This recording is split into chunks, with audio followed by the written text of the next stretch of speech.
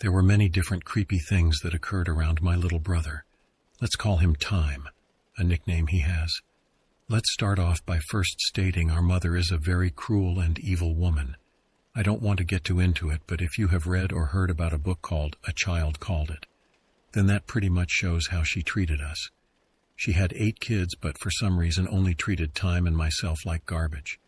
Probably because we share the same dad while the others have a different dad. Anyway, at a very early age, Time would panic every time the sun started going down. We used to have to stay in the unfinished garage, no windows, no AC, no heat. We shared a bunk bed with very shitty mattresses. Time is 4 years younger than myself, and like I stated, he was terrified of the dark. One night my mother had locked us in the garage for the next 3 or 4 days. She was upset because I stole food from the kitchen to feed Time and myself, since she didn't allow us to eat with the rest of the family. I stole those zebra cake snack cakes. She hadn't fed us in a couple days, and we were so hungry. We normally had a bucket to use the bathroom in, and a gallon jug of water, and that was it. Anyway, I heard Time sniffling as Mom locked the door. I jumped down from the top bunk to look at him. "Are you okay?" "It's only for a couple days. I'm sorry, I shouldn't have taken those snack cakes," I said softly. He just shook his head. He didn't really talk much, mostly he spoke in broken sign language. He made the sign for cookie, which threw me off, but I hopped up into my bunk and grabbed the 2 Oreos I had for him every night. I stole a pack a while back and they were getting stale, but I always made sure he had them. I handed them to him and he smiled. He always took his time eating them. I went to hop back into bed, but I noticed him staring at the garage door. "What is it?" I asked. His eyes widened and he shook his head. "No," he whimpered. Then he made the sign for scared. I hugged him.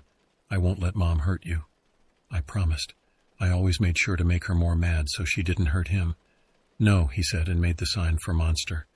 I blinked a few times and said, "There's no monsters, remember? Yoshi cleared them all out."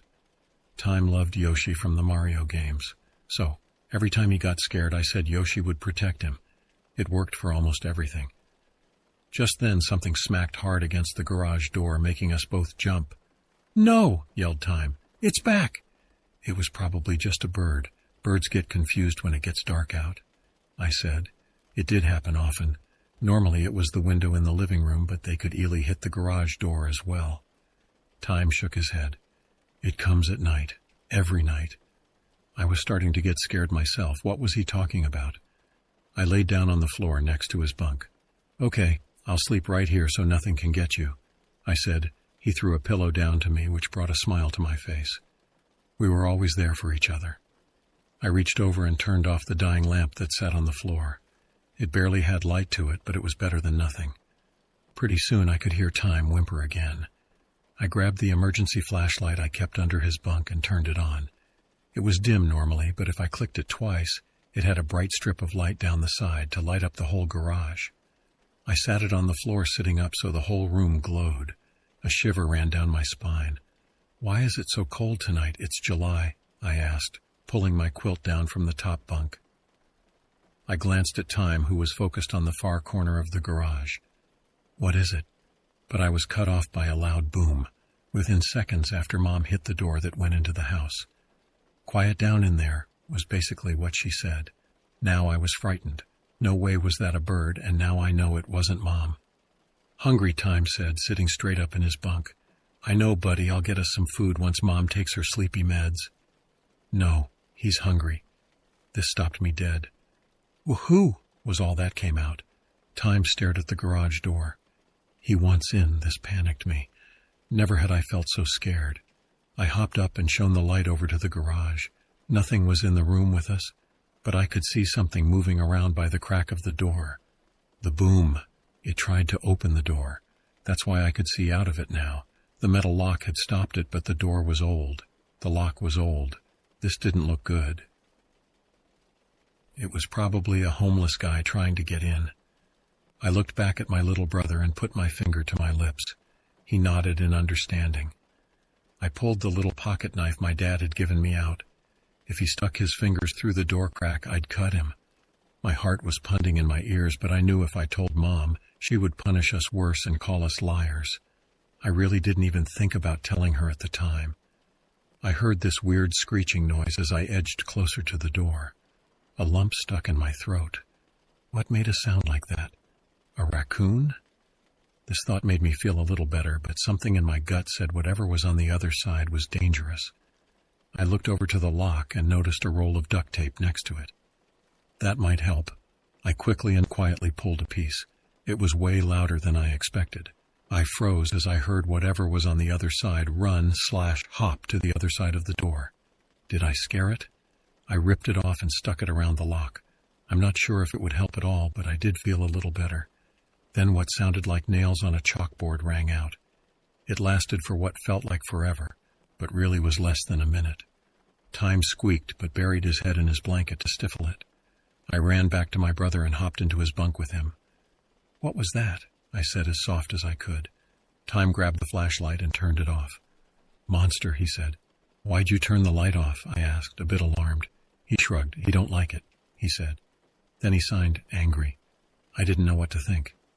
"How do you know that?" I asked. He didn't answer for a while, but soon he said, "Talks to me every night." This really freaked me out. "What does he say?" Time fumbled with the flashlight. "Wants in," he finally said.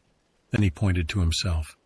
At first I thought he meant inside the garage, but then it hit me. Is it a demon or ghost?" I asked, my body shaking all over. He shrugged and said, "Monster. A monster wanted my brother." These words echoed through my head.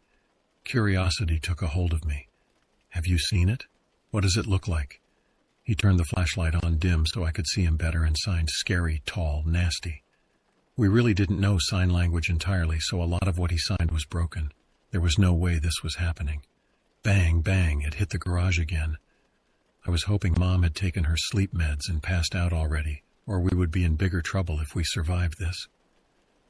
Time grabbed my arm and I looked back at him. He whimpered, "In, monster trying." I didn't know what to do, so we just sat there, hoping it wouldn't get in. I must have passed out because when I opened my eyes, light was starting to poke in through the garage door. Time was still asleep. I softly got out of the bed and went to the door to the house. I used my pocket knife to slip the lock open and peeked out. It was still very early. Everyone was still asleep and our stepdad must already be at work. I crept out and went straight for the front door first. I held my breath as I slowly opened the door and peered out. Nothing was there. I closed the door behind me as I walked over to the garage. There were a bunch of dents in the door, and now I knew why. Tears ran down my face. It was real. That wasn't even the worst of it. On the ground next to the door were huge footprints. It looked like dinosaur footprints. I couldn't believe it. 4-toed, giant dinosaur footprints. What was I looking at? I had never seen anything like it. I remembered from Jurassic Park how the T-Rex's prints were, and these were very similar. Not exact, but it was the closest I could think of. There was no way a dinosaur just tried to get into our garage, though, right? I shook the idea from my head. This wasn't possible. The strange sounds it made, how it talked to time, this was something way strange. I quickly went back inside and into the kitchen, stealing food that wouldn't be missed like I always had to do. I would take baggies and fill them with cereal, cookies, or whatever was open that wouldn't be noticeable. Then I ran back to the garage. Putting the lock back was the trickier part, but within minutes I had got it. I woke Time up and gave him some food. He smiled and ate happily. After a few minutes he asked, "Monster gone?" I nodded. Yes, it went away. "How many times has it been here?" I asked. All those dents were not from last night. There was no way. He paused a moment, swallowed his food, and held up his hand, showing me 5 fingers. 5 times? In a row, or... He held up 3 fingers. Last night makes 3 in a row. A shiver ran down my spine again. What was this thing, and why does it want my brother? First of all, the stories I'm about to tell are not just one, but 2 of the most strange, terrifying, and paranormal things that ever happened to me in my life that I will never forget. Both of my stories, these creatures I encountered, were totally different from each other. First encounter happened when I was hunting with some friends back in September of 2011. The other encounter occurred at a cabin in October of 2014. The 2 stories I will be telling are true, but names are changed for confidentiality. Now let's get started. My name is Hudson. I live towards the Glacier National Park just northwest of Montana, where I grew up most of my life living on the Blackfeet Indian Reservation, the place where you will hear of scary tales of Goat Man, stories of campers going missing in the middle of the woods where the Stick Indians come out and take people away in the night. Getting back on track to my story, I would describe myself as 6'2" medium build, beard. Being just a mixed race and having very light skin living on the reservation all my life, I hung around a lot with my cousin Dan. Dan was 2 years younger than me, liked sports, was very good at basketball, and played for the high school team. We did a lot of hiking and hunting together, also a bit of drinking, smoking weed, chasing women, and just kicking it with the boys every now and then. My cousin introduced me to his 2 friends for the first time out on a hunting trip back in 2008. Their names were Big Tom and Mouse. Big Tom was just a big silly guy who liked talking about football and would always start singing to the country music playing on the radio, sitting in the front passenger seat in the truck. We would drive down the highway country roads and he would crack open a cold one. Mouse was 5'6", wore glasses, and had what you would call a short man complex. He always had to get competitive over who's the best at what all the time. Later, down the road on my own, I also started getting into different varies of hunting wild game as well, like ducks and grouses bird hunting, to varmint trapping, and learning how to make coyote hides. I would always go for the more exotic type hunting rifles and guns because I use them for the more efficient accuracy purposes, guess you can say. I would carry a Remington 7600 pump action 30.06 rifle. The other guys just carried bolt action rifles. Sometime in September of 2011, and we're all in our early to mid-20s at the time, and it was beginning rifle season that day. I picked up my cousin at his house in my white 1995 Ford Bronco with 2 big light bars on top when I like to use for spotlighting sometimes. On our way up, we picked up Big Tom and Mouse, and we're all trying to decide what place we want to go to do some hunting for the day. Big Tom suggests we go out by his uncle's place that is just 43 miles north out of town. As we get about 30 miles out of town, we came to a dirt road where there's nothing but the flats and hills, a few old-time grain bins, and same solar panels and oil rig pumps you see out in the distance. As we came up to an old radar base on the road, we pass a green and silver strip Dodge Ram Charger. What appeared to be 2 older-looking guys came into view. We tried to wave, but the 2 guys just gave us hysterical look on their faces as we drove by them. After making it to Big Tom's uncle's place, he goes in to check to see if he's home first, just to be sure to let him know we're just going to do some hunting around his area. Big Tom warned us about his uncle and said that he can be a bit of a Looney Tune at times. As we were getting ready and geared up to hunt, Big Tom comes out and let us know his uncle wasn't home and that it would be okay if he didn't show up any time. Big Tom was saying he had to go really bad all day, and luckily his uncle had outhouse just outside his place. We start to walk into what's probably about 200 acres of forest and a creek that run through it just behind Big Tom's uncle's place. We decide to split up in twos. Tom and Mouse head out together. Me and my cousin Dan start to follow the creek all the way up. Then we made a plan to all meet up with Big Tom and Mouse down the trail. As me and Dan walk about 2 miles into the forest, we come across 2 white-tailed bucks fighting for dominance. Dan and me start to get down on our knees and belly crawl. Taking our time, we start to approach the deer closer and closer. They were about 10 yards into the brush. Me and Dan take the shot. We killed a deer each and wait for Big Tom and Mouse to show up. As me and Dan start to walk further more into the brushes and just around the bushes, we were startled by some birds. Right there in front of us was a horse. It looked weird, like it was standing stiff. We approached the horse, realizing it wasn't moving, and it appeared to be hunched over a log. As we walk around the animal, and let's just say what we saw wasn't a very pretty sight to look at. The rear end was torn wide open, and they were buzzards all over the place. I didn't see any other wounds on the dead animal, and I couldn't help but notice the tail was braided. Big Tom and Mouse show up, and we tell them about the dead horse and show them as well. We crack a joke and said our friend Mouse could crawl inside up into it and make a bed for the night. It was getting late. We started to quarter up me and Dan's deer.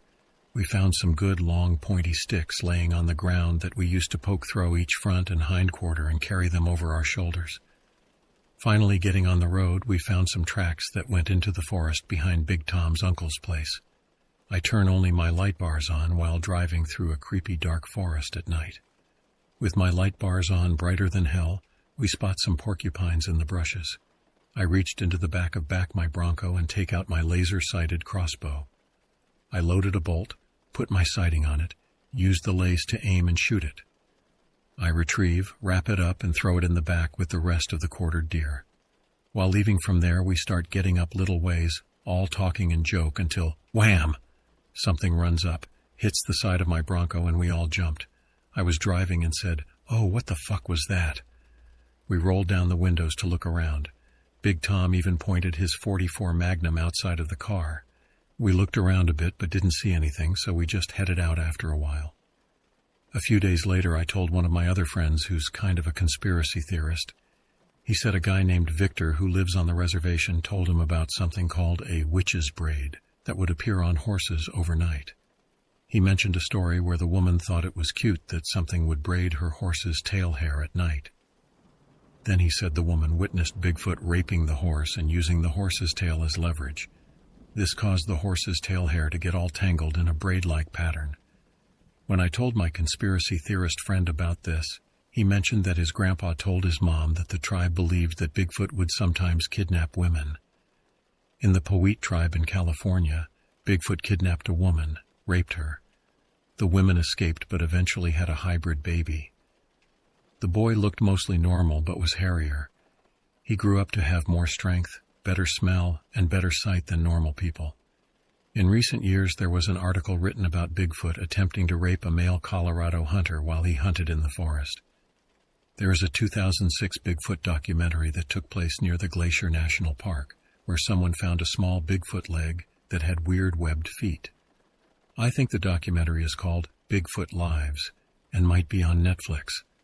Now on to my second story.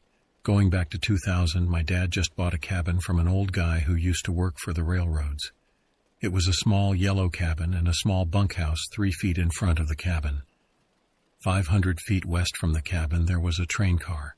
You couldn't see it unless you walked behind some pine trees. It was a small yellow cabin. About 200 feet from the cabin was the highway, out in the middle of nowhere. A small yellow cabin 10 feet away from the house, a street light in front of the driveway. Behind the house were some train tracks, and about 3 miles behind the house were some mountains. When my dad got the cabin, I was only 12 at the time, and my brother was 9 or 10. First time going into the cabin, I can see a pellet gun just sitting there in the corner. I take it outside and start shooting it around. I walk down to the bushes where there was a pond nearby. On the other side, that was only 100 feet right from the cabin. As I look around, I see some ducks swimming by. I point the pellet gun ready to shoot until I heard my dad say, "Don't be shooting them ducks now. Would you like it if I shot you?" My dad replied. When my dad went inside the cabin and was out of hearing range, I grabbed my pellet gun and took the shot and killed the duck. As I watch it floating there in the water, guess I just wanted to see what it was like to shoot something for the first time. I remember having this really scary dream at the cabin.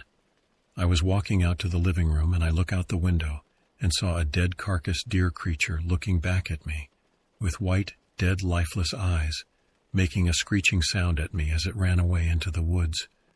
That dream always psychologically disturbed me every time I thought about it. My dad would just tell me I must have seen something on TV before. He never would believe in stuff like that. Going on to August of 2013, me and my cousin Dan and his dad Dan Jr. went for a little hike towards the mountain hillside in the Lewis and Clark National Forest. It was just south of the Glacier National Park nearby where the cabin was.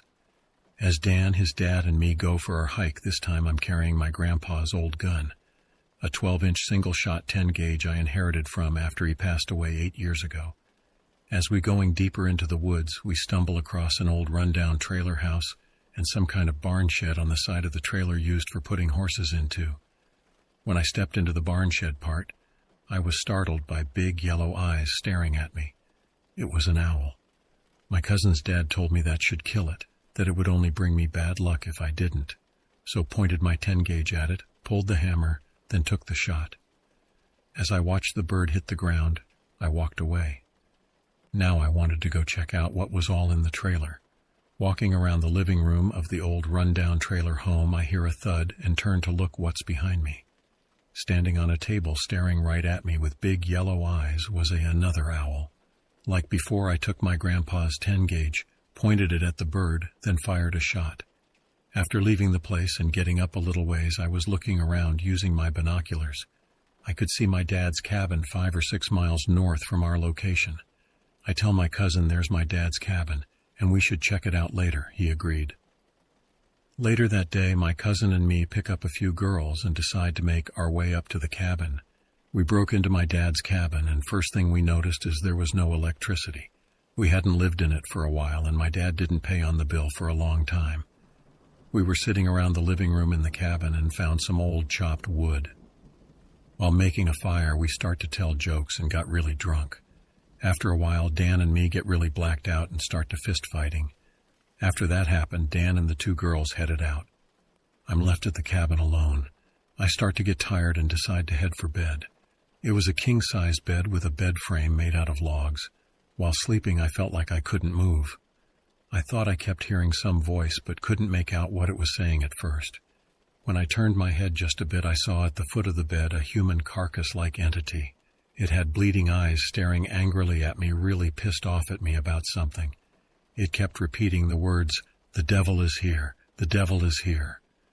When it would talk, its mouth wouldn't move at all, but words would come out even though it wasn't moving at mouth you. It sort of looked like a ghoul from Fallout 3.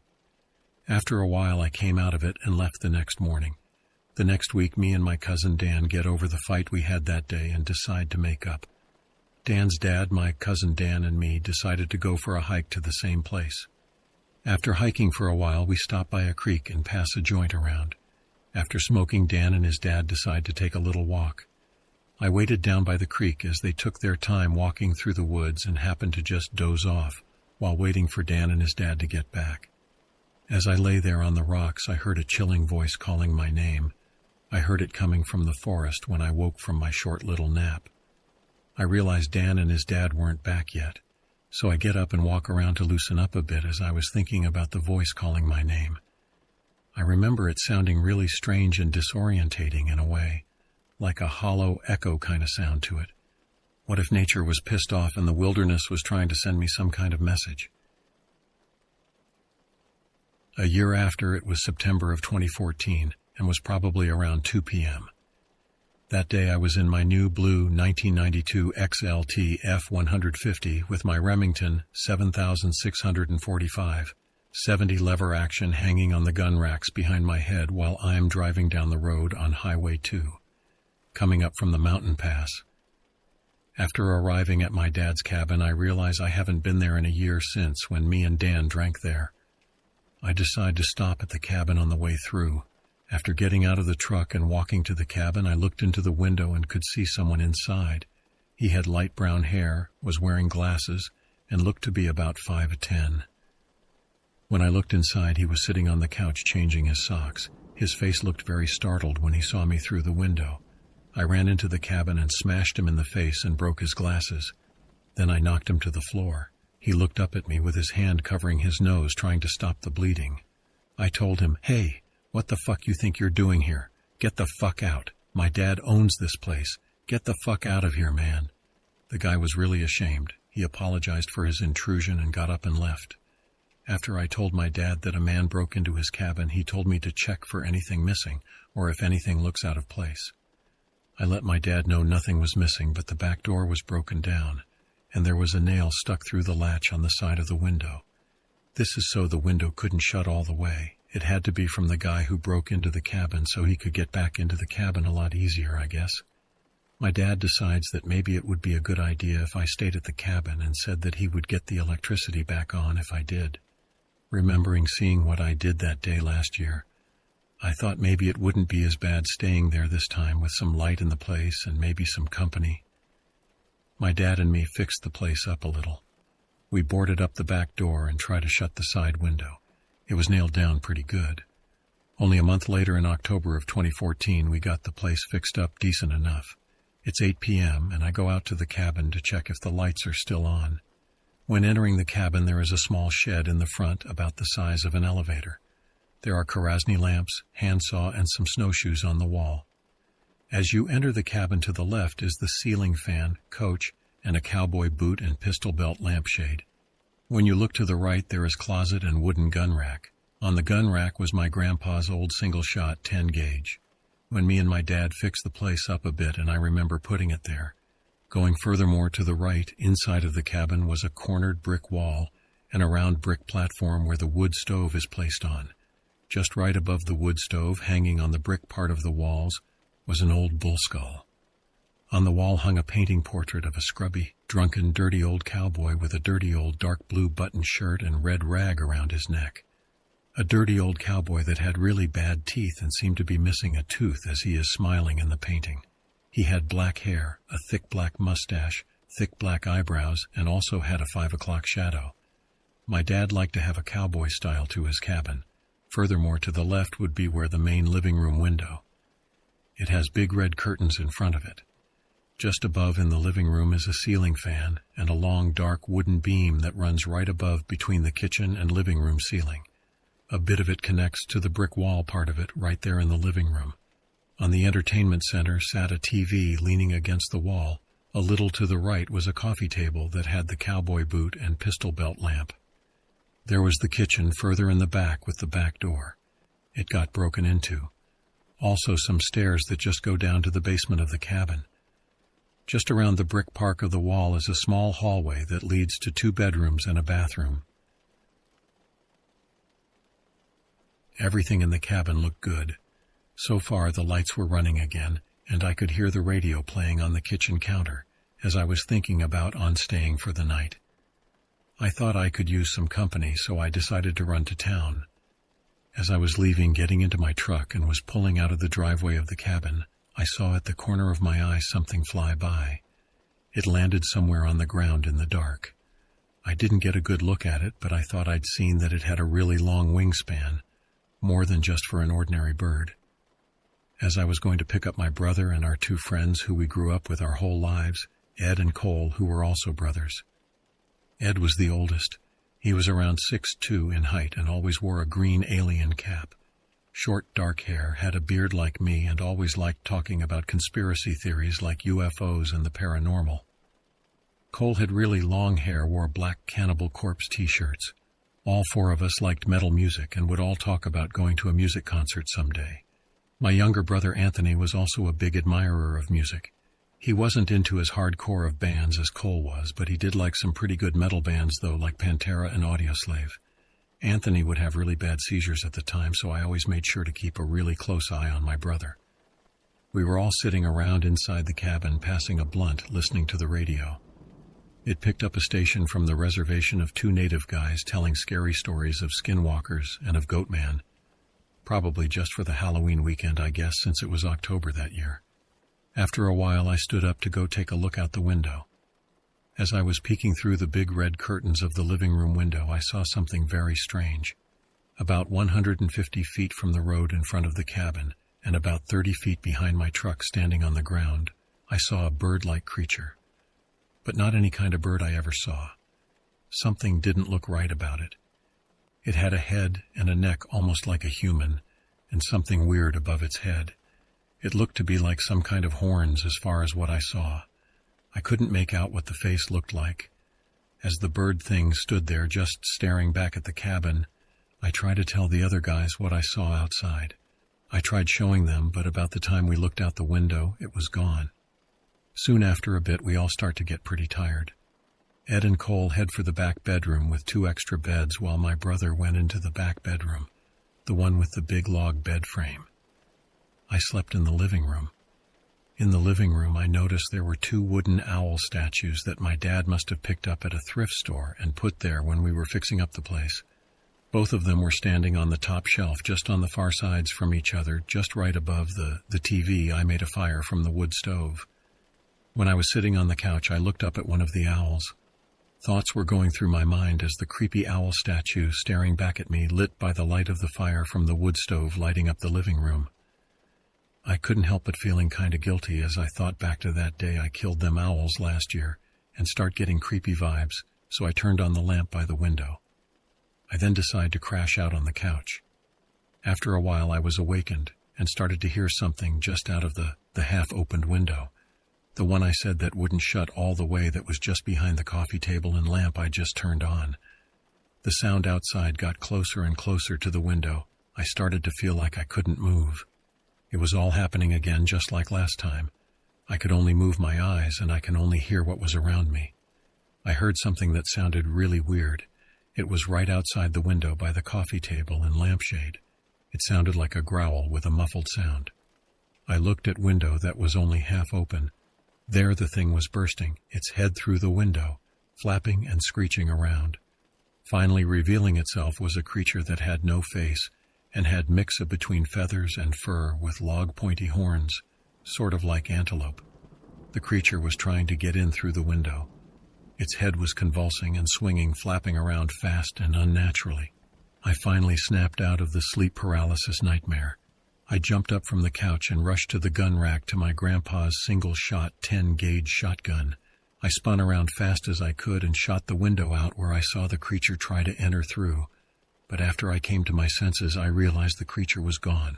Soon after that, my brother Ed and Cole came rushing out looking surprised and concerned on what they just heard. The blast was very loud. My brother shouts out, "What the fuck are you doing?"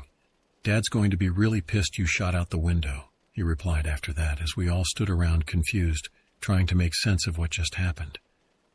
I told everyone what I saw.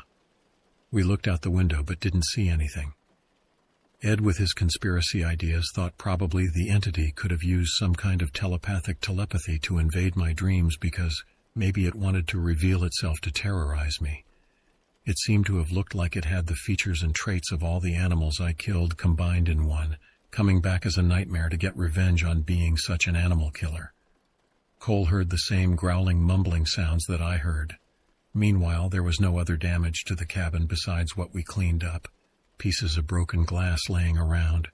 We then cut some cardboard out and placed it on the side window, and the lampshade was pretty shredded up. After that, we all tried going back to bed. Later, I got up, go to the kitchen. All of a sudden, I saw a black figure go into the bedroom where Anthony was sleeping. I went to check on my brother to see if he was okay. When I opened the door, there he was on the bed. He was bleeding from the mouth, going into a seizure.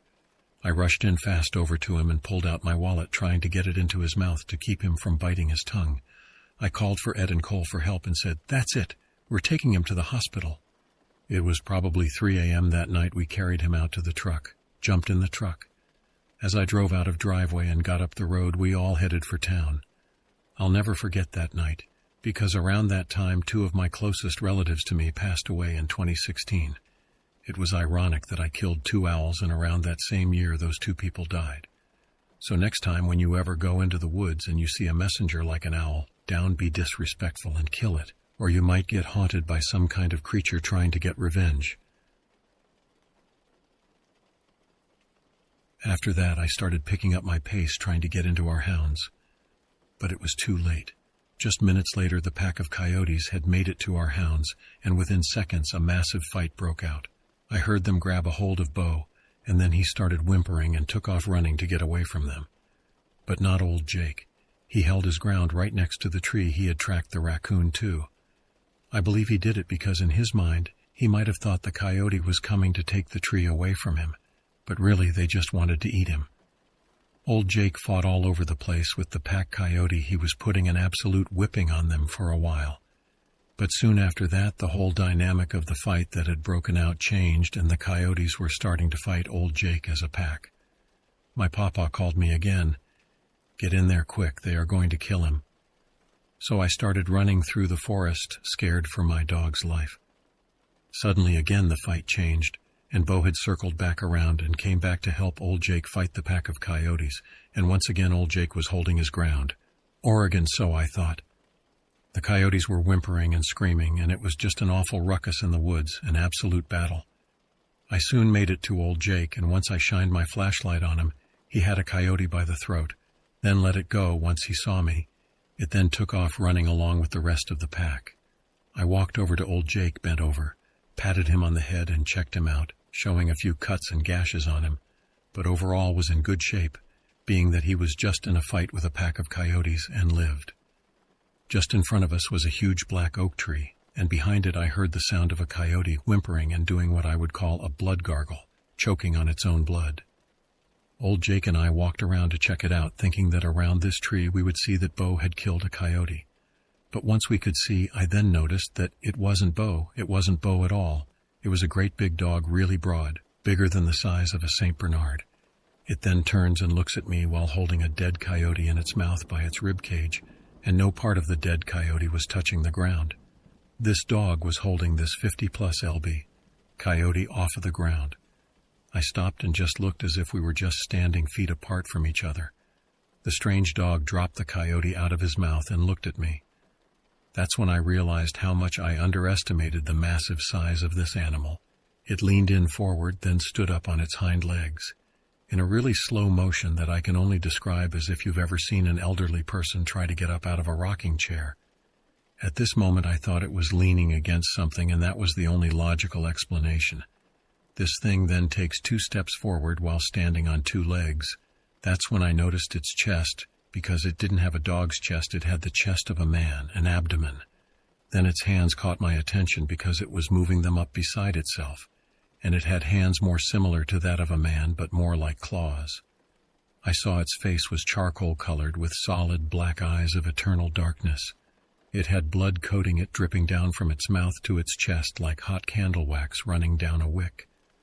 So much blood, not like the blood you would normally see in any type of animal fight.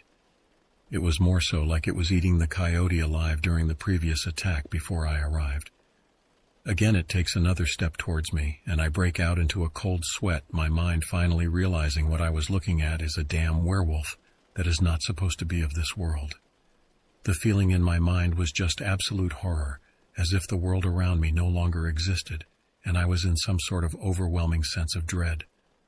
Just in a millisecond my fight or flight emotion kicked in, and I jumped back and started to run. I am shining my flashlight forward as I run and then back behind me over and over to see what is happening as I run. During this time the sounds of my oversized gumboots were just clicking loudly in the stillness of the night, and the crunching of the dead leaves beneath each stride that I took. The creature then begins to chase after me, moving at a pace I have never seen.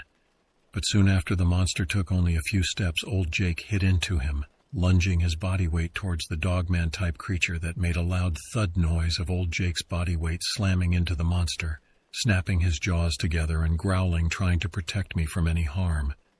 As I shined my light behind me, the werewolf just pushed old Jake off of him with one hand like he was just a gnat, fly, or a flea, just like he was nothing, and it didn't bother the creature at all while old Jake rolled back on the ground 4 or 5 feet. Then the creature continued to chase me like I was the only thing in the world it was interested in. I started to yell out, "Put it to him, Jake. Put it to him. Come on, you can do it." As I continued to run for my life with my gun still strapped to my back, it was only a .22 caliber rifle that would cause no harm to this creature other than maybe just pissing it off even worse. I stood at 5 feet 10 inches, and this creature towered over me at least 2 more feet in height. As I am running finally once again, old Jake attempts to stop him as he chases me, throwing his own body weight into the monster, and like the first time it pushes him aside with ease.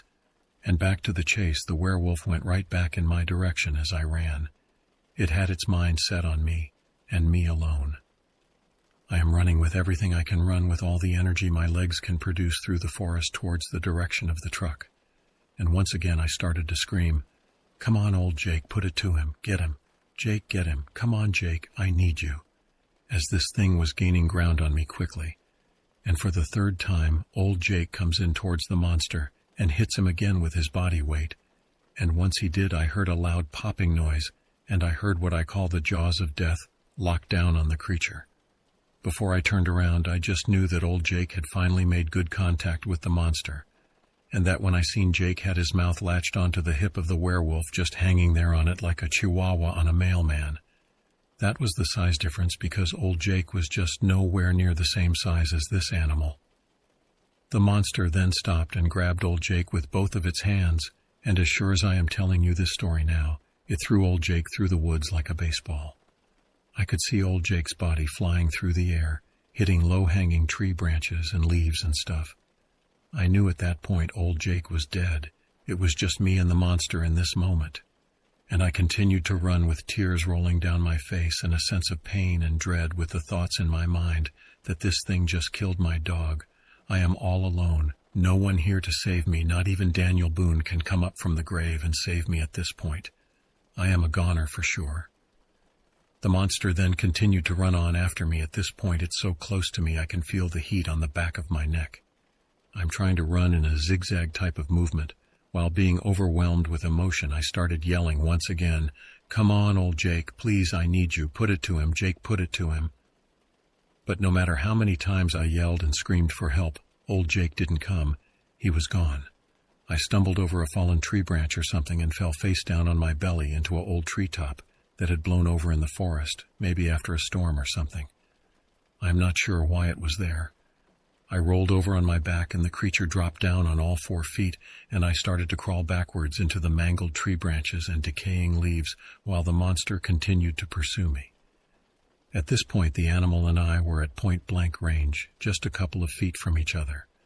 It was snapping its mouth and snarling the blood from the freshly killed coyote still dripping down its mouth, mixed in with snot and drool, while it blew its breath right on me with the smell of rot and decay coming with it. Meanwhile, the whole time I am continuing to yell, "Come on, Jake, come on!" I knew at that time this was it. This was the end. And I was trying to crawl for my life backwards while facing the animal, just trying to find a way out. And as the creature was now in range to grab a hold of me, suddenly out of nowhere, old Jake hits the monster broadside, throwing his body weight into the creature, and it rolls over on its back. Jake climbs up on top of it and just starts mauling him, snapping his jaws, just munching on this monster. Old Jake was really putting the hurt to this dog from hell. I heard Jake's jaws lock down someplace on the creature, and the sound of bones crushing. The monster let out a painful howl that felt like it rattled the very earth I was crawling on. That's when I realized this is my chance, and I stood up and ran across the mountain once again. I could hear the whole time the battle that was taking place behind me, and I was no longer looking back. But unfortunately the fight changed, and I could hear the monster finally turn the tide of the fight back on old Jake, and it sounded like it was just ripping Jake to pieces. He was letting out painful barks and whimpers. It was making my stomach turn into knots, hearing the pain old Jake was going through. At this time I came upon a clearing not far from the truck, and I turned around, took the rifle off of my back, and began to fire it into the air. P-O-W, pow-W, pow-W, pow-W, pow-W. The gunshots echoed off the mountains around me. I started yelling, "Come on, Jake, come on, please, come on, let's go." But then the forest and woods went completely silent, and it seemed no noises at all could be heard. So I ran down to the truck, opened up the door, and climbed inside. My grandfather said, "What on earth is going on?" And I said, "Just drive, we have to go, we have to get out of here." Then started telling him what happened, every detail I could, as I was trembling in pure terror. Calmly, my papa said, "Listen, if you want to hunt, fish, and do stuff as a man, then you need to realize that there are things in the woods that I cannot explain, and you have to come to terms with that if you want to continue to live this lifestyle." And in his humbling words of wisdom, he said, "Since you are so upset, I will go ahead and take you home, but we will come back in the morning to look for Bo and old Jake." I said, "No point in coming back. I heard what happened. Old Jake is dead, Papa. He is gone. He fought for my life, but he just didn't make it." Once again, my grandfather spoke wisdom, saying, "If everything you said is true, then you owe it to old Jake to at least come back in the morning and look for him. He fought tooth and nail for your life." And as a boy of just 15 years old, what my papa said was both the law and the truth to me. Every single word was one of wisdom and knowledge well beyond my years. We drove home, and I didn't sleep very much at all the rest of the night, knowing as soon as day broke we were going to drive back out to that area to look for our hounds. Meanwhile, still being filled with mixed emotions of the event that had happened just hours before, feeling everything from fear to heartbreak, an absolutely traumatic event. But as the morning came and the fog was lifting from the mountains, we loaded up in the truck and traveled back out to the location we had been hunting the night before. My papa got out of the truck, and I just rolled my window down, and we both began to call for our dogs. "Here, Jake, here, let go home." We also yelled for Bo, but he had run far away when the coyotes had bitten him, so at that time I wasn't that worried about him. We would drive up and down the gravel road repeating the same actions time and time again with no luck. So my grandfather said we would go home and return that evening to try once more. And that evening when we drove back to where we last saw our hounds, we started to call and whistle for them again. On down the road a little bit, we could hear something moving through the forest coming out towards the road, and once it stepped out, my grandfather said, "Hey, Bo, just came out of the woods that big red-ticked dog of yours, so grab your dog leash and go get him." I said, "All right, Papa," started to walk towards Bo that was just barely moving slowly, and as I got closer to him, I realized it wasn't Bo, it was old Jake, covered from head to toenail in blood matted and coated in it. He is torn all to pieces, but he is alive. His ear looks like freshly cooked ramen noodles just shredded hanging beside his head. He had a large open wound in his chest. His nose was sitting almost sideways on his head with a missing tail that had been torn off. Massive claw marks along the side of both of his hindquarters. On top of all that, he was walking with a severe limp because his right hip was fractured. But he was alive. My grandfather walked over to him and grabbed all 120 pounds of old Jake's mangled body, picked him up and carried him over to the vehicle and put him in the back of the truck.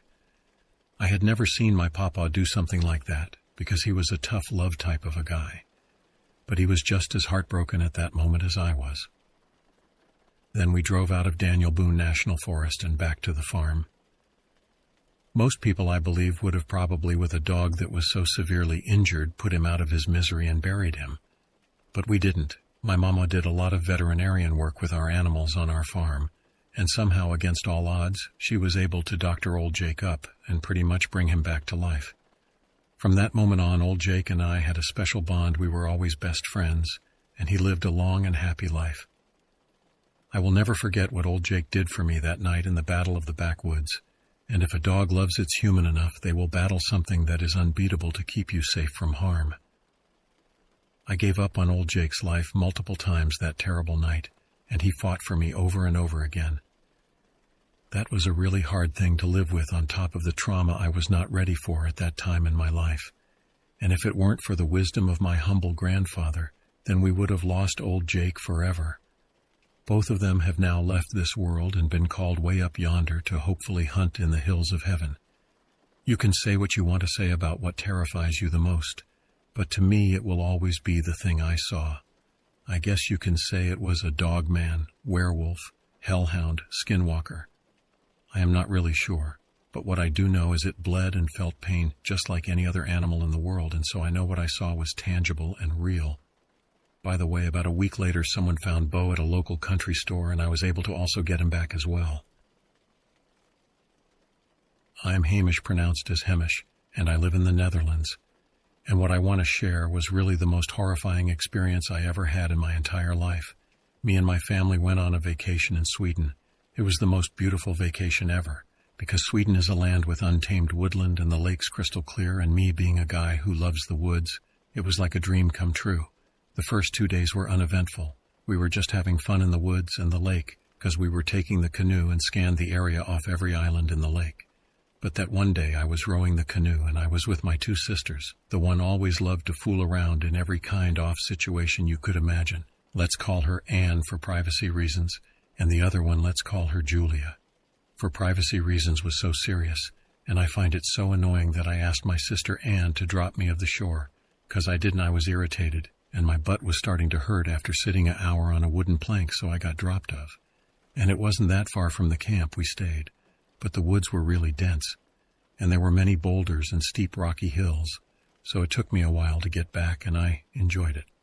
Some minutes later, I decided to take a little break on a little rock formation, but I felt watched and I took in my surroundings. I'm a very alert guy, so I can kind of sense when something bad is going to happen, but as I watched my surroundings, I saw this little tree, sturdy and small. So I took my little Leatherman knife out and made a spear from it for whatever animal that was out there. 'Cause there are moose in Sweden, and you really don't want to piss off a moose, but back to the story. So with my spear, I walked back to the camp, only to came across a little stream of water, but it was big enough for me to not jump over it to cross it. So I looked around and I found a fallen pine tree. So I walked over there and put one foot on the log, and I hear heavy footsteps behind me, 4 thumps. I looked around and nothing to be seen, but I was scared. So I waited for my nerves to calm down, and then I put my other foot on the log and wanted to cross the stream as fast as possible when I hear Anne behind me say, "Hamish, wait up." So I look behind me and see nothing, and I thought I was imagining things. So I turned and wanted to go when I hear her again, "Hamish, wait up." And then the most putrid smell, Al, hit me right in the face. It smelled like 50 pounds of rotting flesh in a hot summer sun of 40 degrees Celsius. And I looked around for where that smell came from, and there it was, 50 meters behind a tree, a moose, and I know they're big, so I just took it for a moose. But then it was getting on his hind legs, and it was like 7 to 8 feet tall, and looked at me with the most humanoid eyes there was. It was almost giving a vibrating light, and it had bony arms, what I took for legs, and it had a moose-like head, and it said again, but with a more animalistic noise, "Hamish, wait up." And I froze because I knew of Wendigos and skinwalkers, but I thought they only lived in the USA. But I was almost positive that this monster was indeed a skinwalker, and I remembered that my sister Anne was still in that canoe because I could hear her laughing in the close by. I looked at it, and it looked back at me and took a few steps towards me, and I knew I was done for. So I wanted to scream for help because I knew no way in hell I can defeat this on my own. So I was about to scream when it made the most bizarre gesture. It put its bony finger to its disfigured lips and shushed me, telling me to be silent, and so I did, cause otherwise I knew I was done for. So it took 5 more huge steps towards me, and the smell was so strong I was vomiting. But then I heard Anne laugh again, much closer, and it looked up and ran back into the woods with the most inhuman speed I've ever seen. And I ran to the camp as fast as I could, and I locked myself up in my room for the rest of the vacation till we were going back to the Netherlands. And when we drove away on Saturday morning at 5 a.m., I swear I saw those eyes looking at me, and I looked away glad to leave that thing behind, and I never saw it again. And I hope to not meet it again. That was my story, and I hope that anyone who reads this or hears it knows if you're in a woods that you were never been before and you are alone, be alert and stay on your guard, because it might just save your life. As I'm writing this, the events of this story happened yesterday. I am a freshman in high school, and my school year is almost over. Towards the end of every school year, I'll have a night, usually on a Saturday, when I invite a friend or two over to stay at my house. On the Saturday in question, I invited one of them. We'll call him GG, and I have been close friends ever since 5th grade, and we both enjoy things we would consider creepy. I live in a nice neighborhood that is pretty wealthy, which makes it have a nice look at nighttime. The past few times I've invited him over, we have walked around my neighborhood at nighttime and had deep conversations about personal things going on in our lives. This night was no different. We started our walk at around 1:30 and visited our usual stops to walk around the neighborhood. After about an hour, I came up with the idea to visit the old house I used to live in. My old house isn't too far from my old one, but it would take some time since we were walking. My old house was down a rocky lane about a mile long and resided in the woods. G was down for the idea, so we started going there. It took us about an hour. The lane usually has corn stalks on both sides, but farmers weren't growing crops during this time, so there was just a field of small cut corn stalks on our left and right. When my feet started walking on the rocky lane, a wave of nostalgia hit me, a flood of old memories from this property. But I pushed my nostalgia to the back of my mind and continued talking to G about the relevant topic. We walked for about 10 minutes, and then we were finally at the tree line. I don't mean to make the story sound all cliché and dramatic here, but the entrance to the woods looked more eerie than I remembered. Something about it just gave me the chills. Deep down, I didn't want to walk further, but we were about where we wanted to be. I told myself that we would keep going for a little longer, and then we would turn back and start heading home. As we got closer to the tree line, I started to hear footsteps. I chalked it up to be a deer or a typical forest animal. That's when we heard it. A blood-curdling scream from a woman erupted from the forest, turning the quiet night into something of nightmares. The scream lasted for about 3 seconds, and without stopping, the scream turned into the growl of some animal I'd never heard before. Now I know what you may be thinking to yourself right now. It must have just been a coyote. I can see where someone would assume that, but you'd have to be there to know what I mean. I even listened to videos of coyote howls and growls later that night to see if this was the case. After watching them, I can confirm there was no coyote, and it wasn't a person either. We hauled ass to the end of the drive. While we were running, I looked back for only half a second, and I could have sworn I saw something standing on two legs watching us run away. I was skinny and tall. The thing had to have been at least 6'3". Once we got to the end of the driveway and I was confident nothing was following us, we took a moment to catch our breath. We were both keeping a calm composure, but we were both terrified on the inside. After a quick breather, we started to speed walk back to my house. After about a minute or two of walking, I looked behind us and saw something walking on four legs at the end of the driveway. It wasn't walking like a coyote would. It was walking like a human would if it was on four legs. Its kneecaps were up at the top of its head, and the figure was incredibly skinny. I told G this, and we started walking even faster. My brother is a night owl, so after 5 more seconds of walking, I pulled out my phone and told him to pick us up as soon as possible. He got to where we were fairly quickly, and we drove back home. G and I were speechless. We had no idea what to think or say. Eventually, we started discussing what that thing could have been. I'm not sure why this idea popped into my head, but I first thought of skinwalker. We looked at the noises of animals that lived near that area to see if it could have been something as harmless as that. But none of the animals we looked at would be capable of producing the sound we had heard in those woods. We fell asleep around 5 a.m., and I woke up just 2 hours later. I couldn't fall back asleep. All I could think about was what happened just a few hours ago. G woke up at around 11 o'clock, and he stayed at my house until he had to leave at 4 o'clock. Once he left, I went to my brother's room to discuss with him what had happened. As it turns out, my old house resides on Native American territory. It then occurred to me that what we likely encountered was a skinwalker. My brother also told me that he thought he heard a woman's voice in the corner of his room that night that said, "You saved them." Everything mentioned here happened last night, and I'm still scared shitless. We all agreed not to tell anyone that wasn't close what happened, stop walking at night, and never return there again. And that's an agreement we will stay true to forever. My story begins in Colorado. I was 14 years old at the time. My family was taking a trip to visit my grandmother, who lives deep in the country. We were planning to stay over a few nights and enjoy the peace and quiet of the country. I've always been more of an indoorsy person, but I did love taking a nice hike through the woods from time to time. The highway drive was long and uneventful, but once we finally got there, I was super excited. After all, I had my own room in the beautiful cabin my grandmother lived in, with an amazing view of the lake and forest surrounding the property. I exchanged greetings with her, and after a few minutes of idle conversation, headed to my room. I pulled out my laptop and began to get set up for a quality gaming session when I first heard the howling. It sounded like a wolf's cry, but slower, almost distorted. Like if you recorded the howl, played it back at half the speed, and lowered the pitch. It was creepy, but having little to no experience living in the country, I brushed it off, mentally categorizing it as a different animal. Soon, the sun began to set, and I was indeed tired, partly to the long car ride. I began to get settled into bed, and despite the thick comforter, something didn't feel right. It's a feeling hard to describe, like something was misplaced or missing.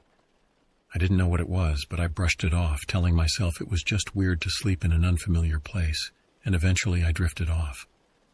I woke up around 10 in the morning feeling well rested. Looking through my window, I could see it had gotten foggy, as there were billowing clouds of mist drifting through the trees. It was raining too, and heavily, as it was hard to see through the windows due to the excessive amount of water droplets. I threw on some pajamas and went to grab some breakfast. When I walked in, there was a note on the kitchen table. According to it, my family left the house to grab some medication for my grandma, and they'd be back in a couple hours. Eating my frosted flakes, I was sitting on the comfortable couch directly under the living room window, watching the rain and fog. Then I heard that eerie howl. Again, it was slow and thick, almost sounding deliberate. As that happened, I just noticed a figure creep forward in the fog. Of course, foggy weather in the country can be extremely thick, and I couldn't see anything over 5 feet from the window. I could barely make it out, but it looked like a wolf. Almost.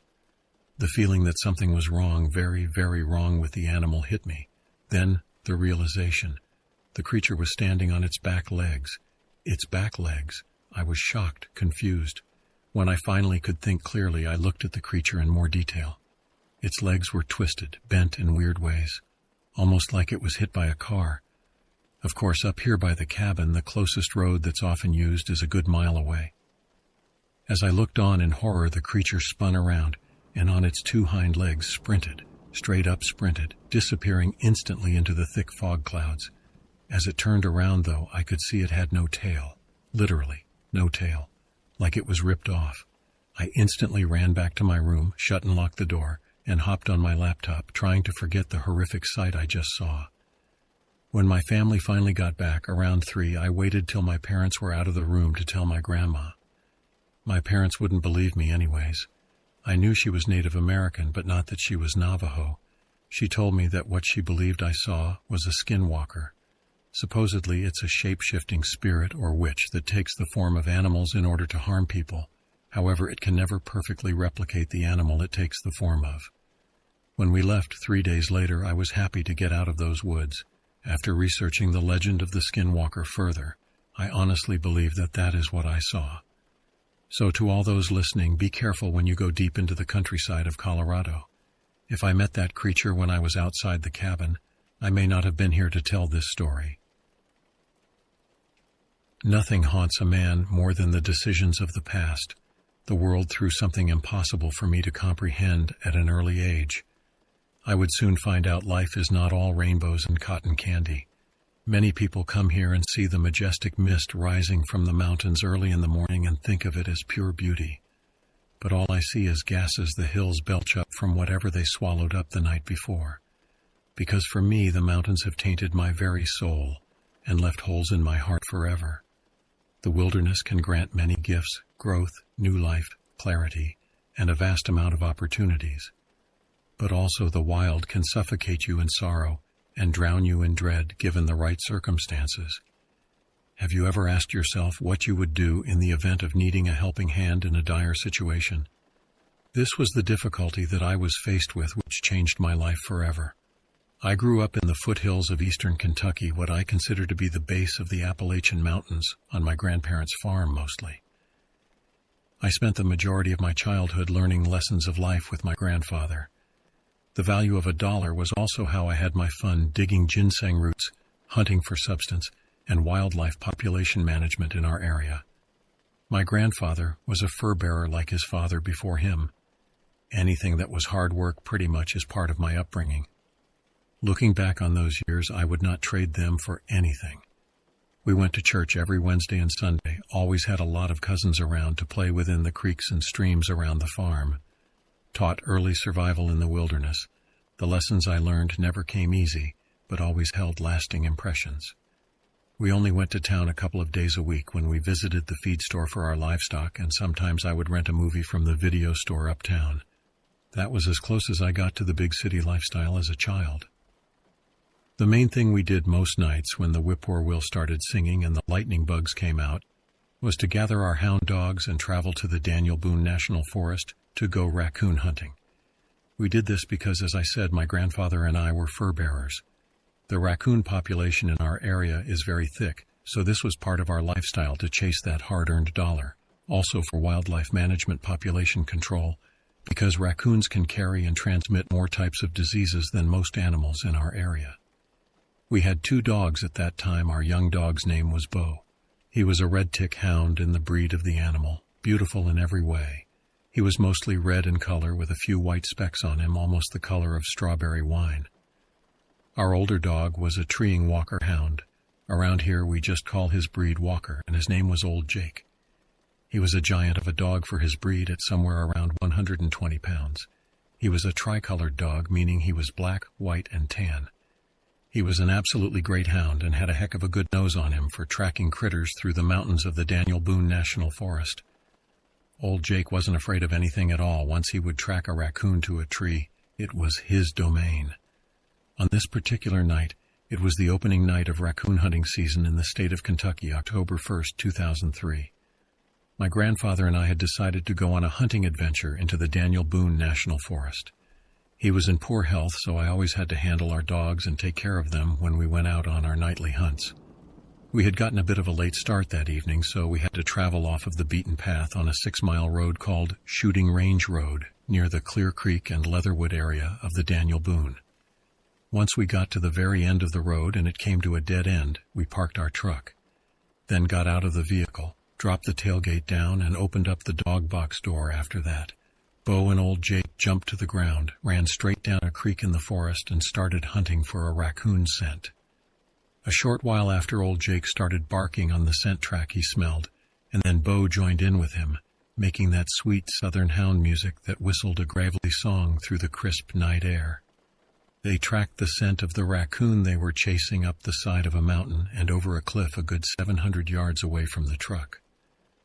Shortly thereafter, the raccoon got tired of running and decided to climb a tree. Both the dogs let out what is called a location bark, letting us know that they found the animal location they had been chasing, and will continue to bark until I get to the tree in which they are at, because this is how they were trained. My grandfather looked at me and said, "Sounds to me like they found it. Go on, grab the gun out of the truck and take the two-way radio with you so we can keep in touch." Because, as I said, my grandfather was in poor health and could not travel on foot very far distances. And I did just as he said, strapped the gun to my back, grabbed the two-way radio, and started walking into the forest towards the location of our dogs. As I made my way in, I heard the sound of a pack of coyotes off in the distance start barking and howling, going on crazy as a coyote pack does. Grandfather called me on the radio and said, "Do you hear that pack of coyotes? You better get in there quick to the dogs, that way when they see you, they will run away." And I know that might sound crazy to a lot of people, but in our area of Kentucky, coyotes are hunted hard because they can cause harm to livestock, so they are mostly nocturnal in our area and terrified of people. In almost every case, when a coyote sees a human, they run as fast as they can to get away from them in Kentucky. After that, I started picking up my pace trying to get into our hounds. But it was too late. Just minutes later, the pack of coyotes had made it to our hounds, and within seconds a massive fight broke out. I heard them grab a hold of Bo, and then he started whimpering and took off running to get away from them. But not old Jake. He held his ground right next to the tree he had tracked the raccoon to. I believe he did because in his mind he might have thought the coyote was coming to take the tree away from him. But really, they just wanted to eat him. Old Jake fought all over the place with the pack coyote. He was holding his ground for a while. But soon after, the whole dynamic of the struggle changed, and the coyotes were starting to fight old Jake as a pack. My grandfather called me again. "Get in there quick, they're going to kill him." So I started running through the forest, scared for my dog's life. Suddenly again the fight changed, and Bo had circled back around and came back to help old Jake fight the pack of coyotes, and once again old Jake was holding his ground. Oregon. So I thought. The coyotes were whimpering and screaming, and it was just pure mayhem in the woods, an absolute battle. I soon made it to old Jake, and once I shined my flashlight on him, he had a coyote by the throat, then let go once he saw me. It then took off running along with the rest of the pack. I walked over to old Jake, bent over, patted him on the head, and checked him out, showing a few cuts and gashes on him, but overall was in good shape, being that he was just in a fight with a pack of coyotes, and lived. Just in front of us was a huge black oak tree, and behind it I heard the sound of a coyote whimpering and doing what I would call a blood gargle, choking on its own blood. Old Jake and I walked around to check it out, thinking that around this tree we would see that Bo had killed a coyote. But once we could see, I then noticed that it wasn't Bo at all. It was a great big dog, really broad, bigger than the size of a Saint Bernard. Then it turns and looks at me while holding a dead coyote in its mouth by the rib cage, and no part of the dead coyote was touching the ground. I stopped and just looked as if we were just standing feet apart from each other, astonished. The strange dog dropped the coyote out of its mouth and looked at me. That's when I realized how much I underestimated the massive size of this animal. It leaned in forward, then stood up on its hind legs. In a really slow motion that I can only describe as if you've ever seen an elderly person trying to get up out of a rocking chair. At this moment I thought it was leaning against something, and that was the only logical explanation. This thing then takes 2 steps forward while standing on 2 legs, That's when I noticed the chest, because it didn't have a dog's chest. It had the chest of a man, an abdomen. Then the hands caught my attention because it was moving them up beside itself, and the hands more similar to that of a man but more like claws. I saw its face was a charcoal colored with solid black eyes of eternal darkness, with blood coating dripping down its mouth to its chest like hot candle wax running down a wick. So much blood, not like the blood you would normally see in any type of animal fight.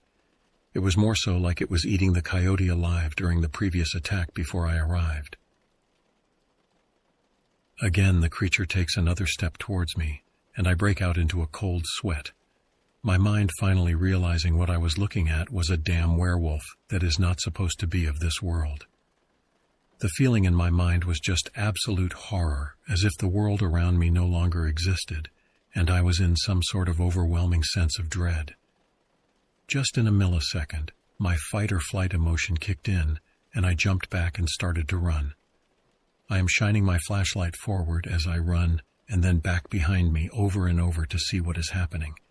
During this time, the sounds of my oversized gumboots were clicking loudly in the stillness of the night, and the crunching of the dead leaves beneath each stride that I took. The creature then begins to chase after me, moving at a pace I have never seen.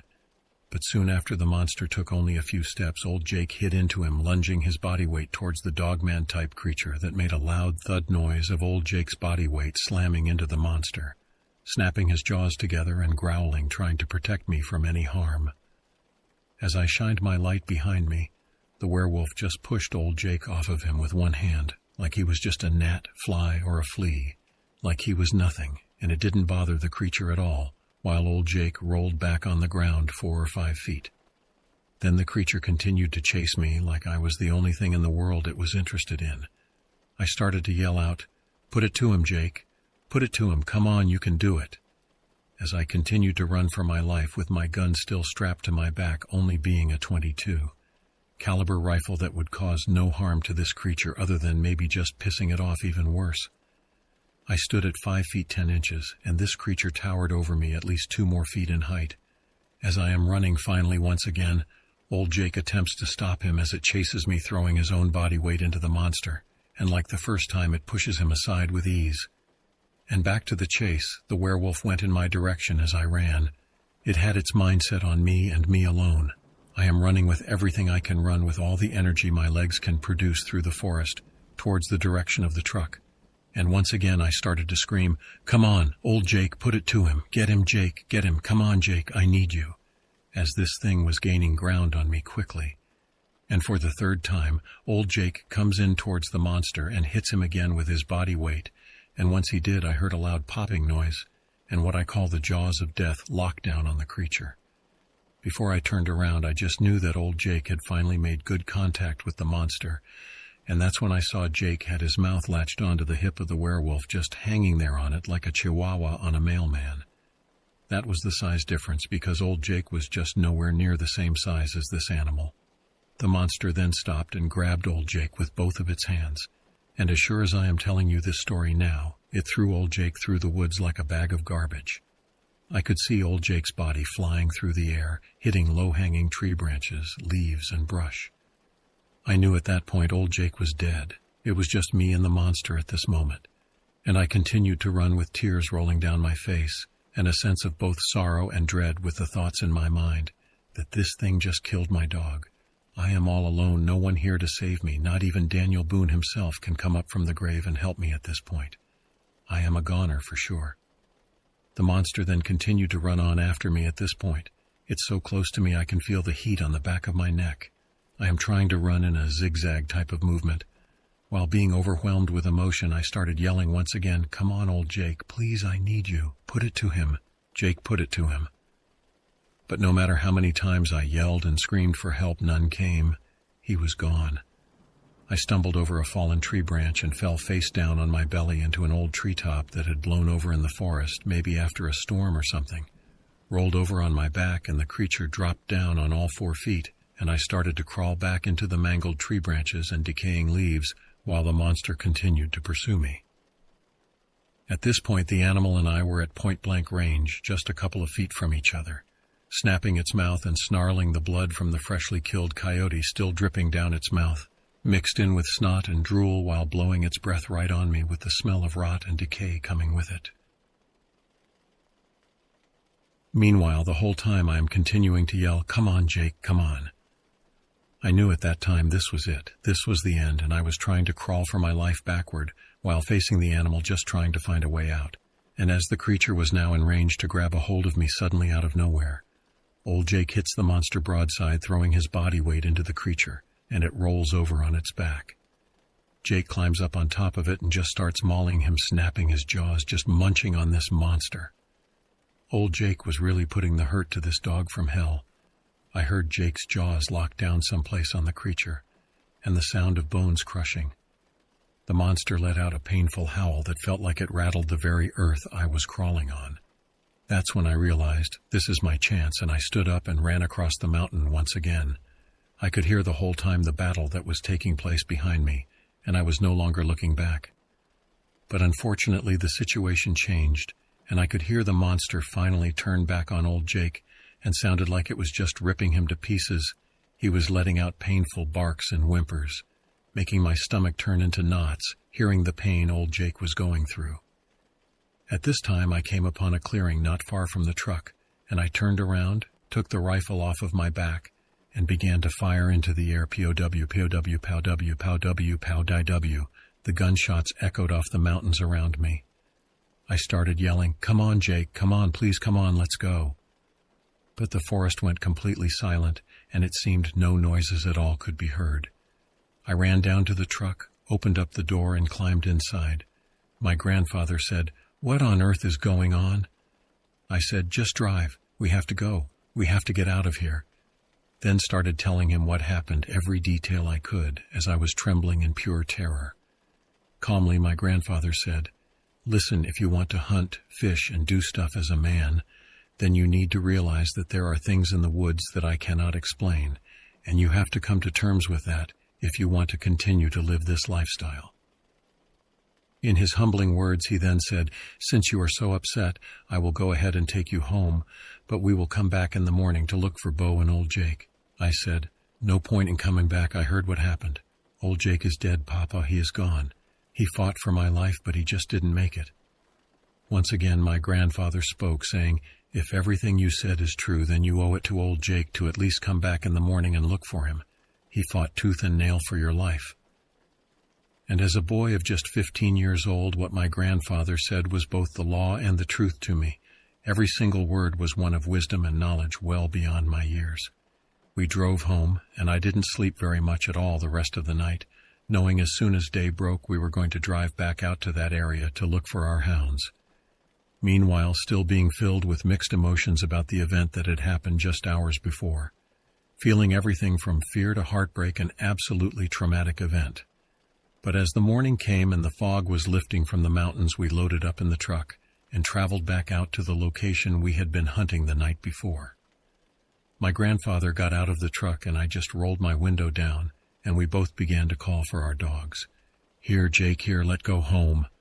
We also yelled for Bo, but he had run far away when the coyotes had bitten him. So at that time, I wasn't that worried about him. We would drive up and down the gravel road, repeating the same actions time and time again with no luck. So my grandfather said we would go home and return that evening to try once more. And that evening, when we drove back to where we last saw our hounds, we started to call and whistle for them again. On down the road a little bit, we could hear something moving through the forest coming out towards the road, and once it stepped out, my grandfather said, "Hey, Bo just came out of the woods, that big red tick dog of yours, so grab your dog leash and go get him." I said, "All right, Papa," started to walk towards Bo, that was just barely moving slowly, and as I got closer to him, then realizing that wasn't Bo, it was old Jake, covered from head to toenail in blood, some dry, most still moist. His injuries were beyond severe. Anyone who would have seen him at that time would question how he was even standing with a couple of broken bones and major flesh wounds across his body. But he was alive. My grandfather walked over to and grabbed all 120 pounds of old Jake's mangled body, picked him up and carried him over to the vehicle, then put him in the back of the truck. I had never seen my grandfather do something like that because he was a tough love type of a guy. But he was just as heartbroken at that moment as I was. Then we drove out of Daniel Boone National Forest back to the farm. Most people, I believe, would have probably, with a dog that was so severely injured, put him out of his misery and buried him. But we didn't. My mama did a lot of veterinarian work with our animals on our farm, and somehow, against all odds, she was able to doctor old Jake up and pretty much bring him back to life. From that moment on, old Jake and I had a special bond. We were always best friends, and he lived a long and happy life. I will never forget what old Jake did for me that night in the Battle of the Backwoods, and if a dog loves its human enough, they will battle something that is unbeatable to keep you safe from harm. I gave up on old Jake's life multiple times that terrible night, and he fought for me over and over again. That was a really hard thing to live with on top of the trauma I was not ready for at that time in my life. And if it weren't for the wisdom of my humble grandfather, then we would have lost old Jake forever. Both of them have now left this world and been called way up yonder to hopefully hunt in the hills of heaven. You can say what you want to say about what terrifies you the most, but to me it will always be the thing I saw. I guess you can say it was a dogman, werewolf, hellhound, skinwalker. I am not really sure. But what I do know is it bled and felt pain just like any other animal in the world, and so I know what I saw was tangible and real. By the way, about a week later someone found Bo at a local country store, and I was able to also get him back as well. If you don't have anyone to lend you a helping hand in a dire situation, then I pray you will at least bring a paw to pull you out as I did that October night. My best friend and I have hunted and fished the areas around his land for years and have experienced many odd and suspicious things. This particular night didn't seem special or significant at first, but this was the first legitimate experience I had. We were at a father and son camp out that a local church puts on every year. I was there with my dad, of course, and I was about 17, and my best friend was 16, I believe. We were sitting alongside one of the two ponds on the property, fishing and talking quietly late into the night. Everyone had set up camp around the fire except for myself and my dad. We thought it would be fun to drive his yellow Mazda Sportster down the land bridge between the two ponds and camp up in a field behind the edge of the forest there. Now, before I continue, I need to point out that this forest butts up against my best friend's land as well, just a few miles north. There's also a huge wildlife reserve that contains a rather large Native American burial site that borders my friend's land and has its own stories and local legends. As my friend and I were sitting there fishing, we were playing with my airsoft guns I had brought with me to plink around with. They obviously didn't offer much protection, but sitting outside in the middle of nowhere at 2:30 a.m. and having them felt somewhat comforting. We were sitting on the opposite side of the pond from where my dad and I set up camp. The moon was bright and full, so we could see very clearly without flashlights. The fire glowed in the distance behind us about 120 yards away. The land bridge was to our left about 50 yards away, and the pond being about 45 to 50 yards wide and a banana shape in length, it wrapped around to the right of us. My friend and I stopped talking at the same time as we heard something bizarre. We listened intently as we heard what sounded like two muffled voices coming from the tree line across the pond in front of us. My initial thought was some kind of cult or witches performing a ritual in the woods. Turns out I wasn't too far off. The sound traveled from the far right of the tree line to directly in front of us, then to the left. Then it centered again in front of us. We were both a little creeped out and getting the chills, but we were rationalizing it to be some other campers walking around in the woods talking quietly. I mean, we probably weren't the only ones crazy enough to be out there like that, right? The woods lit up with light as my dad turned on his car. He was pulling down the path to the land bridge in a panic. I got up and started running over to meet the car when it got down to our side of the pond. He stopped and was clearly upset, asking me why I was messing with him and what was I saying to him from the woods. I told him where I was and what I was doing all night, and I wasn't in the woods or trying to mess with him. He looked confused and said he was going to try to go back to sleep, but that he was going to sleep in the car up by the other campers.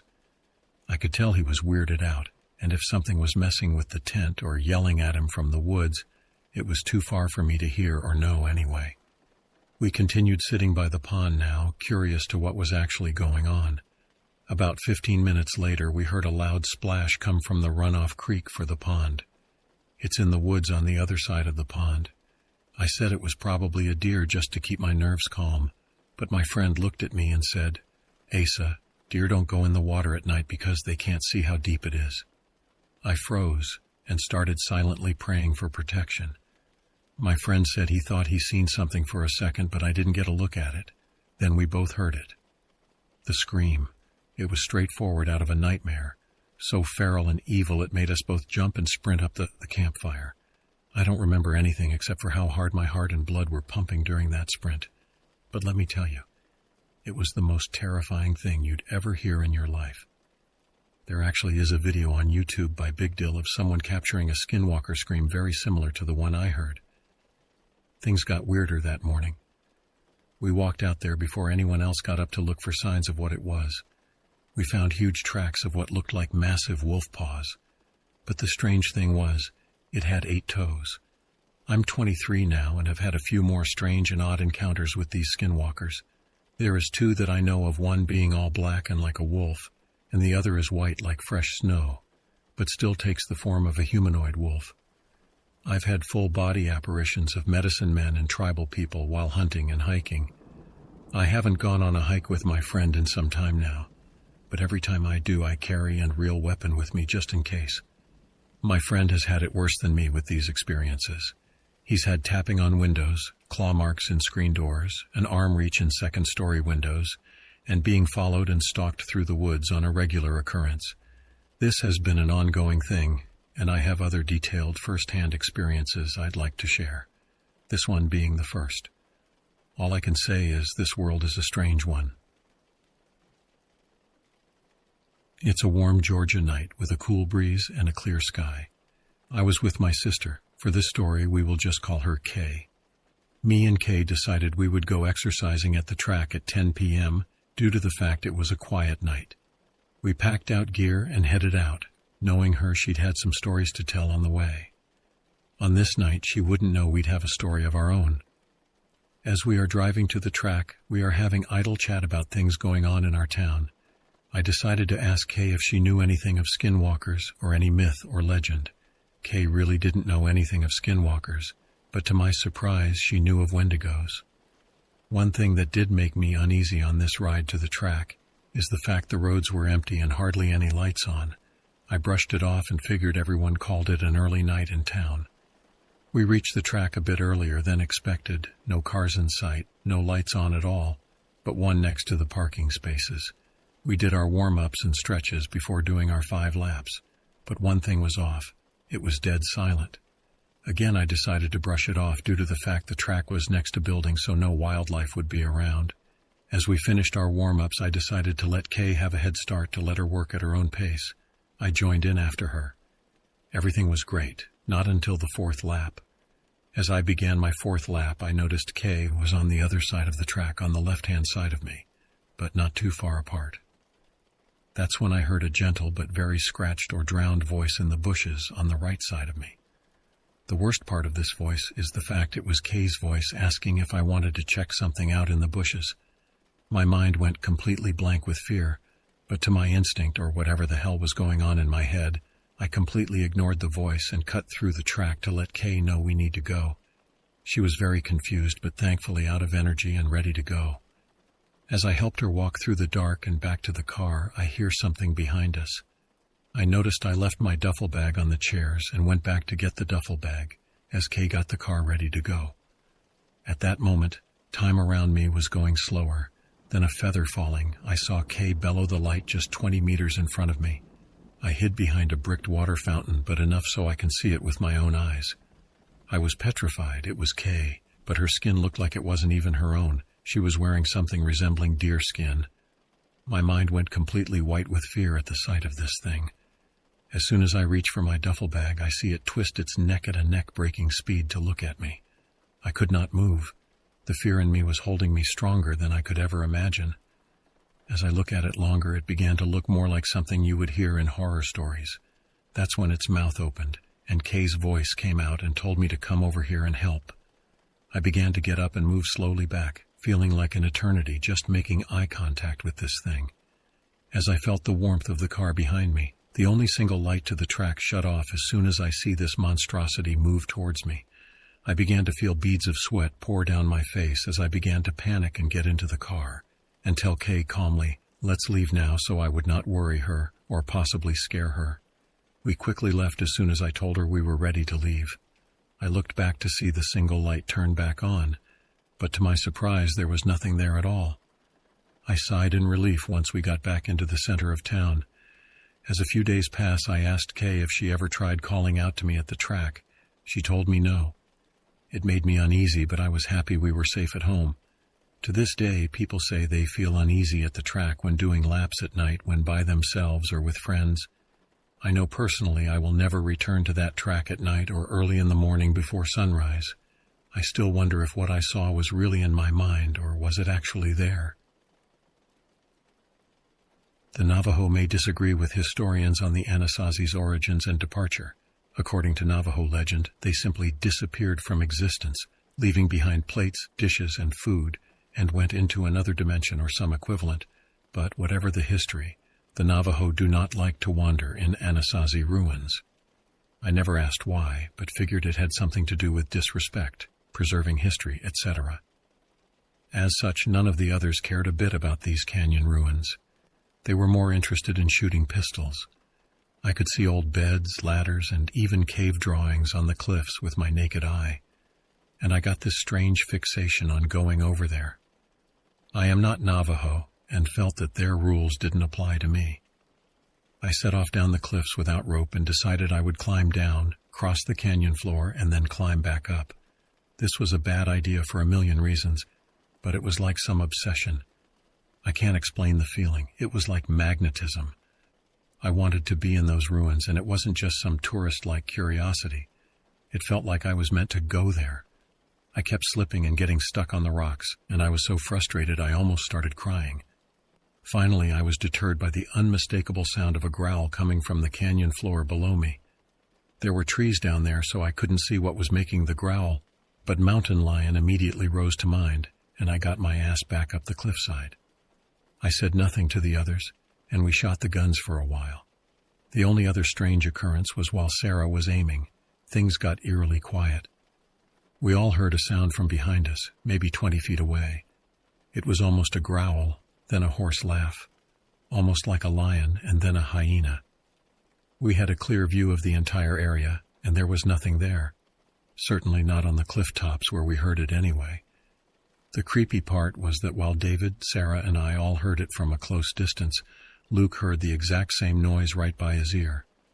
We ended up camping out there to see if anything would happen, and this is when I got completely terrified. Before, I was only scared of wild animals. We had guns, though, and were sleeping with no bags or tents, just some blankets under the stars and a little fire, so I felt safe when we all laid down. I fell asleep pretty quickly, but woke up a few hours later to see everyone else laying with their eyes open wide, listening. The canyon was completely full of noises. The only way to describe it is people banging rocks together. There would be one set, maybe 300 yards away, then another clacking 200 yards away, and then 50 yards away. The canyon echoes, so it was hard to tell exactly how many rock-smacking rock noises there were, but they sounded like Morse code.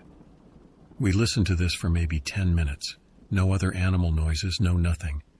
Finally, David, who is kind of a hard-ass and the least superstitious of his family, shouted, "Shut up!" and everything immediately stopped. My heart was in my throat. We just sat there and stared at each other wide-eyed. It was dead quiet, and then we heard another super weird noise from the Anasazi ruins. I don't know how to explain this one either, but it sounded kind of like a zebra noise, like these squeaky trills. It got louder, and then the rock/stick/whatever started up again. But this was worse, because now other animal noises came. We heard what sounded like wolves or coyotes barking, monkeys screeching. In my opinion, those were the most terrifying. Owls hooting, and through it all that terrible zebra noises. We said nope, and got our happy little asses out of there immediately. It took us maybe 10 minutes to douse the fire, pack our blankets, and speed away. And the noises were continuing that entire time. That night I was obviously pretty shaken up. Before I could fall asleep again, my Navajo mother came and sat by me and said that she could tell I had a rough day. We hadn't mentioned the creepy shit, to avoid a lecture about fucking with the spirits. She asked me about it, and I ended up spilling my guts about not seeing the canyon ruins. It was something personal, it felt like.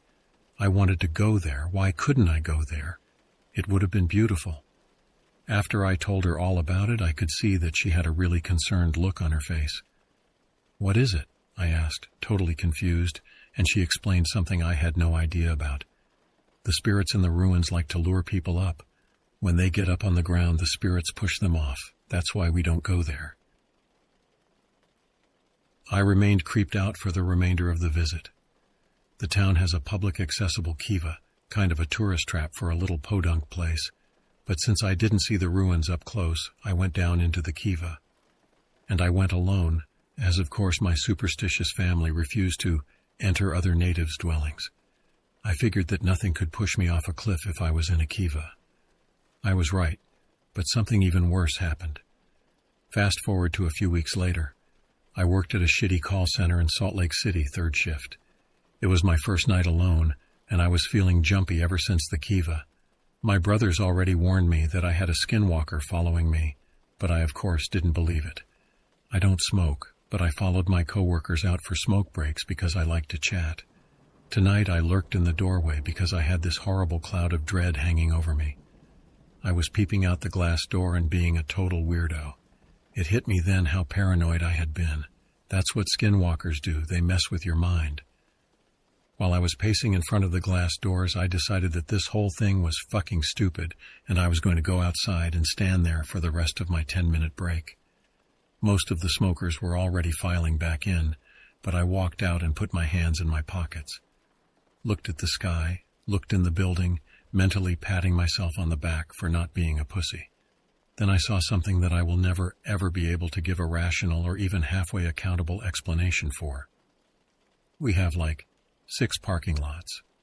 In one of the lots far away from me, maybe 100 feet, I could see something walking. It was a dog, obviously, but it was almost limping and walked like it was tired or hurt. Animal lover me forgot all about skinwalkers, and I started walking toward it, making the tch-tch-tch come near doggy noises. And then I stopped abruptly. The dog had the body form of a greyhound, and it was gray, but there was something very wrong with it. It had bloody legs and limped, but it walked more like a person would on feet and hands. Its butt was moving to and fro, if that makes any sense. When it heard me, it just stopped without turning, something I've never known any dog to do. And finally it looked over its shoulder at me, and this is the freaky part. This dog was looking at me the way a person does. It had huge eyes, way too big for a greyhound, and its teeth were bared like it was considering biting me. Then it growled, but it was like a whistle growl. Noises no regular animal makes. It almost sounded like it wanted to talk to me or was taunting me. Somehow in the middle of all this, I realized it didn't have a tail, and I'd heard from all the Navajo stories that skinwalkers, when they appear as animals, don't have tails. Forgetting all logic and rationality, I turned and jetted. I didn't look back until I was back inside the building and had pulled the doors shut behind me, and by then when I looked, of course, the fucking thing was gone. When I described this to my brothers, they were absolutely sure it was a skinwalker, and they went through the trouble of blessing me, my apartment, them, and their apartments. I never saw the creepy bloody dog again, and I have never since even slightly wanted to visit cliff ruins. This took place 2 years back during the summer I had graduated high school. Since the end of that summer, I've moved for college. Anyway, to give some basic context, my high school was in a suburban setting, but the campus was surrounded by a good amount of forest. I joined the cross-country team in 9th grade, and that kind of developed my love for hiking and exploring. Often we would run on the trails that were dispersed through the forest, especially behind the high school. Some of these trails stretched for many miles. I recall the one day our coach was unable to make practice after school due to being sick. Our team captain told us we could basically free roam the forest that day and explore the forest in our own groups if we desired. This was the day I knew I would always have a desire to explore the unknown. That day, me and my friends were jogging around on unused trails and came across an old shack with various old tools and weapons. Nothing was unordinary besides the fact that there were a bunch of things like axes and daggers hidden inside this place. all of which were mostly in old and brittle condition. The area was abandoned and in the middle of the forest. No one seemed to have come here in a while. We didn't think much of it and labeled it as a good find. Later on that day after cross-country practice, me and two of my friends came back to the high school to explore some more. This time we went in the complete opposite direction of where the shack was and ended up finding an abandoned trailer this time. The trailer would have been that sort that you would see on the back of semis. It was at the point of dilapidation and really had nothing left to offer, yet there was no truck in sight. That made us wonder how it got into the woods in the first place without a clear path long enough to even transport to this location. Next to the back of the truck, a single-story makeshift-looking house that was clearly the victim of a fire. The place was practically crumbling and nothing inside was worth taking a look at. However, the trailer had some interesting stuff inside.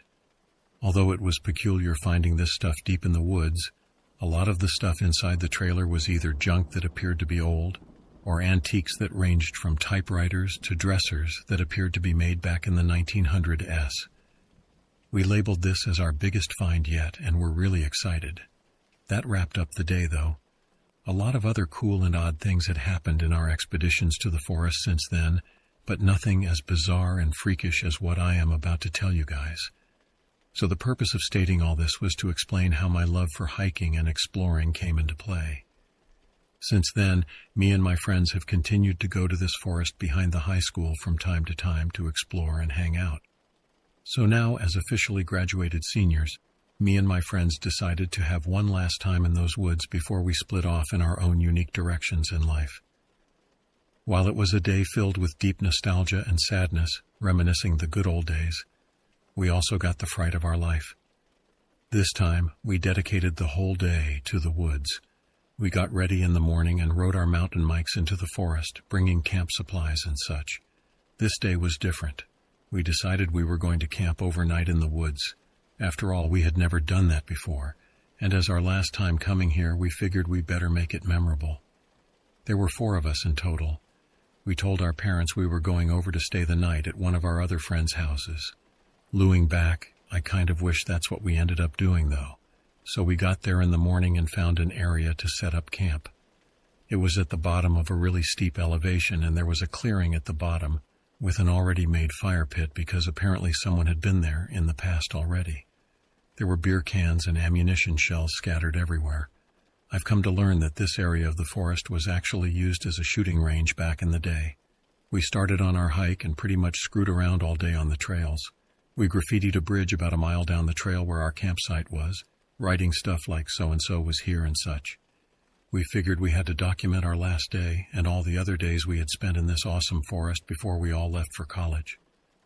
Pretty much when you entered the forest, there was a main path that went straight with many side paths. The area where we camped was about a quarter mile into the trail from the high school to the left. It sounded like footsteps crunching on beer cans and earth. I truthfully couldn't tell if it was on 2 feet or 4 yet, but I just assumed it was an animal walking around the campsite in search of food or something. That's when I realized we were complete idiots for not cleaning up after ourselves and putting our stuff away before dozing off. But no, I was far from guessing right. At least I think I was. I hadn't made a single motion since I had woken, and even worse, whatever was near us, it was not facing in my direction, so I was completely vulnerable to whatever this thing was. That's when I suddenly heard a new set of footsteps approaching the campsite. There was dead silence besides these footsteps rummaging around our campsite. This is when I made out whatever these things were, to be bipedal. The crickets and frogs in this area ceased to make noise at this point. A few moments later, everything was dead silent, including the noise of whoever was in our camping area. The sounds of these footsteps stopped as suddenly as they came. I lifted my body up to look frantically around the campsite and woke up my friends. I noticed that the embers had been put out by water, which none of us had done, and smoke was gently wafting into the air. We were in almost complete darkness. I reached for my phone and saw that it was 2 a.m. now. It's as if whatever these things were knew the moment that we had all fallen asleep. The fire being put out must have happened right before I woke up. My friends were all awake at this point, questioning why I had woken them all up. All I could say was I heard footsteps by our campsite, but they were audibly gone now. Suddenly, out of nowhere, an ear-piercing scream shot out into the air from the path taken to get to our camp spot at the higher elevation. As I looked into that general direction, I could see at the top of the trail something looking down at us. Another scream rang out. It almost sounded like an Aztec death whistle if I were to compare it to something, yet it was much lower in tone, with an almost insect-like clicking noise to it. I nearly crapped myself, that's how taken aback I was. We were in utter shock, unable to move. That's when it hit me. Where was the other thing? It had accompanied that figure at the camp. Was it near us? I only saw one at the top of the trail. I never found out, though. Whatever was at the top of the trail had now begun to skulk off further deep into the woods towards the bridge. All I could make out was its tall, slender silhouette. Where its eyes were supposed to be were two small, eerily green reflecting slits. I was scared beyond my wits at this point and told everyone we were going to make a run for it.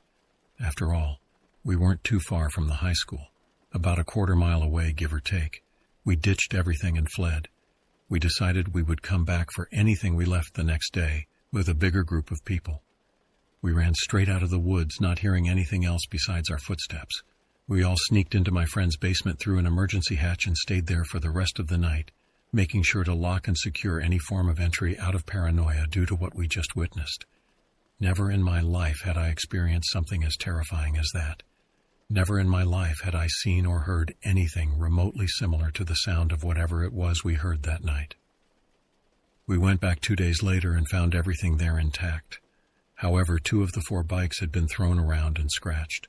Our sleeping bags were shredded and slung upon tree branches way up high. Everything was just a disturbing mess. The forest had resumed with its sound of nature, signifying that anything dangerous was most likely far off. Whatever was out there that night had come back in attempt to find us again, but only found the remains of what we left behind. What I'll never know is why those things were near our camp or in the forest, and what their ultimate goal was in coming near us. I mean, maybe it could have been some sort of group of messed up people, but the idea of that just really seems far off. It wouldn't fully explain all the incidents that happened that night.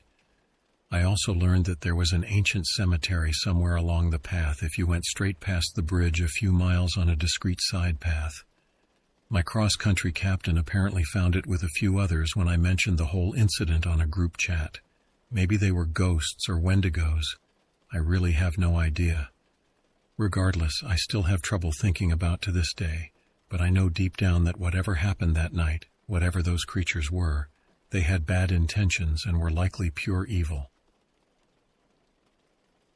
I've been thinking about this series of events for the last couple weeks. As a backstory, I attended an academic stay-away summer camp in North Carolina every summer for 6 years, despite living 500 miles away. In my second to last year, the camp had moved one of its programs to a different college campus. This college was a private Baptist school. The college was established in the mid-1800s and has some questionable history. It's notorious to the area. Many established KKK members attended the school and burned down an all-black elementary school in the 60s, killing several children. At the time this event occurred, I was not aware of any of the questionable events that transpired there. Because of my circumstances at the time, I arrived to camp the night before the program began. There were plenty of staff members at the college, but my counselor wasn't one of them. She had car troubles earlier that day and wouldn't arrive until the next morning. This meant that I would be all alone on my floor. The girls that year would be staying on the 4th floor, the boys on the 3rd, and staff on the 2nd floor. This meant that there was only one person on the floor below me, and I was all alone on the top floor. The dorm I was staying in was built in the 60s and wasn't taken care of that well. Most things were stained yellow or faded from being over 50 years old. The floors and the doors were extremely creaky, but only if they were being moved on or touched. The doors smelled musty, like an old bookstore, and there was plenty of mold to go around. There was no air conditioning or heating systems, few outlets, and worn-down locks on the windows and doors. The dorm had great acoustics, making it very echoey. I had spent most of that evening unpacking and setting my room up. Around 10:30, I changed into pajamas and started to read a book to keep myself occupied, since the cell reception in the mountains was awful. and I knew I wouldn't be going to bed any time soon. Around 11:30, I heard the doors at the end of the hall slamming shut, and the endless echo as it traveled down the hall. I went to look out the peephole and saw nothing. This was mildly unnerving because I knew I would have heard someone's footsteps leading up to the door slamming, since the building was so noisy, and that was the only unlocked hallway door on that floor. I soon forgot about it and tried going to bed a little past midnight. I started to feel extremely scared for no apparent reason. The room just felt heavy and my heart started racing. I felt like I wasn't alone. I wrote it off as the heat, considering it was early July in the rainforest of the Appalachian Mountains, and I had no air conditioning or fans. After a while of tossing and turning and convincing myself to calm down, I finally went to bed. I woke up around 3:30 a.m., jerking into consciousness like I had just woken up from a nightmare. I instantly had a bad feeling like I was alone just before I'd fallen asleep. The room was extremely heavy and I could feel someone's presence. My chest was extremely heavy, and I couldn't find an ounce of courage in me to get up. I was paralyzed with fear and found myself staring in the corner across my bed. I could see a dark figure, which seemed to be that of a frail person crouched in the fetal position, rocking back and forth. The entire time I remained in my bed, I couldn't take my eyes off of the dark figure. During this whole experience, I refused to move and took shallow breaths. I knew I wasn't experiencing sleep paralysis during this event because I had experienced it before, also at this summer camp, but at a different campus. I was able to move, but I refused to because of the figure. I was also being taken over with fear, like nothing I had experienced before. Like I was going to die, like I was hiding from someone else being hunted. Looking back, I believe this was energy being exuded from the figure in the corner. I think it's important to mention that I was 16 at the time of this occurrence. Prior to this experience, I was very skeptical of supernatural beings, whether that be ghosts, demons, spirits, or any entity. I was raised atheist and in a family that believes everything has a scientific explanation. I had several friends growing up that were firm believers in ghosts and the supernatural. They would often tell me about their experiences, but I had never truly believed them due to my upbringing. I thought that they were highly imaginative, and that they didn't always think about what the most rational explanation was. After this experience, I was hesitant to even mention it to any of my friends at summer camp. I thought that they wouldn't believe me, just like I hadn't believed in my friends when they told me their supernatural experiences. After a week or so, I had finally mentioned the occurrence to my friend. She was native to the area and had shared some of its unfortunate history with me, all of which I mentioned before. Something still didn't sit right with me, though. The campus made me uneasy, especially the dorm I was staying in. Once I returned home, I did some research on the college. I simply looked up deaths associated with the college. Like plenty of universities, there had been many deaths occurring at the college, most of them being from alcohol poisoning, suicides, or car accidents. The one that truly stuck out to me was the case of a woman who had been sexually assaulted and murdered in the mid-70s. The cause of death was from internal bleeding caused by falling from a height or being projected through a car window during an accident. The woman was also raped and her body was dragged onto a nature trail located directly behind the dorm I was staying in. To this day, her murder remains unsolved. I firmly believe my experience was linked to her spirit. I believe the fear and hostility I felt in the air that night was the woman reliving how she had felt on the last night of her life, or the fear an entity clinging to her was instilling in me. I pray that this woman's soul reaches peace, that she is laid to rest, and given the justice she deserves. It all started in a beautiful little campground/trailer park in southeastern Ontario. It is used as a recreation and relaxation spot in the summer and fall by people who just want to get away from the world for a little while. It usually closes up in October for the winter and reopens in the late spring once the river is out of danger of flooding the campground. My friend, we will call her Kay, and her family had purchased a quaint little trailer in this park in the late 1990s to get away from the military base we lived on and get out of the city and into the countryside. As Kay and I were inseparable, I was invited every single weekend while we were in school, and for weeks on end in the summertime to go along with them and enjoy the countless adventures we got ourselves into. We would sometimes go down to the campground's main office and rent paddle boats to paddle around the river and take in the sun, or go to the beach and swim with some of our new friends. We even rented a canoe once with absolutely no idea what we were doing, but we didn't care. We had so much fun anyway. Life was perfect here. It was beautiful, and the people were nice to us. We never had any issues. Because this place was primarily retired adults, there were no late-night shenanigans either, so sleeping was always peaceful after a long day of fun. I stress this fact because of this story. Let me first explain the sleeping arrangements. The trailer was about the size of 1.5 pickup trucks, so it was relatively small. Standing in the door into the trailer to the left was a small kitchenette against the wall, and at the end of the trailer there was a set of bunk beds. The bottom was a double, and the top a single. To the right, from the same position, was a kitchen table with booth-style seats on either side. This table folded down and turned into a double bed as well, sliding the cushions of the booth seat down as a mattress. Kay's mom and dad slept in the bottom bunk bed. Her brother slept above them on the single. Kay and I would sleep inside if it was raining or thundering, but when it was nice, we would sleep outside in the 4-person tent. We had a small battery-powered radio, 2 fluffy sleeping bags, food, and all the time in the world. One beautiful starry night, we sat around the campfire talking about anything and everything while roasting hot dogs and marshmallows. You know, the typical camping dream. As we were discussing some things about Kay's stepdad's life, like what it was like deployed to Rwanda, life as an army medic, etc., all of which was very interesting and sad, I happened to glance to my left as I had heard someone approaching in the damp grass.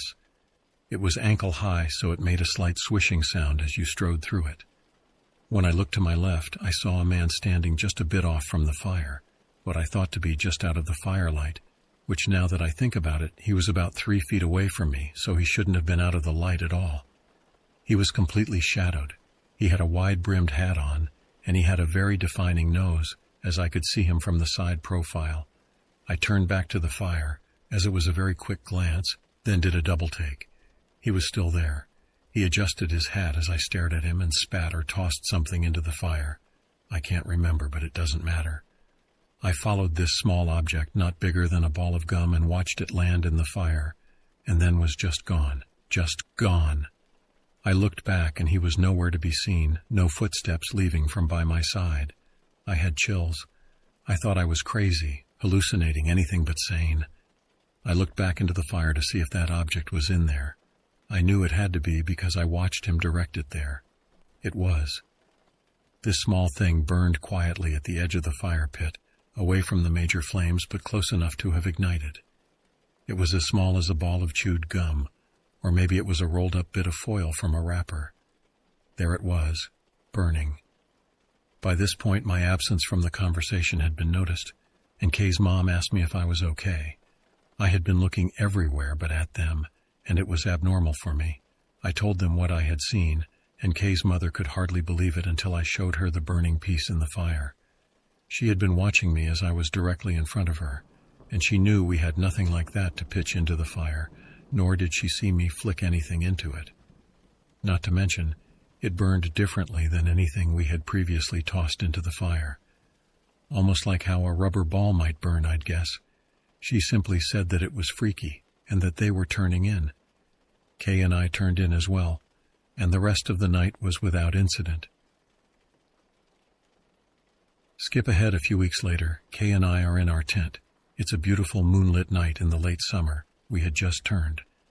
And since Kay's parents were a bit tipsy from some adult beverages, and they had forgotten to put out the fire, but that was fine. It couldn't catch anything really, it was too dewy. More light for us to stay awake and talk about boys and other stupid things that 13-year-olds talk about. By this point, most of the trailer park was gone, as people were getting back to work. It was midweek and holidays were over. School was starting in about a week, so this was our last hurrah. It suddenly got very loud. It sounded like there was a party of 30-plus people in the yard, and they were almost chanting or singing. Then the drums started. They were so loud, thundering in the yard. We could see the fire flare up and go down as the wind tore through it. Up until then, the weather had been beautiful and the wind quiet. Kay and I froze mid-sentence and didn't move a muscle. Our breath was caught as we sat helplessly. We were too afraid to scream for her stepdad, too afraid to look outside because we knew there was no one there. No one down the small, desolate strip where our trailer was parked. This lasted for almost 20 minutes before the shadow of a cat walked in front of our tent door. It stopped, even though we were motionless and silent, and turned its head and stared at us without seeing us as the tent door was closed. It stared for what felt like eternity, then walked away. Silence followed. Kay and I were still frozen and tense. Our bodies ached as we had froze propped up on our side. I thought my shoulder would collapse or my arm might break. We didn't have the courage to move for at least another 10 minutes, and that first movement was to collapse in our sleeping bags. Needless to say, we didn't sleep until the sun was coming up and we heard a rooster crowing on the far side of the river. We continued going to the campground for another year before her parents sold it because they were moving away. It was a shame to lose it, but we will always have the memories of Riverbend, the good and the bad. I haven't told anyone but my best friend this story, and even he thinks I'm crazy. But I know what I saw, and I know whatever it wasn't friendly. To preface this, I live in Tennessee and have all my life. As a kid, I was in the Boy Scouts, mostly to make my mother proud, but that is neither here nor there. Here in Tennessee, we have a big scout camp called Camp Bucktom's. It's a massive camp with gun ranges, archery, and everything for Big Scout fans and whatnot. I was never a fan, but I was made to go as my troop was going. I think it was in 2010, a long time ago. There were several other troops there and many other campgrounds, with hundreds of kids and adults in different campgrounds, with any bathrooms a decent walk from the campsite, and showers even further away.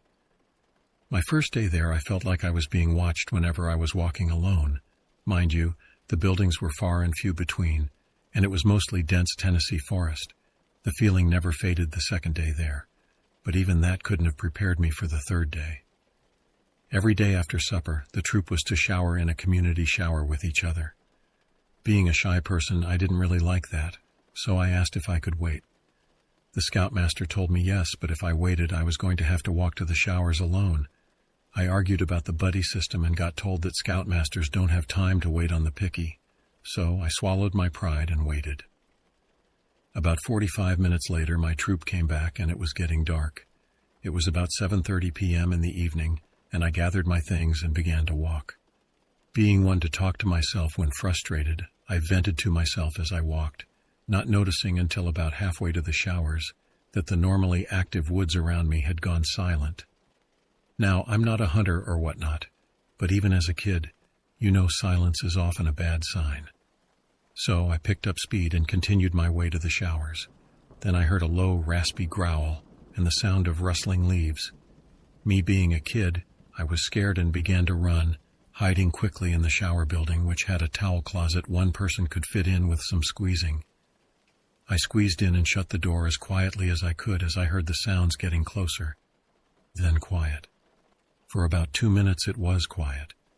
I stayed as quiet as I could, and through a crack in the door I saw a tall, pale thing. It looked like a human, but with no lips, hair, and horribly skinny. Its hands were spindly, and the tips looked like claws. Its teeth were reddish yellow, and its gums were black. It stepped into the building and walked around, growling and hissing in a raspy tone. I shook and almost began to cry. Then it slipped back out the door. I stayed hidden for so long, I couldn't bring myself to step out. I shut my eyes and simply waited to be found. Eventually, I was found by another troop and walked back after their scoutmaster let me use the master's shower near their camp. I never went back and left the scouts that same month after my mom gave approval. Listen well, never walk in the woods around that camp alone, and if you hear a raspy growl, turn and run back to your camp. Don't test fate or your luck like I did. This happened in the fall of 2000 in Indiana. Myself and my best friend, let's call him Jim, decided to go camping in the woods behind his grandparents' farm. That Friday, Jim and I set out to his grandparents' farm to do our yearly campout. Once we arrived, we unloaded the truck and started down the trail out in the back part of the yard. We hiked for about an hour or so before we got to our camping spot. Once there, we did all the normal things like setting up the tent and gather wood for a fire. Later that night, Jim and I sat by the fire talking about the school year so far and Jim's nut job of a girlfriend before heading off to bed for the night. We were in our tent for about 2 hours when something hit the side of our tent. Jim shot up looking like he just crapped himself. We both looked at one another, trying to figure what had just happened. Sitting there for a couple of minutes waiting to see if it would happen again, but nothing. So we both laid back down and passed out. Later on that night, something hit our tent again. This time, instead of just sitting there with dumb looks on our faces, I told Jim to grab his hunting knife, and I grabbed my .22. I slowly opened the tent, then poked my head out, looking around to see if anything was outside. When finally satisfied that it was clear, I climbed out of the tent and started to walk around the perimeter of the camp, with Jim following behind. While looking around, I heard what sounded like twigs snapping under someone's footsteps. I slowly started to walk in the direction of the sounds from deeper in the pitch-black forest. We walked around for around 30 minutes before heading back to the camp. When we finally arrived back at our camp, it was in shambles. Our tent had been thrown across the camp, our supplies tossed about as if something had been looking for something. Being hard-headed teens, we cleaned up the camp and set the tent back up, and then went back to bed for the night. Just before dawn, I woke up to branches falling to the ground with large thuds. I sat there for some time, listening to the sounds of the woods. After a bit, I was satisfied that the wind was making the branches fall, so I laid back down. Not even 5 minutes later, something came rushing out of the woods, smacking the poles of the tent, shattering them like toothpicks, causing the tent to fall on top of us. I grabbed my .22 and tried to make my way to the door of the tent when something suddenly hit me, knocking me to my ass and right on top of Jim. Not knowing what the hell was going on, Jim grabbed his hunting knife and blindly slashed at the side of the tent. In a panic, we both made our way out of the sliced-up tent and ran for his grandparents' farm. It seemed like it took forever to finally get there, but when we saw the PIC-H light, we busted through the door and locked it behind us. That morning, Jim's grandpa looked at us and said, "What, y'all too scared to stay out there all night?" We told him what happened and what we heard. He grabbed his shotgun and we all headed back to the camp to check it out. Once we arrived back at camp, everything was destroyed. While looking around, I heard Jim call my name with straight horror in his voice. I ran over and stopped right in my tracks when I saw what he was looking at. The tent had blood and fur where Jim had been slashing at the tent. After gathering our stuff, we went back to the farm and have never been back in those woods again. A cool autumn morning in mid-October is where our story begins, in a small but quaint town near Clemson County, where the Tougaloo River stands. My friends and I, Elle and Jay, went up to the mountainous region to enjoy a weekend full of camping. What we planned to do, aside from lodging and camping out in a rustic cabin, was to hike the vast trails and rugged terrain, to hunt for our meals, and to sleep underneath the stars. Our trip was planned in advance, and as such, all of us thought we had everything covered, every contingency prepared for. But as we would later discover, we were horrifically wrong in that assumption of ours. Our first morning in the mountains was met with a beautiful sunrise, the likes of which I doubt any of us had ever seen before. Steadily it rose to grace us, blessing all its light touched with warmth and a loving radiance. Groggily I got out of bed, still exhausted from the night previous, as I was the one who drove for the last half of the trip. After waking up a little more, I got dressed and headed downstairs to meet the rest of my group, Elle and Jay. As we gathered and sat down for breakfast, we began to discuss the first thing we would do that day, laughing our asses off as we joked and prodded at one another, teasingly making jabs in an effort to get one of us to drive about the area so the others didn't have to. We finished packing for the day ahead of us and loaded into the car, the attempts at persuasion from earlier failing me as I ended up driving yet again. And so began our trek into the wilderness around us. Works for me, I thought as I drove down the winding trail. I get to see it all up front, while those two make out in the back seat. Now, to each their own, I know, but I was a little bit disgruntled at them for not taking in the scenery, so I decided to sweeten the mood. Apparently, swerving on a winding incline was not the best course of action, even jokingly, as my prank was soon met with a hard smack to the face. "What the hell, Dial?" Elle exclaimed. Are you going to be that retarded throughout the whole trip? I chuckled. Calm down, Elle. I was just horsing around. I mean, since you two are having your fair share of fun, isn't it right that I get to have mine too? Elle sneered and said, Don't do that again, Dill, please. You just about made me piss myself. I thought we were going to die. If you're going to joke around like that, at least make sure we're not on a narrow bend like this, okay? I sighed. Okay, sorry. My sincerest apologies to you, Your Highness. After a while, I chuckled again and said, You know, if I wanted to be lectured, I'd stay at home and have my ear talked off by my mother. We had finally reached our destination. The fallen leaves decorated the forest floor, crisply crunching underfoot as we made our way further into the hiking trail, walking deeper into the wooded realm that encompassed us. The trail was peaceful, filled with moments of silence and beauty, all of which was jovially brought to an end as Jay, being the country fan he is, began whistling a beloved tune. Soon we all chimed in singing Take Me Home Country Roads, as none of us could resist the urge to sing along to such a camp-friendly song. We continued humming various melodies, the last descant marking the day's end as the sun began to set. The final tune escaped our lips as the moon began to rise, signifying the night's arrival, and with it, all that are subject to its rule. The full moon's pale and eerie light crept through the brambles and thickets of branches, its sickly touch sending chills down our backs, a cold shiver throughout our bodies. Elle began to cling to Jay, obviously frightened, and said, Dill, maybe we should get going, like right now.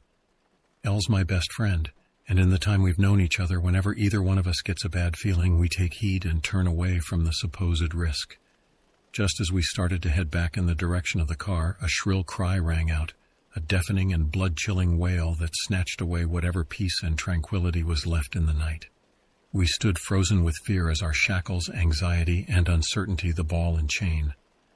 What the hell was that? Jay quickly asked, Elle hugging him tighter. Did you hear that, Dill? We began to scan the area around us, making out whatever we could in the pale, moonlit night, our ears twitching at every sound they heard, our hearts slowing to a rhythmic pump as we fixated on something in the distance. What appeared to be two glowing, whitish-yellow orbs were in a nearby tree. As quickly as we saw them, the orbs vanished, and that horrific wail resounded soon after, leaving us motionless from fear.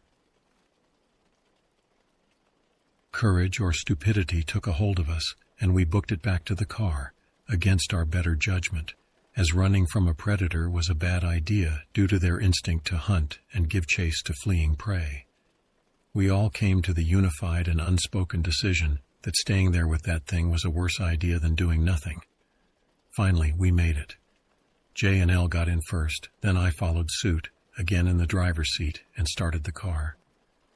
As soon as the headlights flicked on, there in the brush, just barely visible but perceivable enough to make out most of its horrific visage, stood an actual monster. There's no other word for it. The sickly, pale yellow eyes stared into our souls as we looked back with the utmost horror imaginable. Our gazes met. It knew we were terrified of it, and honestly it took pride in such a notion. Its skin was a reddened color like a tanned hide, only slightly darker, while its face, from what little we could see, was sharp and angular.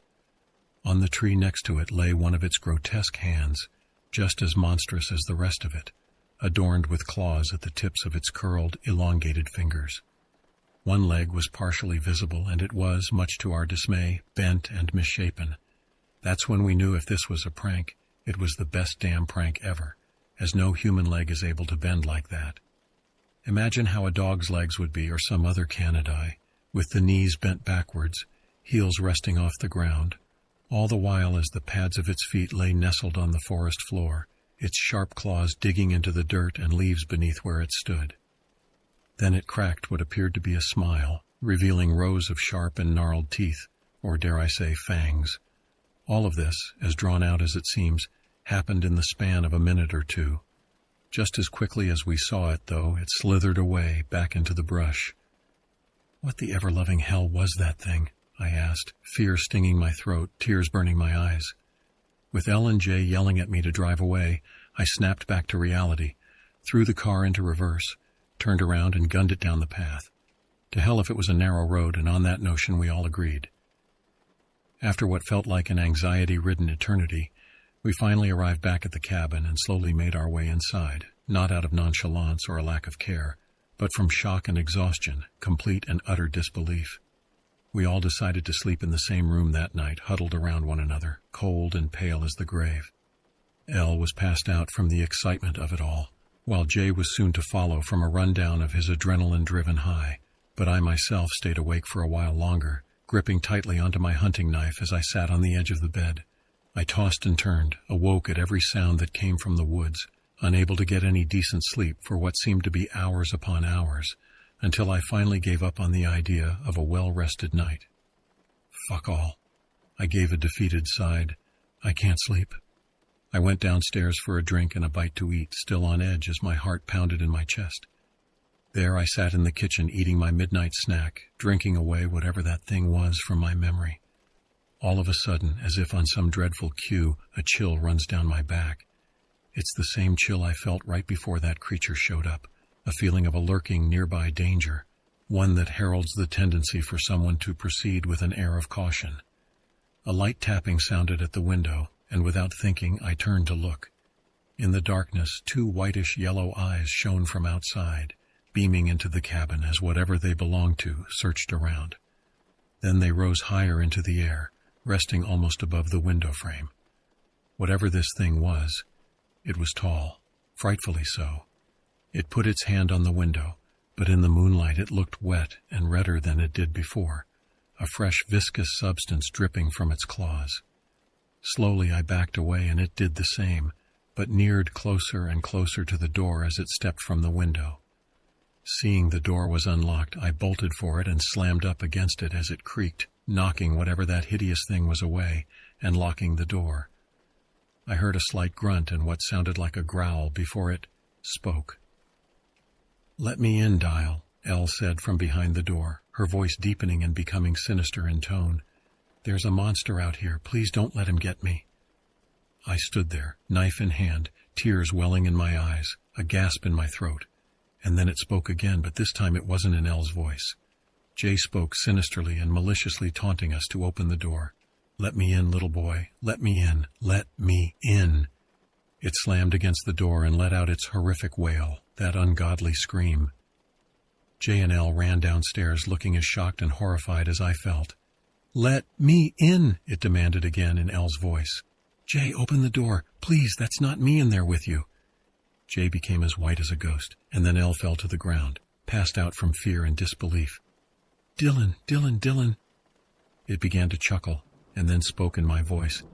"If everyone else is having fun, isn't it only fair that I get my fair share too?" I blacked out after that. Morning came, the sun creeping over the horizon, slowly rising to grace us again. This sunrise was similar to the previous morning, and we finally understood why it had risen so slowly. It wasn't a gradual, majestic sunrise. It was quite the opposite, disturbed, scared, reluctant to mantle its throne in the heavens above us. We finally understood, and after packing up, we got the hell out of there and never returned. The mountains grew distant and soon faded as I drove us back home, although admittedly, I didn't mind being the driver this time. Elle and Jay refused to return there, to the sprawling, mountainous, forested Providence of Clemson County. But one day I will. I love the woods and mountains, nature itself, too much to be deterred by whatever evil lurks within the darkness there. I just pray that when I do venture back to the Clemson County retreat, that all goes well for me, and that I come back alive and sane. Here's to hoping. This story is from my friend, who I'll name Sebastian, for privacy reasons that happened a long time ago, told in his perspective. Caution, some parts may be confronting. My name is Sebastian, and I'm an expert camper, hunter, and fisher.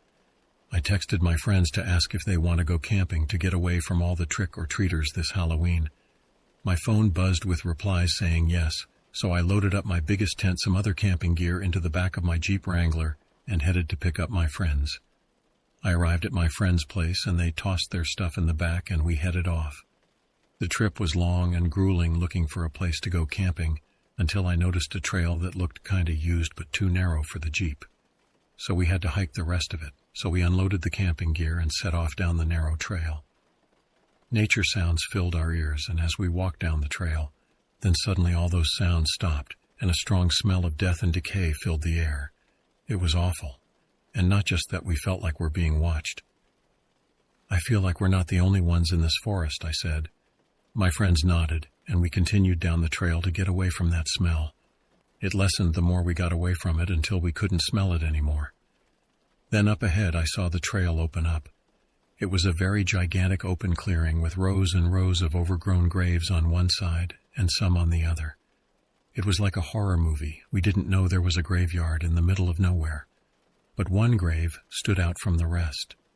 The dirt was pushed out, creating a crater in the ground like it was dug up. And not just that, there was pieces of rotten coffin pushed up and scattered on the ground, making us feel uneasy. We set up camp on the far side of the area under the shade of trees. We set up the chairs and fire, and just as I was about to light the fire, that smell came back and I saw him. A man in his 20s, 7'2", and a dark complexion started walking toward our camp, but his walking wasn't normally, instead walking upright. He was staggering, and his upper body was swinging side to side as he walked towards us. And I noticed his skin. It was at the beginning stage of decay, with pieces of skin missing, forming red patches, and he was skinny. His abdomen was sunken in. This was no Halloween costume. This was real. I also noticed the flies buzzing around him when he got closer. He stopped at the esky on the ground and pulled off the lid. He knocked it over, spilling the contents inside. A pack of meat fell out and he picked it up. His lipless mouth started to drool as he aggressively ripped off the plastic and pulled a thick slice of meat out with lipless mouth. He flicked his head back, flinging it into his mouth before grossly swallowing it whole. The lump slowly pushed down his skinny throat, disappearing out of sight at his chest. He staggered of the way he came out of sight. I thought, we'll never have another encounter with this creature again, but I was very wrong. As night fell, we huddled together inside the tent. Then we heard movement outside our tent. A deep hurg sounded out. I knew it was that undead creature from before. He has returned for more food. Then he started to aggressively push against the tent. "Run!" I yelled. We exploded out of the tent and ran all the way back to the car. We drove all the way back home. I replaced all my camping gear the day after, but it costed me some money. I still camp with my friends, but we promised to never set foot in that forest ever again after that experience. The question that I'm asking myself is, how many of those undead creatures are living in that forest? This story I am about to tell you has traumatized me and scared me for a few months, and I haven't really told anyone as I don't want them to freak out. Now for the story. It was April, right before school got out. Me and my good friend, let's call him Mark, were going to go on a camping trip in Arkansas, and so me and him drove out, and at this time we were completely unaware what horrors we were about to face.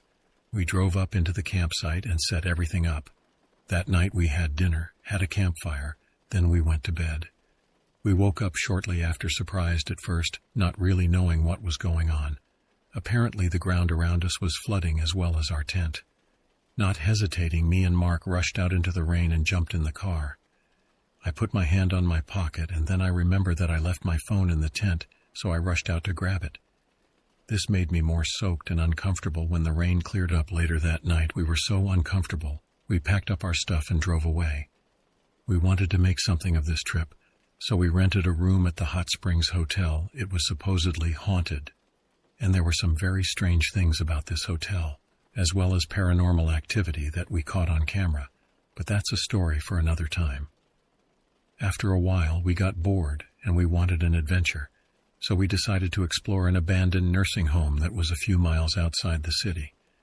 When Mark and I got to the home, we got out of our car with water bottles, headlamps, and a large pocket knife. Going into this nursing home was a huge mistake. I regret it to this day. Being the dumb kids we were, we walked in. This was trespassing, and we knew it. Everything was great at first. Mark and I walked around for a short while, and all was normal, or so we thought. There was spray paint and markings on the wall, which wasn't that big of a deal, but I said we should go explore in the lower ground floor. Mark hesitated for a minute. "I don't know, man, it's kind of creepy and dark," he said. I said he was just being a baby and told him to come. We walked slowly into the darkness, and it was fine until Well, we saw a blue tarp in the distance. We ran over to it, and we looked at it, and we didn't think much of it, but we saw 2 holes about the size of apples in the table. I then noticed a dark red liquidy substance there too. Then I saw handcuffs. I let it sink in, thinking about it, and I screamed. I heard footsteps coming from above us. There was no way in hell I was sticking around. I grabbed Mark by the hand, pulled him hard as we ran and jumped out of a ground-level window. We raced to the car and drove away. If you still don't know what I think happened, here's the problem with that. First, the red substance was definitely blood. I looked up the difference between real and fake blood. The person above us was most likely the cause of that blood, and the way I knew this was recent because the tarp was brand new and the blood wasn't dry. The holes I assumed were there to put the handcuffs through and cuff the victim to the table so he could not escape. The killer then proceeded to kill the man. The blood looked so fresh I would believe he was killed while we were there. I know this wasn't a prank because there wasn't anyone there to prank. If that person that was upstairs really was the killer, I can only imagine what he would have done to a couple of witnesses. To this day, I will have never gone back to that city again. I thought we should call the police, but I didn't stupid enough. By the time I was going to, it was too late. The blood was probably cleaned up and someone had just gotten away with a murder. Here's a bit of background before we get started. This happened at a summer camp last year. I was with my 4 friends, Jackson, Joseph, and Carson. We were all really good friends and decided it'd be fun to attend a summer camp together. We all even got to share a cabin. This isn't the first time we've dealt with the paranormal. As a matter of fact, I've posted the story of when me, Joseph, and Carson encountered what we think was a werewolf or the dog man. Brody and Jackson weren't there, but they've both had strange encounters of their own. Anyways, let's get started.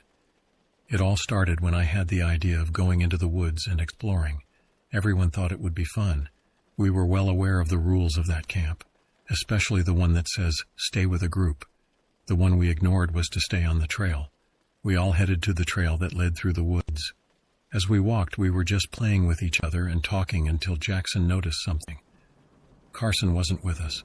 We turned around and saw him about 45 feet behind us. He was just standing there looking into the woods. He said he saw something run past a tree, and he said he had the urge to follow it. Brody just said it was probably a deer, and we all continued down the trail. We finally decided to leave the trail and enter the woods. We found some cool things. Joseph found a deer skull, Jackson found a cool rock, and I spotted a coyote a good distance from us.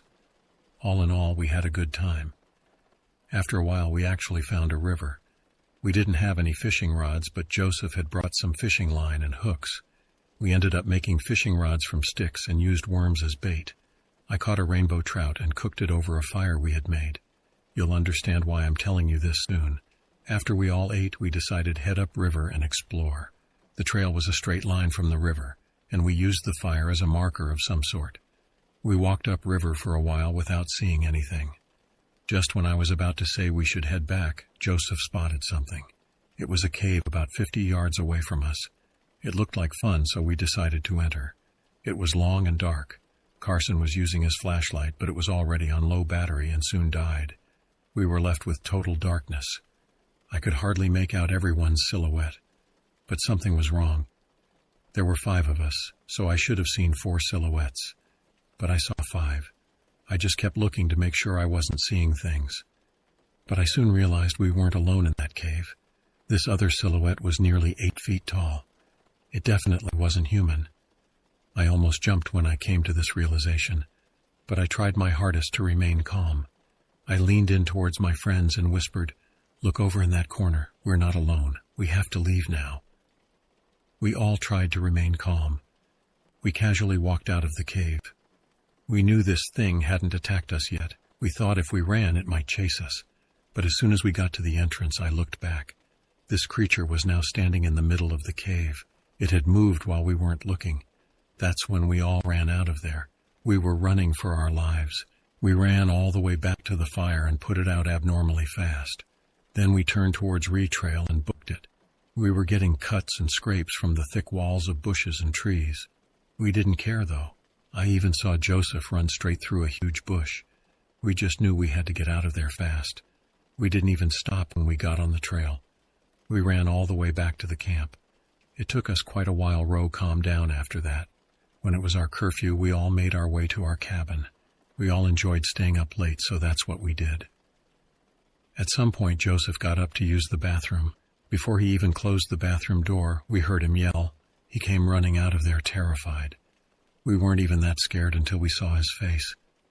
Brody asked what happened, and Joseph told us there was a face and hands up against the window. I know what you're thinking. Why would there be a window in the bathroom, right?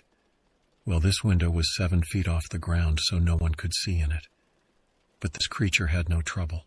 Joseph said it had the head of a goat and human hands, but its fingers were long and ended in long, sharp claws. He said altogether this thing was massive and covered in gray fur. This sent chills down our spines. I immediately thought of the goat man. That's when we heard banging coming from outside our wall. It was shaking the entire cabin. I was on the top bunk of one of our bunk beds, and I actually fell off when we heard it. We were all cowering like scared puppies in that cabin. In a split second, the banging was coming from the door and not the wall. We were all horrified. How could something move that fast? Then something terrifying happened, something that still haunts me to this day. The banging stopped, and we heard my voice coming from outside, but it was evil and demonic. It said in my voice, "Look over there in that corner. We're not alone. We have to leave now." It didn't make any sense. It was as if it was just repeating what it had heard and didn't actually understand what it was saying. After a few seconds of silence, the banging continued, now louder than ever. I honestly thought we were going to die that night. Just then it stopped. Everything was quiet.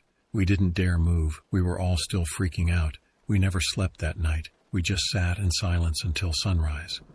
Jackson finally said something. He said, "What on earth was that?" I replied, "I think we just met the goat man." We never saw him again and were fine for the rest of the time we were there. I will never go back to that summer camp. Summer camps can be a lot of fun, but some of them, the ones in the woods, might be a very dangerous place. There are things out there lurking in the woods, things that will have no trouble catching you if you let your guard down. If you're ever at a summer camp in the woods, follow the rules. They might just save your life. LQSA 6. That particular year, as summer drew near, my mom sent me away to camp so I wouldn't be a bother. I wasn't a stranger to this camp either. I had been going to it for the past 4 years, but as an older kid I had to prepare myself mentally. This was an horse camp, so I knew all the young kids, which were the majority, would be screaming for the prettiest pony. So to give you a feel of the camp, let me just say that this camp was old as bones. The lodges we stayed at were made of wood with tarps as roofs and cots as beds. I got paired up with 2 little girls we can call Lizzie and Callie, and an older girl I knew very well who we can call Rose. As a little detail, before I went to bed, I visited my horse whose name was Bonzi. Bonzi was a white Arabian. I remember brushing Bonzi completely alone in the barn because no one else wanted to go with me, ironically. I heard the clatter of what sounded like a brush falling, so I put my own brush down and went out of the stalls to see what fell. Nothing. I shrugged it off, and as soon as I entered the stalls, I looked up to see Bonzi completely whizzing out. She was crying and trying to escape with a deadly look of fear in her eyes. I managed to calm her and every other horse down and booked it back to my lodge. As the day drew to a close, I sat on the porch of our lodge as the sun faded, and I knew something was wrong. And not just what had happened with Bonzi either. I had always felt at home in these woods, but I felt so tense these weren't the same woods. 3rd day. The anxious feeling hadn't gone away. At the end of riding lessons, I swear I saw something vanish into the woods. I had turned my head to see what it was and found a giant Bonzi horsefoot slamming right onto mine. I was forced to skip out on some activities, but nothing else happened for the rest of the day. Night of the 5th day. It must have been around 1 or 2 in the morning. I had been woken up by Lizzie and Callie needing a light for the way back. I told them I'd sit on the deck with my flashlight on. As I sat there, I felt a chill creep up my spine. Hello? Stupid question to ask. Then I heard rustling. I spun around and stared at the end of my cabin, and as every person fears, a head popped out and I shrilled. It had no skin. It was just a black figure and sunken white eyes. I dropped my light and ran inside, knowing it was running after me by the sound of wood being slammed. The door rattled and shook. I wanted to scream no, but all I did was hold it shut, too scared of what it would do to me or Rose if it got in, when all of a sudden, through my tears and racing heart, I heard, "Moon, open the door." It was Lizzie and Callie. I swung open the door and pulled them inside. "There a man outside." My heart sank. "Did he hurt you?" "No, why are you so scared?" "Because I saw him too." For the rest of the night, me, Lizzie, and Callie slept in the same bed. Nothing else happened until the last night, where cabins were split up in a game of glow-in-the-dark tag. We had tried to forget what had happened the previous night and hid in the barn. Big mistake. Me and Lizzie had been hiding for a while, sitting up next to the hay bales, silently talking, when we heard a scuffle. We smiled, thinking it was one of the campers, and looked over the ledge to see who. Our hearts sank. A tall, lengthy black figure stood in the middle of the barn. It was hunched over with long claws. I slammed my hand over Lizzie's mouth and backed away into the hay. I could feel both our hearts racing as we sat waiting for what seemed like hours. When I saw its eyes, the ledge we were hiding on was atlased 6 feet in the air. It stared, looking around at the hay, making grunts before it vanished. I grabbed Lizzie and dashed out of the barn, running. As I exited, I felt its claws raked my shoulder, but I kept running. I just wanted to live. I never saw it again, and a message to the creature: "Let's not meet again, please." This happened to me and my cousins around a decade ago, when I was 16 and my cousins were 13 and 10. We'll call them Bill and Ramon. We had gone on a camping trip with their dad, who I'll refer to as Roger, to the Appalachian wilderness, and engaged in your average camping activities, like fishing, hiking, and sitting around campfires to tell ghost stories before turning in for the night. We had initially planned to stay out for longer than a week, which in the beginning was a very pleasant experience, marked by warm, sunny weather and breezy, starlit summer nights. However, around the 4th day, things started to take a turn for the strange and downright terrifying. It was in the evening, and we were sitting around the fire, talking and laughing loudly. Just your typical tumultuous adolescence. We roasted marshmallows while Roger was making dinner, when I decided to get a picture of myself standing in front of the dark woods, holding a large brook trout that I had caught earlier that day. This detail will be important later. Around 11 p.m., the radio that had been playing suddenly began to falter into static, causing Bill to smack it repeatedly in a misguided attempt to get it back to work, which it didn't. An eerie silence overtook the campsite, only occasionally broken by the periodic crackling of the fire. Even the nocturnal choir of frogs and crickets had been completely extinguished, along with our own racket. I remember the tense feeling of being watched as shivers ran down my arms and spine. Ramon, being the youngest, held on to his father, who tried to break the unsettling silence with an inappropriately cheerful, "Let's eat." We turned in soon after eating, though it was distinctly hard to sleep with the deafening silence and the persistent feeling of being watched still hanging over me. The next day started off well enough. Birds were chirping and the fresh morning breeze was gently swaying the leaves around us. We had breakfast and headed out for our planned hike. I was feeling much better than the night before, and had set out looking forward to the woodland adventure. It was late in the afternoon when we finally stopped to eat lunch in a clearing, surrounded by the forest and its sounds. As we were eating, though, I felt goosebumps along my back and arms, just like last night, and the feeling of being watched overtook me. From the looks of it, Roger and my cousins were also overcome with an uneasy feeling.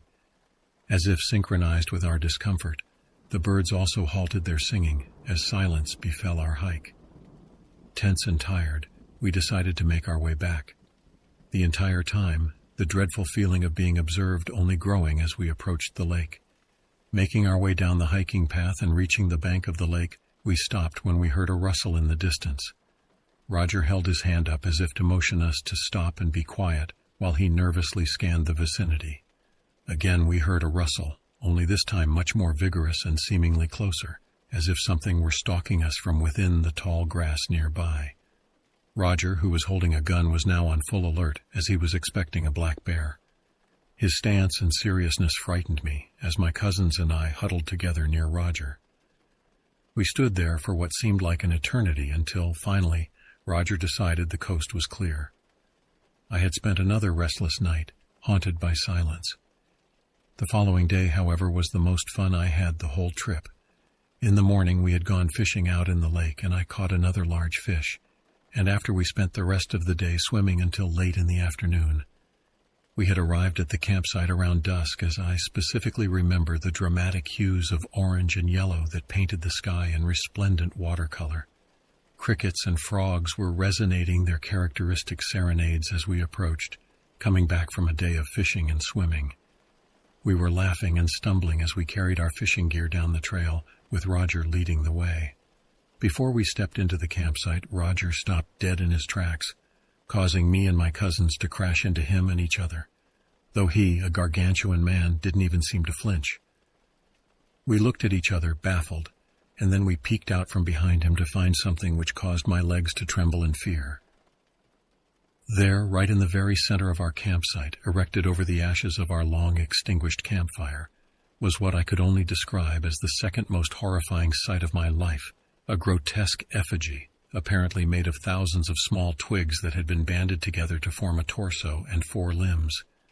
At the end of both arms, twisted branched had been contrived into hands, and perched atop the torso was a large deer skull, which was seemingly smeared or painted with strange crimson-colored symbols. From its large, menacing antlers hung several small wooden trinkets fashioned into symbols which looked like the ones painted on the skull. After soaking in the dire situation, Roger snapped into action and gripped his gun, which had been swung over his shoulder. Like a drill sergeant, he ordered Bill and me to pack as much as we could as fast as we could while he started the truck, instructing us to leave anything heavy, including the tents. I had never moved so fast in my life. We left nearly everything non-essential as we haphazardly threw our belongings in the truck. Meanwhile, Roger was standing watch, gun ready, as Ramon was crying in the car. Shortly after, we sped away down the dirt path, surrounded by the soundless woods. A few days after arriving home, I had remembered about that photo I took with the brook I caught fishing. I wish I had never remembered about that photo. After downloading the pictures from my digital camera, I found the photo I was looking for. There I was, cheerfully holding my catch, illuminated by the warm light from the campfire. But something behind me had caught my eye, something I had missed while looking in the camera's screen. Hidden in the gloom of the dark forest was a faint glimpse of a partially illuminated head. After increasing the brightness on the image, I almost fell backward in pure terror. Right there, looking at me, was what appeared to be a menacing human-like face, with ghostly white skin, dark, sunken eyes, a flared nose, and what appeared to be antlers protruding from both sides of its bald head. If the effigy it had left on our camp was the second most horrifying thing I've ever seen, this nightmarish photo would certainly take the first spot. One thing's for sure: I will never go camping like that again. So this story started when my cousin, I'll call him Mick, called my sister to ask her if she would give him a ride to a campsite in Nogal. He asked her if she wanted to go, and she said yes, but she asked him if I could go too, and he said that I could go too. Now I was happy because I never went camping in my life. His sons were coming too. They'll be Nick and Barry. My sister has a truck with a big bed, so me, Nick, and Barry sat in the back on the way over there. When we got there, we started putting up the tents. The thing is, we got the at 5:32, and it gets dark here at about 6 o'clock. So by the time we got them up and got wood for the fire, it was dark. After a bit of talking, me and Nick decided to sit in the bed of the truck and talk there. Barry joined us a little after. After a little of talking, Mick and my sister Shay went to go get wood for the fire. We offered to help, but they said no, that we were having too much fun, and they didn't want to ruin it. We were talking when were herd branches being moved in the woods. We thought it was my sister and Mick moving, but then we noticed that the flashlight they had was on the opposite side of us, and us being dumb teens said, "Let's go see what it is." I wish I never said that. We got our flashlights and went towards it, and into the woods. We were looking around for a while when then I saw that everyone was gone. I was going to yell for them, but before I could, I heard Nick scream. I mean, he screamed at the top of his lungs. I ran towards him, and when I got there, I was horrified. There was something clamped on his shoulder. It was some creature, pale white, with no eyes, but some sort of mouth, with a triangular-shaped mouth, tall, and I mean tall. It was maybe 8 feet tall because Nick was 6 foot, and it towered him. It had blade-like bones for hands that were wrapped around him. I shined my light at it, and it let go like it had eyes that the light blinded, but I know it didn't, and Nick ran towards me, and the creature made a blood-curdling scream. It sounded like a woman with a mix of lion roar, then a gunshot. We saw blood coming from it, chest with a bullet hole. Then I turned and we saw Mick with a rifle. Was relieved, but then that turned back into fright as I looked and saw that the bullet shot was gone, and it was looking at Nick. It ran at light speed towards him, and I mean so fast that he was 20 yards away, and it was face to face with him. A split second, and without a thought he shot again, and it backed off and made that scream again and ran off. I didn't know how scared I was until I noticed that I was shacking and couldn't move and sitting on the floor. I got up and we all ran towards the truck and left everything there and drove as fast as we could out of the campsite. After we got out, I noticed that Barry wasn't there. I asked, "Where is he?" And they both looked at me with a depressed look and told me they found it. Body literally had the blood sucked out of him, and that is what it was doing to Nick. We took him to the hospital because he had lots of blood gone. When they asked what happened, they lied to them, and I don't blame them. No one would believe them. Then they called the cops and told them where was, and the next day we were told about Barry and all of that. All I tell you is to not go out to Nogel, New Mexico at night. I'm shaking will typing this, and sad for my cousin. Just feel your blood get drained out of you. But that is my story. This happened about 8 to 10 years ago. This story is absolutely true, and you will absolutely not believe any of it, and I have absolutely no way of proving any of it. That doesn't really matter to me, though. I just wanted to tell one of my stories. Some friends and I decided to go camping. We set up just inside the tree line in a clearing. There was a small beach shoreline leading out to the bay, just feet away from our camp. The girl I was with, I'll call her Amy, her family owned the land. Amy is just wonderful, you know, beautiful inside and out, the kind of person who can thaw a cold heart and light up a room. The place we were at was amazing. It was warm for swimming during the day and perfectly cool at night. The sunsets were breathtaking as they are here. We had great friends coming in and out of camp each day. It was nearly perfect. Whenever Amy and I got together like this, it just seemed like the world was filled with magic. I'm not just saying the feelings we had were magical. I'm saying when the two of us came together, it seemed as if the whole universe would just line up directly for us. Have you ever in your entire life found it necessary to give an explanation similar to this? Amy, I don't know how many times I have to say it. I'm not magic. I'm not able to call dragonflies or any other wildlife at will. I promise you I have no control over plants, and sadly am unable to cause flowers to bloom. Beautiful, seemingly magical things would happen around us and happen to us all the time. She and I were watching the sunset. When the sun was almost out of view completely, I noticed the ground around us had changed beautifully.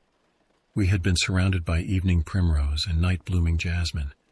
As the amazingly breathtaking, colorful light show faded from the sky, a new, beautifully breathtaking, colorful show had come into full bloom all around us. It was a truly magical night, surrounded by hundreds of multicolored flowers. Earlier that day, Amy and I even won a bunch of food when we went shopping. The store was celebrating something and raffling prizes. We won every raffle that we signed up for. We had been low on money, food, and beer for our guest. Total providence. For me, all was well, and everything was right in my world. Even the dragonflies and butterflies were blessing our trip by repeatedly landing on us. It was amazing. On the third day we were there, a weird oily slick had formed over the water. It felt like something had changed. We probably should have left then. I knew at the very least we should have stayed out of the water, but I was powerless against Amy in her bikini. And yes, of course I went swimming with her. Later that afternoon, 2 strangers wander into our camp. This is private property and not easy to find. I'm very wary of the 2 strangers, but my friends are all a few beers this side of fuck ye. These 2 nefarious-looking fuckers get invited to hang out by my very gracious inebriated friends. I think they stayed for 1 beer, then left. This was very suspicious to me. Why would they leave? What was the only fun thing happening in the area? Later, things wind down. Amy and I retire to her tent for the night. Some hours later, I wake to the sound of things being moved around, a bag being opened and dumped. I think I can hear whispers, but not certain. I was certain that something was very wrong. Amy woke up and looked at me. I motioned for her to stay silent. I unzipped the tent and stepped out, leaving my right hand inside. About 15 feet away from me are the two nefarious fuckers from before, rifling through our things. I break the silence by saying, "If you're going to rob a campsite, you should really steal the axe first. It will make the campers easier to control if we wake up while you're robbing us." As I was saying this, I was pointing with my left hand to my axe. It was about 15 feet away from me, around 6 feet from them. The obvious leader starts towards me. I take 3 steps out towards him, and following with me was nearly 4 feet of mirror-polished steel. I had a cold steel Bagua sword in my right hand. It's a 2-handed Chinese broadsword. He stopped and looked back at my axe. I said to him, "I promise, I will let you get your hand on the axe." The two of us stared at each other for a while. Then his friend started freaking out. "Come on, man, let's get out of here." The guy turned around and they both took off. It was so funny watching them run away. They kept looking back to see if I was chasing them, and honestly, I wanted to. I decided on a better option and went back into Amy's tent. She wrapped her arms around me. She said something like, "It's okay, you're okay." It's a strange, somewhat cold, but also kind of comforting feeling. The feeling you get when you realize that you are the most terrifying monster in the woods. Now for maybe the weirdest part of this trip. Amy and I got woken up again later that same night. We again hear things moving around outside. I decided I was just going to rush them this time without giving any warning. If it was the same people out there, they most likely had violence in mind. Why else would they come back, except to get revenge on a man half their size who humiliated them? Amy and I stayed silent. I was going to go out the window on the other side of the tent to surprise them. Just as I was about to leave the tent, I hear my name being called from outside near the window. Yes, the very window I was about to crawl out of. This was wrong on so many levels. I do not think the crybaby pirating party crashers knew my name. If they did, they would have most likely called me Matt, like most people do. Was it maybe one of my friends? That would have been the most likely possibility, though something just didn't feel right. The night started seeming too dark, and the silence was absolute. We could no longer even hear the water from the bay rolling back and forth. The wrongness of this situation was overbearing. It's difficult to explain the strangeness of what we felt. The atmosphere was just thick, with wrong. Matthew, Matthew, Matthew. Even closer than before, we hear my name called out 3 more times.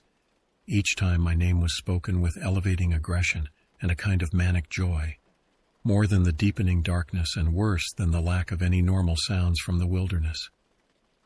Amy and I realize what the main cause of the thick, oppressive wrong is. It's my voice. Something is standing just outside the tent, inches away from us, and it is calling out to me, using my voice.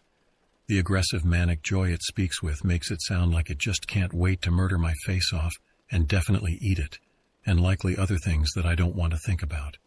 I am very lucky that Amy was with me that night. I think her being there saved all our lives. I have an awesome fear response. When someone I care about is in danger, I just get furious. I grabbed my handy-dandy deadly sword and I started to move towards the main entrance. Then Amy grabbed my arm hard and said something to the effect of "absolutely not." Yep, my plan was to sword fight a supernatural something that had the abilities to deaden sound, plunge its surroundings into absolute darkness, and perfectly mimic people's voices. Who knows what else it was capable of, or even what it was. I instead yelled out in a fearless, unwavering voice, "If I have to step outside of this tent tonight, one of us is going to die." We sat there together in silence for what felt like hours, though it was probably just a few minutes. Then Amy, being all badass and amazing like she is, faces towards the window flap and towards where the "I'ma eat ya" face mimic voice came from, and she said with conviction, "I really do not want you to have to die tonight. You should leave." At that moment, hearing her say that, I felt like I had just taken a motorized surfboard down a whitewater rapid while performing Magic Carpet Ride by Steppenwolf and lovingly cradling a honey badger that I was rescuing from the tornado we were currently outrunning. Sorry, that kind of got away from me. The implications of that one sentence and her actions just astounded me. She had no fear and complete faith in me. This thing, whatever it was, she truly believed that I could take it. I just sat there in awe. She was staring at the window flap with a look of calm confidence on her face. At that moment, it didn't matter what that thing outside the tent was or what it was capable of. No matter what, it was decided. With her courage and faith in me, if that thing decided to attack, it would die. We waited there like that, just listening. My voice never did end up calling me again from outside the tent. Soon it was like nothing happened. The sound and ambient light came back, and it was over. Amy looked over at me, and she smiled her dazzling smile and then said to me, "I think it's safe now." I said, "I believe you are right." I turned in towards Amy and went back to sleep. Something did kind of freak me out later, though, after I thought about it. I never did hear any footsteps walking away, but maybe the thing left while the sound was still all weird and muted. I don't know. I forgot to explain the weird oily slick on the water. So, the day I get back from the camping trip, my dad tells me the most disturbing part of the whole thing. My dad. "Did you hear about water treatment plant?" Me. "No, what happened?" My dad. "A raw sewage main busted. It's been spilling out into the bay for a few days now." Me. "You knew I was out camping by the bay. Why the hell didn't you call me?" My dad. "Sorry, I didn't hear about it until today."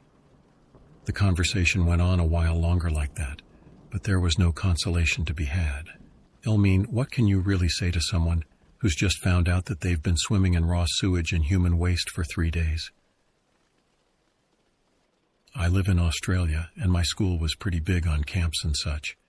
They had taken us to some camping grounds at the base of a mountain. When we arrived, there was no one else there. We set up our tents and found the toilet block up a driveway. The first night, something strange happened. I struggled to fall asleep after I woke up for no apparent reason. And that's when I heard it. Heavy breathing right outside the tent. Right next to my head, I looked over to my best friend. She was also in the tent. She was fast asleep, her mouth closed. I knew the breathing wasn't coming from her. I'd been awake for at least 30 minutes before I heard the breathing. The tents made quite a bit of noise when they were unzipped, yet I heard no tent open. Whatever was outside wasn't in my class. I was paralyzed, lying there praying it would leave. I was terrified that it would open the tent and take me and best friend. But after what seemed like forever, it disappeared, the breathing fading away. I told all my friends what happened, but they all said the breathing was coming from my best friend. They didn't believe me. The next night, my friend needed to pee. We were both very tall for 12-year-old old girls, and I was surprisingly strong despite doing no sports. I didn't want to leave the tent, but it was around 4-ish in the morning and there was a bit of light out. So me and my friend leave the tent when we see one massive footprint followed by a tiny one. Whoever made those footprints had a large and small foot, and they were the only footprints on the dewy grass. My friend tried to ignore the weirdness of the situation, claiming it was probably one of the guys playing a prank. I pointed out that there was no return footprints, so how did the guys get back to the tent? She ignored me and started walking up the dirt driveway. And then we hear a ear-piercing shriek. We were both on edge, but we continued up the driveway. We turn a corner as the driveway is very windy. We found what caused the shriek. 3 dead possums in a line, all freshly killed, blood seeping out of their necks. My best friend turns me, asking if I think a dingo did that. I shook my head.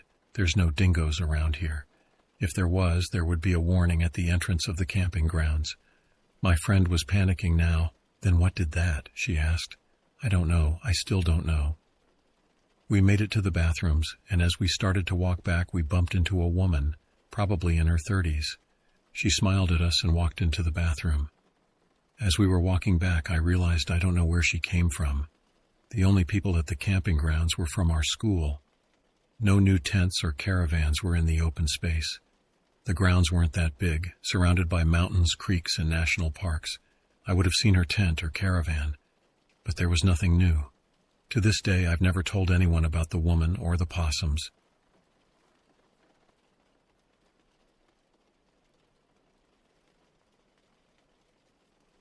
There were many different creepy things that occurred around my little brother. Let's call him Time, a nickname he has. Let's start off by first stating our mother is a very cruel and evil woman. I don't want to get too into it, but if you have read or heard about a book called A Child Called It, then that pretty much shows how she treated us. She had 8 kids, but for some reason only treated Time and myself like garbage. Probably because we share the same dad while the others have a different dad. Anyway, at a very early age, Time would panic every time the sun started going down. We used to have to stay in the unfinished garage, no windows, no AC, no heat. We shared a bunk bed with very shitty mattresses. Time is 4 years younger than myself, and like I stated, he was terrified of the dark. One night my mother had locked us in the garage for the next 3 or 4 days. She was upset because I stole food from the kitchen to feed Time and myself, since she didn't allow us to eat with the rest of the family. I stole those zebra cake snack cakes. She hadn't fed us in a couple days, and we were so hungry. We normally had a bucket to use the bathroom in, and a gallon jug of water, and that was it. Anyway, I heard Time sniffling as Mom locked the door. I jumped down from the top bunk to look at him. "Are you okay?" "It's only for a couple days. I'm sorry, I shouldn't have taken those snack cakes," I said softly. He just shook his head. He didn't really talk much. Mostly he spoke in broken sign language. He made the sign for cookie, which threw me off, but I hopped up into my bunk and grabbed the 2 Oreos I had for him every night. I stole a pack a while back and they were getting stale, but I always made sure he had them. I handed them to him and he smiled. He always took his time eating them. I went to hop back into bed, but I noticed him staring at the garage door. "What is it?" I asked. His eyes widened and he shook his head. "No," he whimpered. Then he made the sign for scared. I hugged him. "I won't let Mom hurt you." I promised. I always made sure to make her more mad so she didn't hurt him. "No," he said, and made the sign for monster. I blinked a few times and said, "There's no monsters, remember? Yoshi cleared them all out." Time loved Yoshi from the Mario games. So, every time he got scared, I said Yoshi would protect him. It worked for almost everything. Just then, something smacked hard against the garage door, making us both jump. "No!" yelled Time. "It's back!" It was probably just a bird. Birds get confused when it gets dark out, I said. It did happen often. Normally it was the window in the living room, but they could easily hit the garage door as well. Time shook his head. "It comes at night. Every night." I was starting to get scared myself. What was he talking about? I laid down on the floor next to his bunk. "Okay, I'll sleep right here so nothing can get you," I said. He threw a pillow down to me, which brought a smile to my face. We were always there for each other. I reached over and turned off the dying lamp that sat on the floor. It barely had light to it, but it was better than nothing. Pretty soon I could hear Time whimper again. I grabbed the emergency flashlight I kept under his bunk and turned it on. It was dim normally, but if I clicked it twice, it had a bright strip of light down the side to light up the whole garage. I sat it on the floor sitting up so the whole room glowed. A shiver ran down my spine. "Why is it so cold tonight? It's July," I asked, pulling my quilt down from the top bunk. I glanced at Time, who was focused on the far corner of the garage. "What is it?" But I was cut off by a loud boom, within seconds after Mom hit the door that went into the house. "Quiet down in there," was basically what she said. Now I was frightened. No way was that a bird, and now I know it wasn't Mom. "Hungry," Time said, sitting straight up in his bunk. "I know, buddy, I'll get us some food once Mom takes her sleepy meds." "No, he's hungry." This stopped me dead. "Woohoo!" was all that came out. Time stared at the garage door. He wants in. This panicked me. Never had I felt so scared. I hopped up and shone the light over to the garage. Nothing was in the room with us, but I could see something moving around by the crack of the door. The boom. It tried to open the door. That's why I could see out of it now. The metal lock had stopped it, but the door was old. The lock was old. This didn't look good. It was probably a homeless guy trying to get in. I looked back at my little brother and put my finger to my lips. He nodded in understanding. I pulled the little pocket knife my dad had given me out. If he stuck his fingers through the door crack, I'd cut him. My heart was pounding in my ears, but I knew if I told Mom, she would punish us worse and call us liars. I really didn't even think about telling her at the time. I heard this weird screeching noise as I edged closer to the door. A lump stuck in my throat. What made a sound like that? A raccoon? This thought made me feel a little better, but something in my gut said whatever was on the other side was dangerous. I looked over to the lock and noticed a roll of duct tape next to it. That might help. I quickly and quietly pulled a piece. It was way louder than I expected. I froze as I heard whatever was on the other side run/hop to the other side of the door. Did I scare it? I ripped it off and stuck it around the lock. I'm not sure if it would help at all, but I did feel a little better. Then what sounded like nails on a chalkboard rang out. It lasted for what felt like forever, but really was less than a minute. Time squeaked, but buried his head in his blanket to stifle it. I ran back to my brother and hopped into his bunk with him. "What was that?" I said as soft as I could. Time grabbed the flashlight and turned it off. "Monster," he said. "Why'd you turn the light off?" I asked, a bit alarmed. He shrugged. "He don't like it," he said. Then he signed, "Angry." I didn't know what to think. "How do you know that?" I asked. He didn't answer for a while, but soon he said, "Talks to me every night." This really freaked me out. "What does he say?" Time fumbled with the flashlight. "Wants in," he finally said. Then he pointed to himself. At first I thought he meant inside the garage, but then it hit me. Is it a demon or ghost?" I asked, my body shaking all over. He shrugged and said, "Monster. A monster wanted my brother." These words echoed through my head. Curiosity took a hold of me. "Have you seen it? What does it look like?" He turned the flashlight on dim so I could see him better and signed scary, tall, nasty. We really didn't know sign language entirely, so a lot of what he signed was broken. There was no way this was happening. Bang, bang, it hit the garage again. I was hoping Mom had taken her sleep meds and passed out already, or we would be in bigger trouble if we survived this. Time grabbed my arm and I looked back at him. He whimpered, "In, monster trying." I didn't know what to do, so we just sat there, hoping it wouldn't get in. I must have passed out because when I opened my eyes, light was starting to poke in through the garage door. Time was still asleep. I softly got out of the bed and went to the door to the house. I used my pocket knife to slip the lock open and peeked out. It was still very early. Everyone was still asleep and our stepdad must already be at work. I crept out and went straight for the front door first. I held my breath as I slowly opened the door and peered out. Nothing was there. I closed the door behind me as I walked over to the garage. There were a bunch of dents in the door, and now I knew why. Tears ran down my face. It was real. That wasn't even the worst of it. On the ground next to the door were huge footprints. It looked like dinosaur footprints. I couldn't believe it. 4-toed, giant dinosaur footprints. What was I looking at? I had never seen anything like it. I remembered from Jurassic Park how the T-Rex's prints were, and these were very similar. Not exact, but it was the closest I could think of. There was no way a dinosaur just tried to get into our garage, though, right? I shook the idea from my head. This wasn't possible. The strange sounds it made, how it talked to time, this was something way strange. I quickly went back inside and into the kitchen, stealing food that wouldn't be missed like I always had to do. I would take baggies and fill them with cereal, cookies, or whatever was open that wouldn't be noticeable.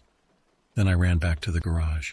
Putting the lock back was the trickier part, but within minutes I had got it. I woke Time up and gave him some food. He smiled and ate happily. After a few minutes he asked, "Monster gone?" I nodded. Yes, it went away. "How many times has it been here?" I asked. All those dents were not from last night. There was no way. He paused a moment, swallowed his food, and held up his hand, showing me 5 fingers. 5 times? In a row, or... He held up 3 fingers. Last night makes 3 in a row. A shiver ran down my spine again. What was this thing, and why does it want my brother? Work as a generator mechanic in a rural part of California, deep in the Sierras at the edge of the Tahoe Forest. People tend to think of California as all beaches and Hollywood, but the reality is that it's just 2 major cities, surrounded by thousands of miles of rural countryside.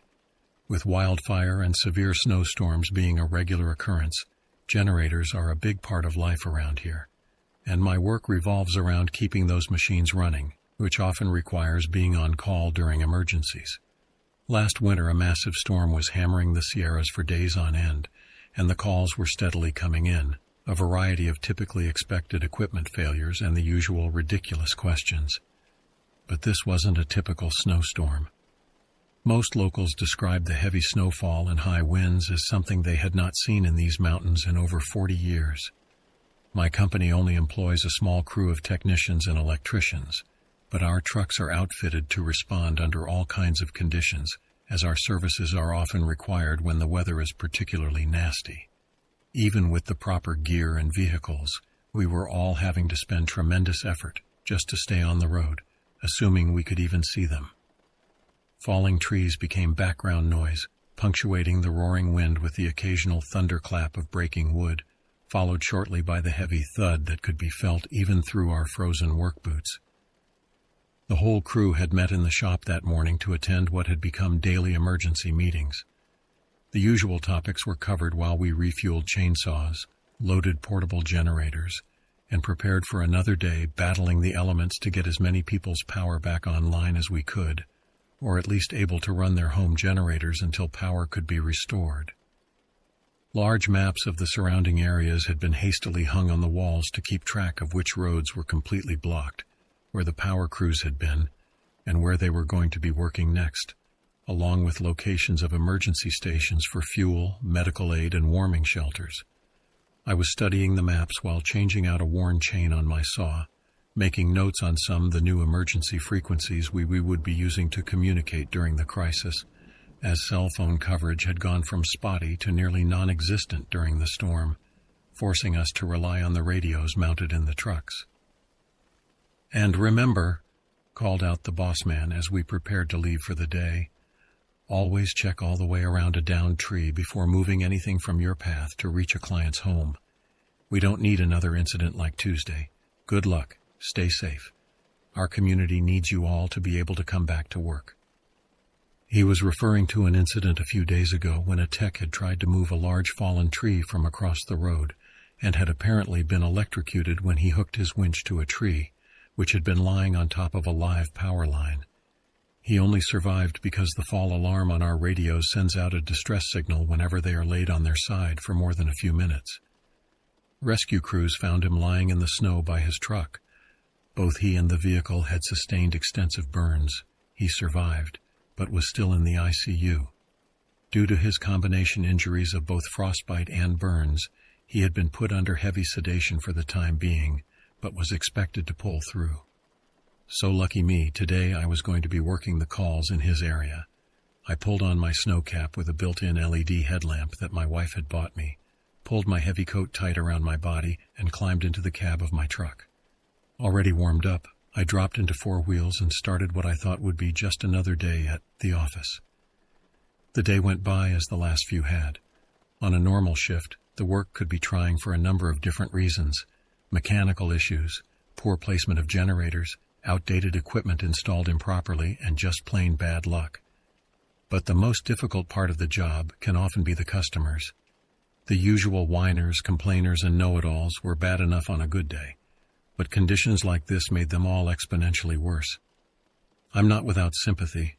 Lots of people all over the area were suffering and needed help, but some were merely inconvenienced, yet acted as though this storm and our scheduling were some kind of personal attack on their ability to watch Netflix, post selfies on Instagram, or browse Etsy for another glow-in-the-dark bird bath or whatever other stuff they don't need. They couldn't get anything delivered to them right now anyway.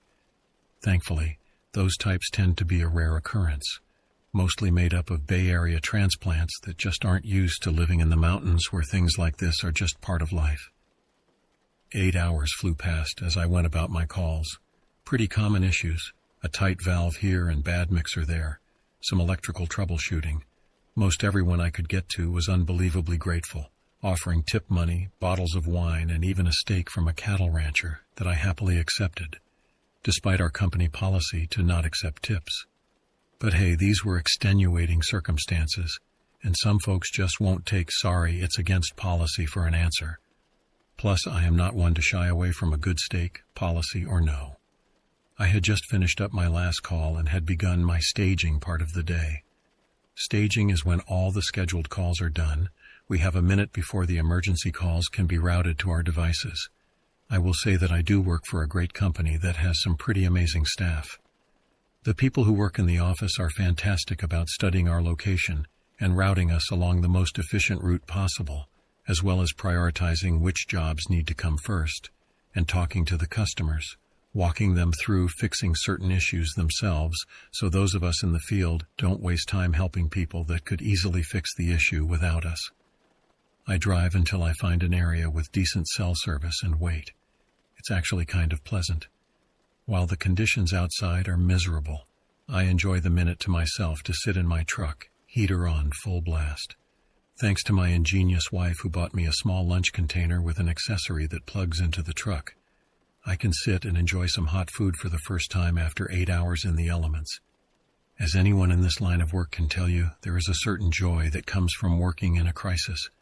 I'm in my late 30s now, but in my 20s I spent a few years working as an emergency medical technician. I left that job because having a front row seat to the endless parade of human suffering was doing my mental health no favors. But I still get nostalgic about the rush of adrenaline that comes with that type of work.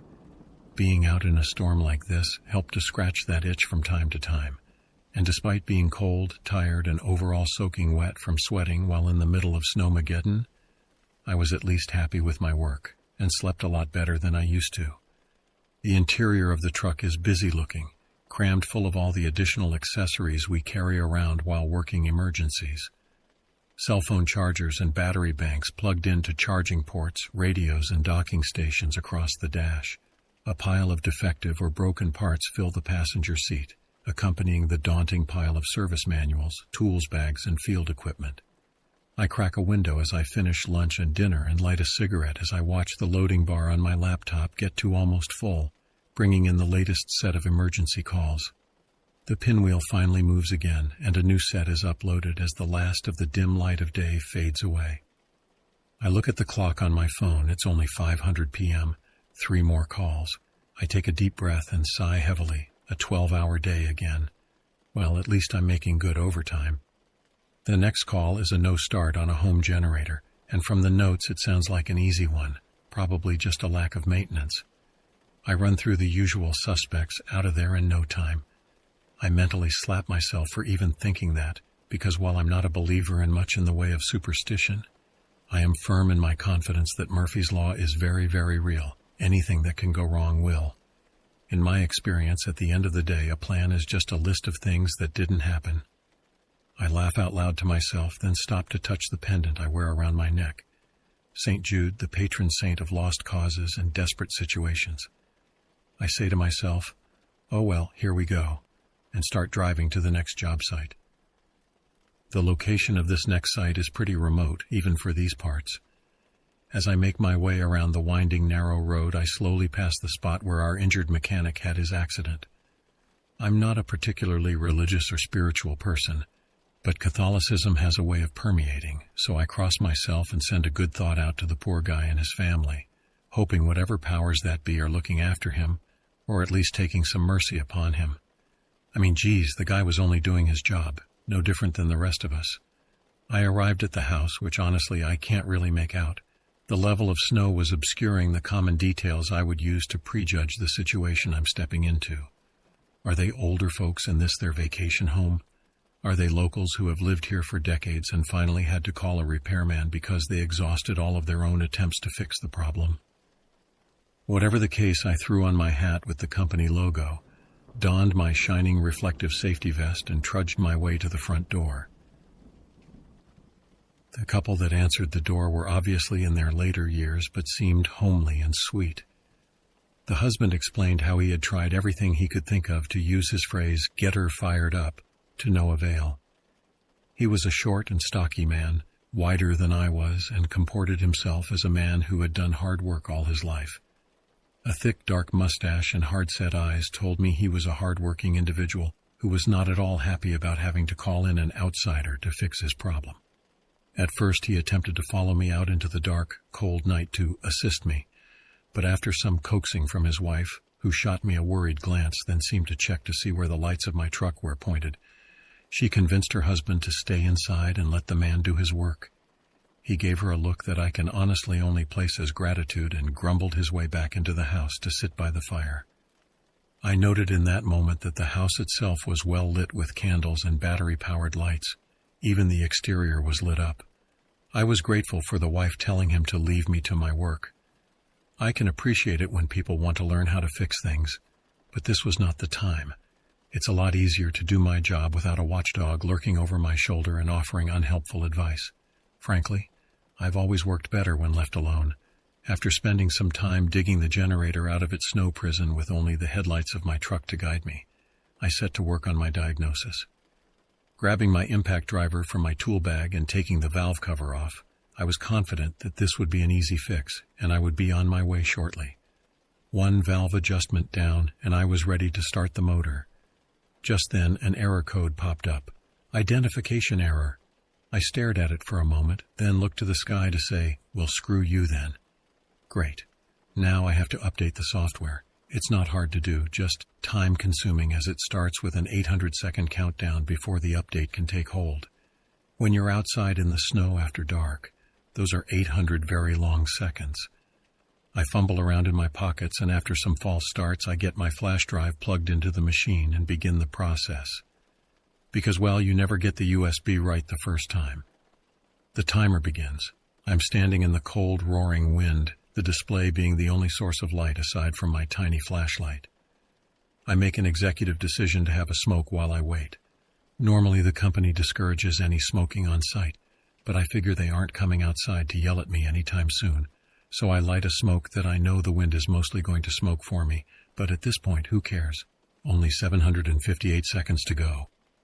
I trudge over to the electrical panel to see what circuits will go on first. It's odd, most people will put the well water, or maybe the AC, as the first system. But these people set the sodium perimeter lights as the first priority. Odd, but not all that odd, I suppose. After all, what use is anything else if you can't see what you're doing? And with all the wildlife roaming around in this part of the county, bears, mountain lions, and the like, it makes sense if you have any kind of livestock or house cats, or, small children. I turn the headlights off in my truck as I no longer need them for shoveling, and why risk a dead battery way out here at this time of night? Another 554 seconds to go. Rather abruptly, the wind dies down, just stops. I was grateful. Thank God, I say out loud to myself. I might finally be coming to the part of the night when the snow just gently falls, instead of tiny ice missiles blasting my face all night. I unbutton the collar of my coat and shake my beard free. I keep working on my smoke as the countdown continues. I pushed my heavy hood laden with snow off my head for a break from the oppressive weight, and only then did I notice it. I noticed just how silent the area around me had become. The storm had been such a constant source of white noise that at first it felt welcome, a relief to have a break from the overbearing roar of sharp wind. That relief was short-lived, and a real feeling of dread began to set in. Silence in the woods is something mountain folk know better than to trust. There is no way to describe it unless you have felt it. Any hiker or hunter can tell you when everything goes quiet. It means a large predator is close by, hiding in the shadows or perched in the trees above. And you would do well to be very aware of your surroundings, and if possible, carefully make your exit. I began scanning the tree line around me, and almost immediately saw something moving about just out of sight range. I squinted hard to try and make out the shape of it. The occasional brazen deer and other mostly harmless wildlife had been successful in scaring the daylights out of me in the past when I was least expecting them.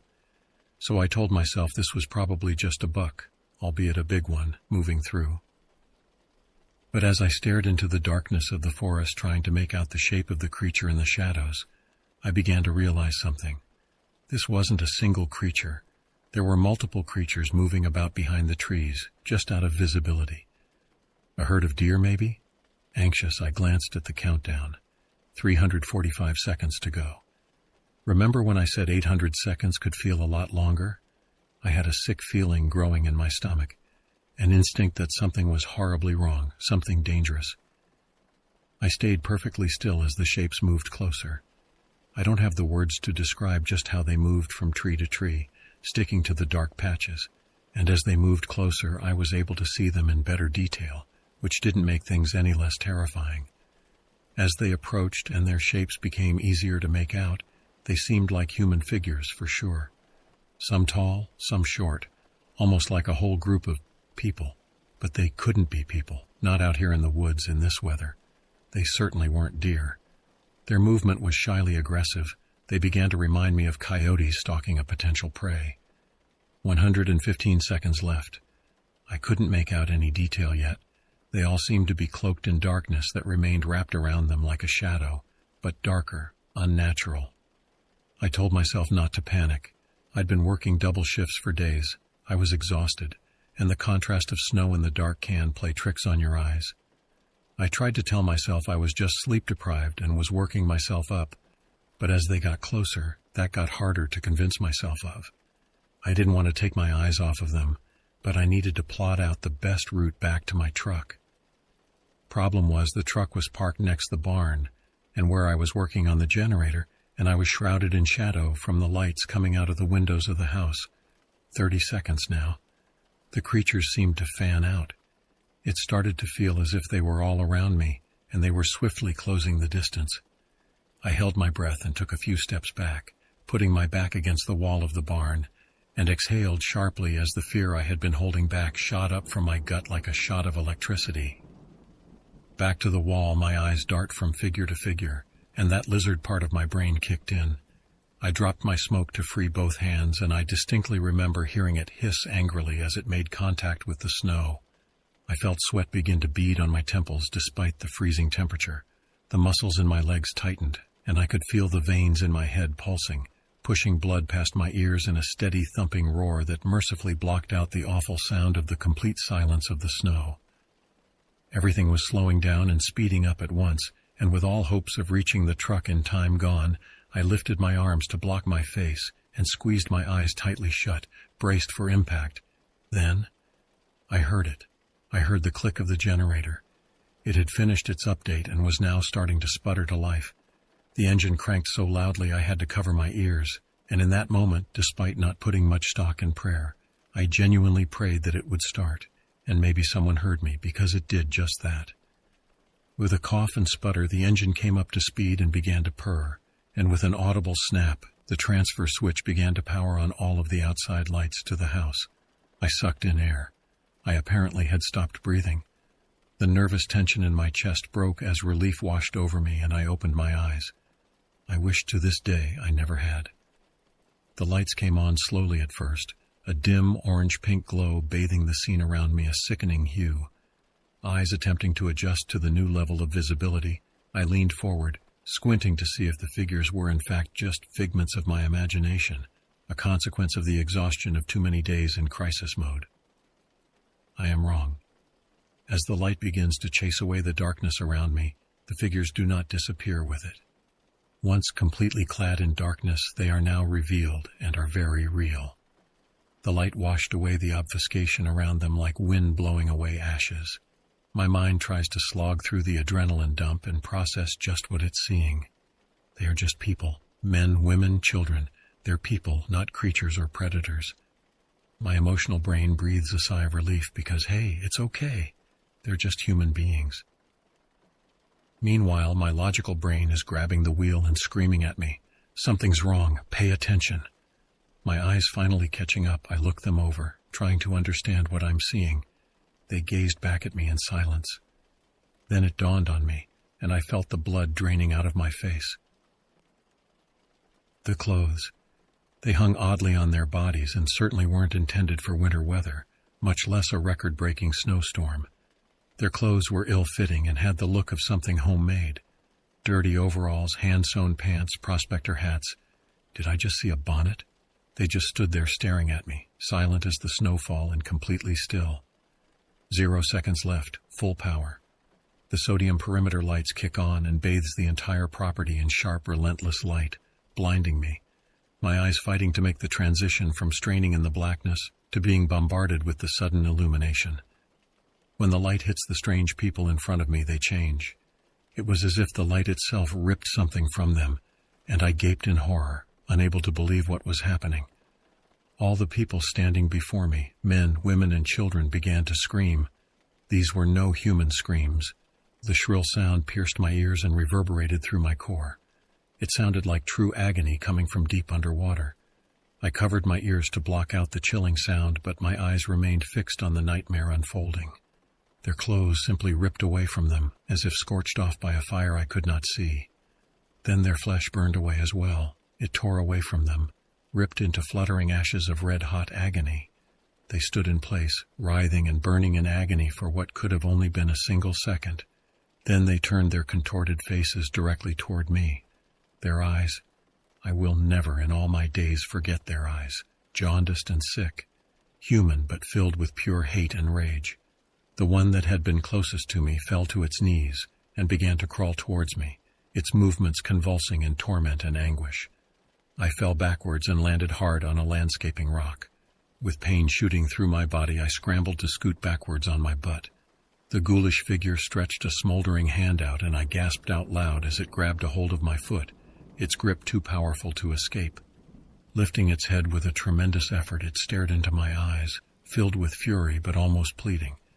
Then it opened its gaping mouth to speak, and the words that shot from its mouth went right through me, haunting me for the rest of my life.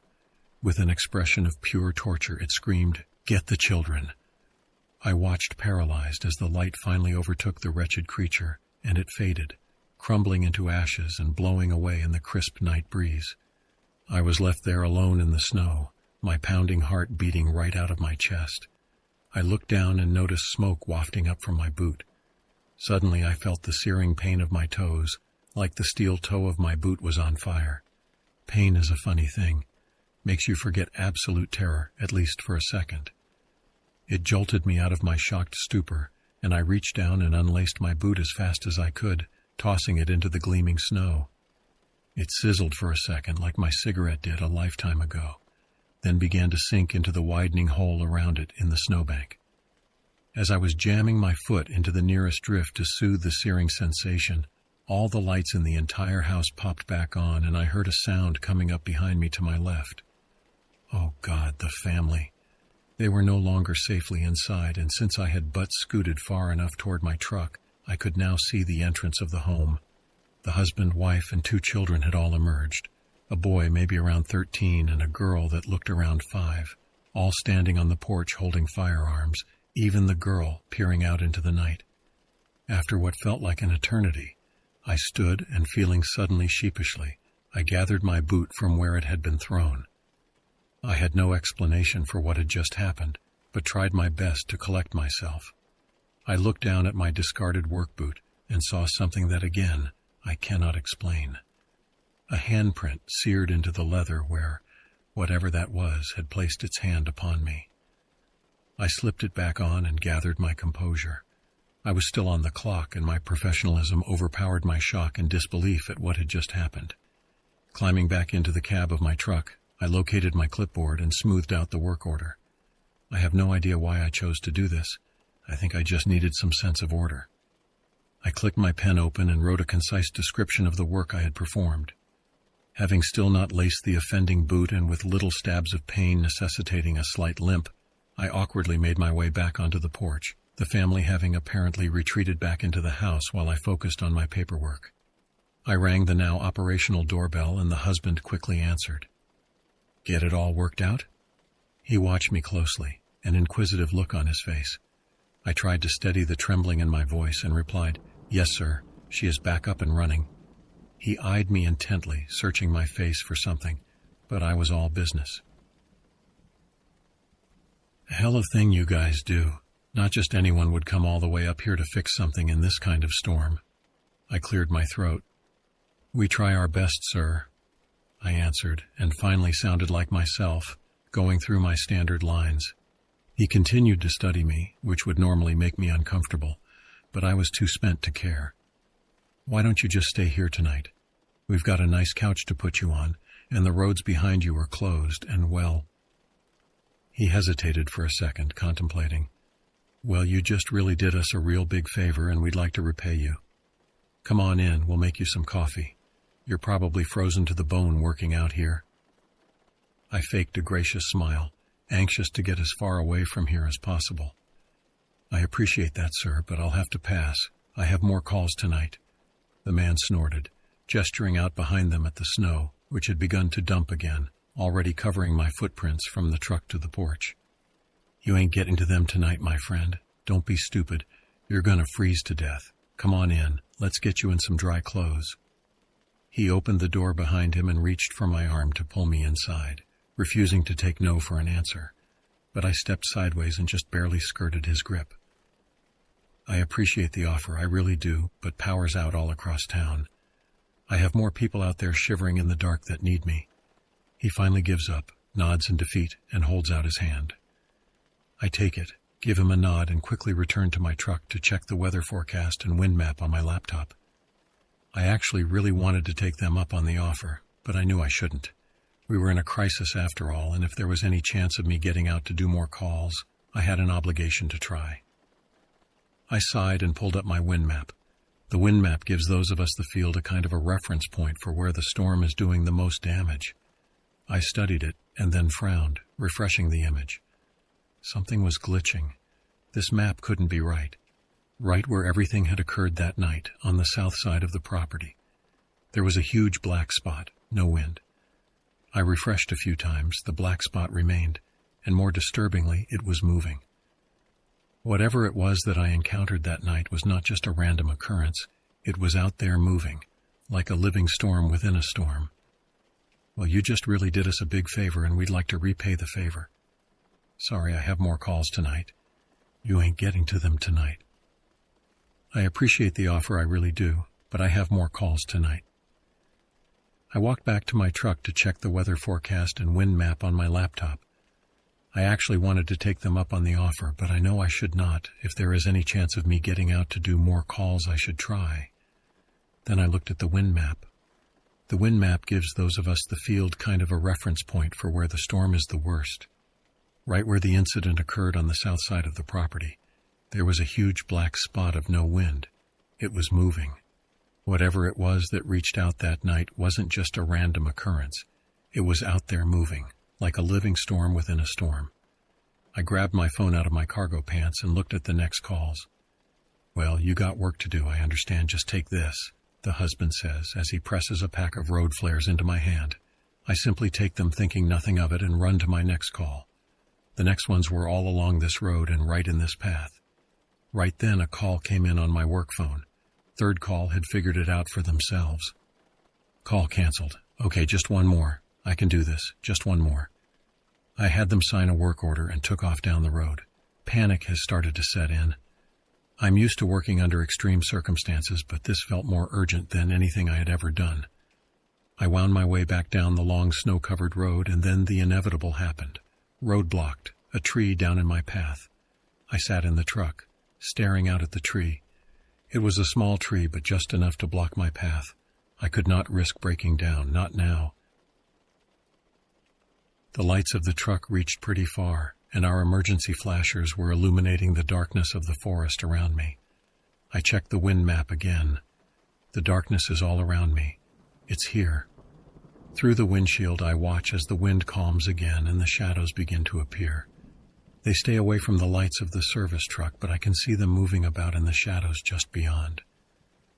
I need my chainsaw to clear this, I thought to myself. I looked again out the windows of the truck. Those black silhouettes were still out there, just dancing around the lights of the truck. I got the sense then that they were waiting for me to run out of time. No, I said to myself. I gathered my will, smacked my nerves back into line, and said, this is not how I am going to die. Then I peed myself a little and opened the door of the truck. I knew I couldn't step on the ground. Too many shadows. I climbed awkwardly over the cab into the bed of the truck to grab the chainsaw. It was half in darkness, half out. As I lowered myself into the bed of the truck, I had a sinking feeling. I reached a cautious hand for the saw. I let my finger touch at the edge of the saw, just testing. I reached out to grab the blade and pull it out of the shadows. At that moment, a little piece of the darkness around me reached out. A hand, but not a hand. Something without skin, without tissue, without a heart, without a soul. Something incredibly devoid of life and made of suffering touched me. The pain was incredible. I had enough wits about me to yank the chainsaw back into full view of the light. I pulled my hand away. I had the saw within my grasp. What more could I want? I looked down at my hand. Blackened finger marks lay across burned flesh. It touched me again. I yanked the saw away from the darkness and climbed back over the cab with the saw in hand. I slid down the cab windshield and planted my feet in front of the truck. Illuminated by the headlights of the truck, I felt a sudden invigoration. Just stay in the light. I walked out into the headlights of the truck and began cutting the fallen tree out of my way.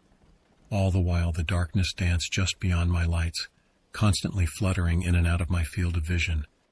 The tree was easy work had it not been for the horrors that sat on the edge of my vision. Cut. Now grab the winch and pull it out of your way. As I fastened the winch to the tree, I could hear them all around me, the subtle movement of snow and tree branches, an almost angry growl punctuating my every move.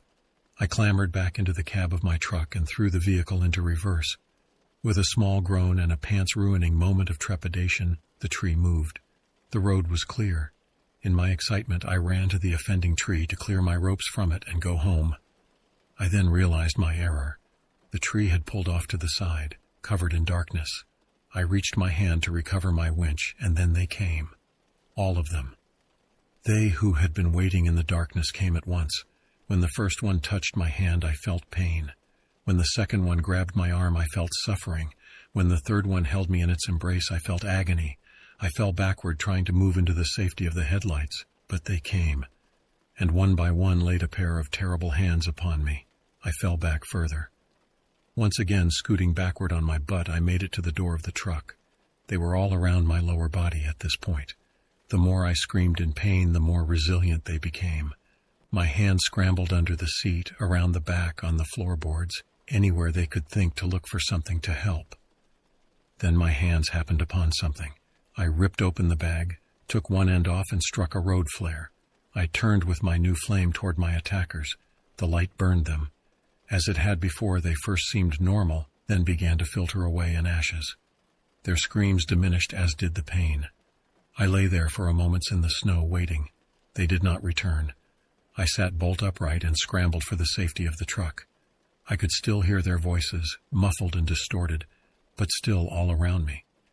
I attempted to fish my keys out of my pocket, only to realize in a moment of pure frustration that the truck was still running. I leapt into the cab, threw the truck in drive, and tore my way out of the path of that darkness. Once back on a main road, I gathered myself, trying to make sense of what had just happened. That proved fruitless, so I just radioed into the home office saying I was taking the truck home and would be dispatching from home tomorrow. They confirmed and thanked me for all my hard work tonight, saying, "Hey, take the day off tomorrow if you need some rest." I agreed to the offer and immediately headed to the nearest liquor store that was still operational. Securing my liquid therapy for the night, I began to head home down much more familiar and comfortable roads.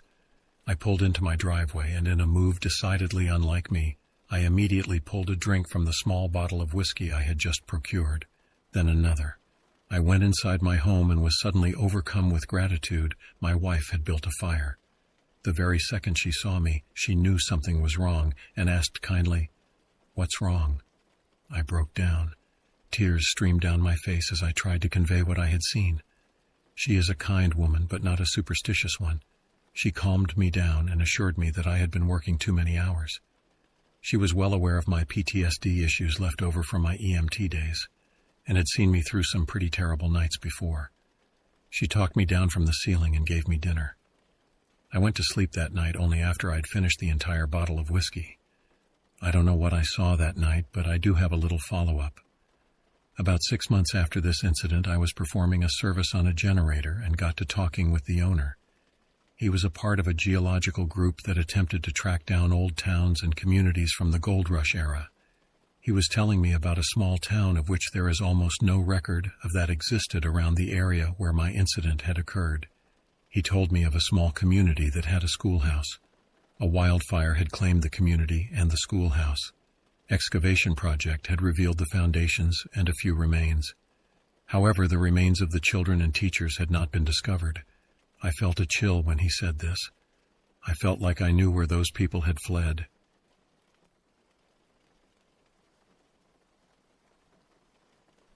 My name is Wes Calder, and up until about a year ago, I spent nearly half my life leading hunting groups through the backcountry around Aztec, New Mexico. The work suited me, long stretches of silence punctuated by the crack of a rifle, the satisfied exhaustion of a successful hunt, the honest pay from men who respected the land. After a divorce that took more out of me than I care to admit, I traded guiding elk hunts and mule deer expeditions for selling hardware to weekend warriors at the local supply store. The store smelled of sawdust and motor oil. I spent my days explaining the difference between drill bits and recommending the right gauge wire to contractors I'd known for years. It wasn't exactly thrilling work, but it beat staring at walls in my empty rental house, drinking cheap whiskey alone, and waiting for life to turn around. The silence there was different, heavier, more oppressive than any desert night, at least in the backcountry. The quiet felt natural, purposeful. That's why, when Dr. Eileen Graves called from the University of Illinois on a Tuesday afternoon in March of 2017, asking for a guide into the Badlands near Navajo Dam, I said yes faster than I probably should have. The phone had rung just as I was closing up, the fluorescent lights buzzing overhead making my head ache. Her voice was professional, clipped, clearly used to getting what she wanted. It had been months since I'd set foot off trail, and her offer was generous enough that turning it down would have felt like throwing cash into the San Juan River. $300 a day, plus expenses. For someone selling hammers and nails, that was serious money. Eileen was straightforward when she arrived. No nonsense, all business. She was chasing fossils exposed by seasonal runoff, Cretaceous period marine reptiles, she explained, though I didn't much care about bones older than dirt. I knew the area she had her eyes on, though. A twisted stretch of sandstone ridges and washes locals called Hogback, a place quiet enough to let your imagination run wild if you weren't careful. I'd guided hunters through there twice before, both times feeling an inexplicable urge to leave before sunset.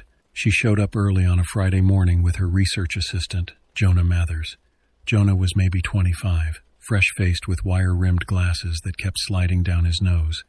He had wide eyes and a nervous way of laughing at things that weren't really funny, like when I mentioned we'd be 4 hours from the nearest hospital, or when I showed him the first aid kit and made sure he knew how to use the tourniquet. His hands shook slightly as we loaded gear into my truck, and I wondered if he'd ever spent a night outside of a campground with running water and cell service. We shook hands in the parking lot of the hardware store, and I felt how soft his palms were. City hands. We loaded their gear, expensive-looking equipment cases, a portable generator, surveying tools I didn't recognize into my truck, then made the hour drive toward the BLM access road west of the dam. The landscape changed gradually as we drove. Paved roads gave way to gravel, then to dirt tracks barely wide enough for the truck. Civilization fell away behind us like shed skin.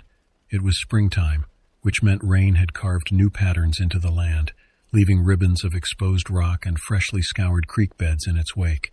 Beautiful but brutal country. If you made a mistake out here, nobody would find you until coyotes and vultures made sure you were beyond recognition. I'd pulled a body out of a wash once. 3 years back, a day hiker who'd slipped and broken his ankle. The sun and scavengers had worked him over for a week before anyone noticed he was missing. We parked by the start of a half-erased trail around noon. The sun was already punishing, beating down from a cloudless sky and turning the truck's metal frame into a griddle. I could tell no one had been out here in a long time, maybe years.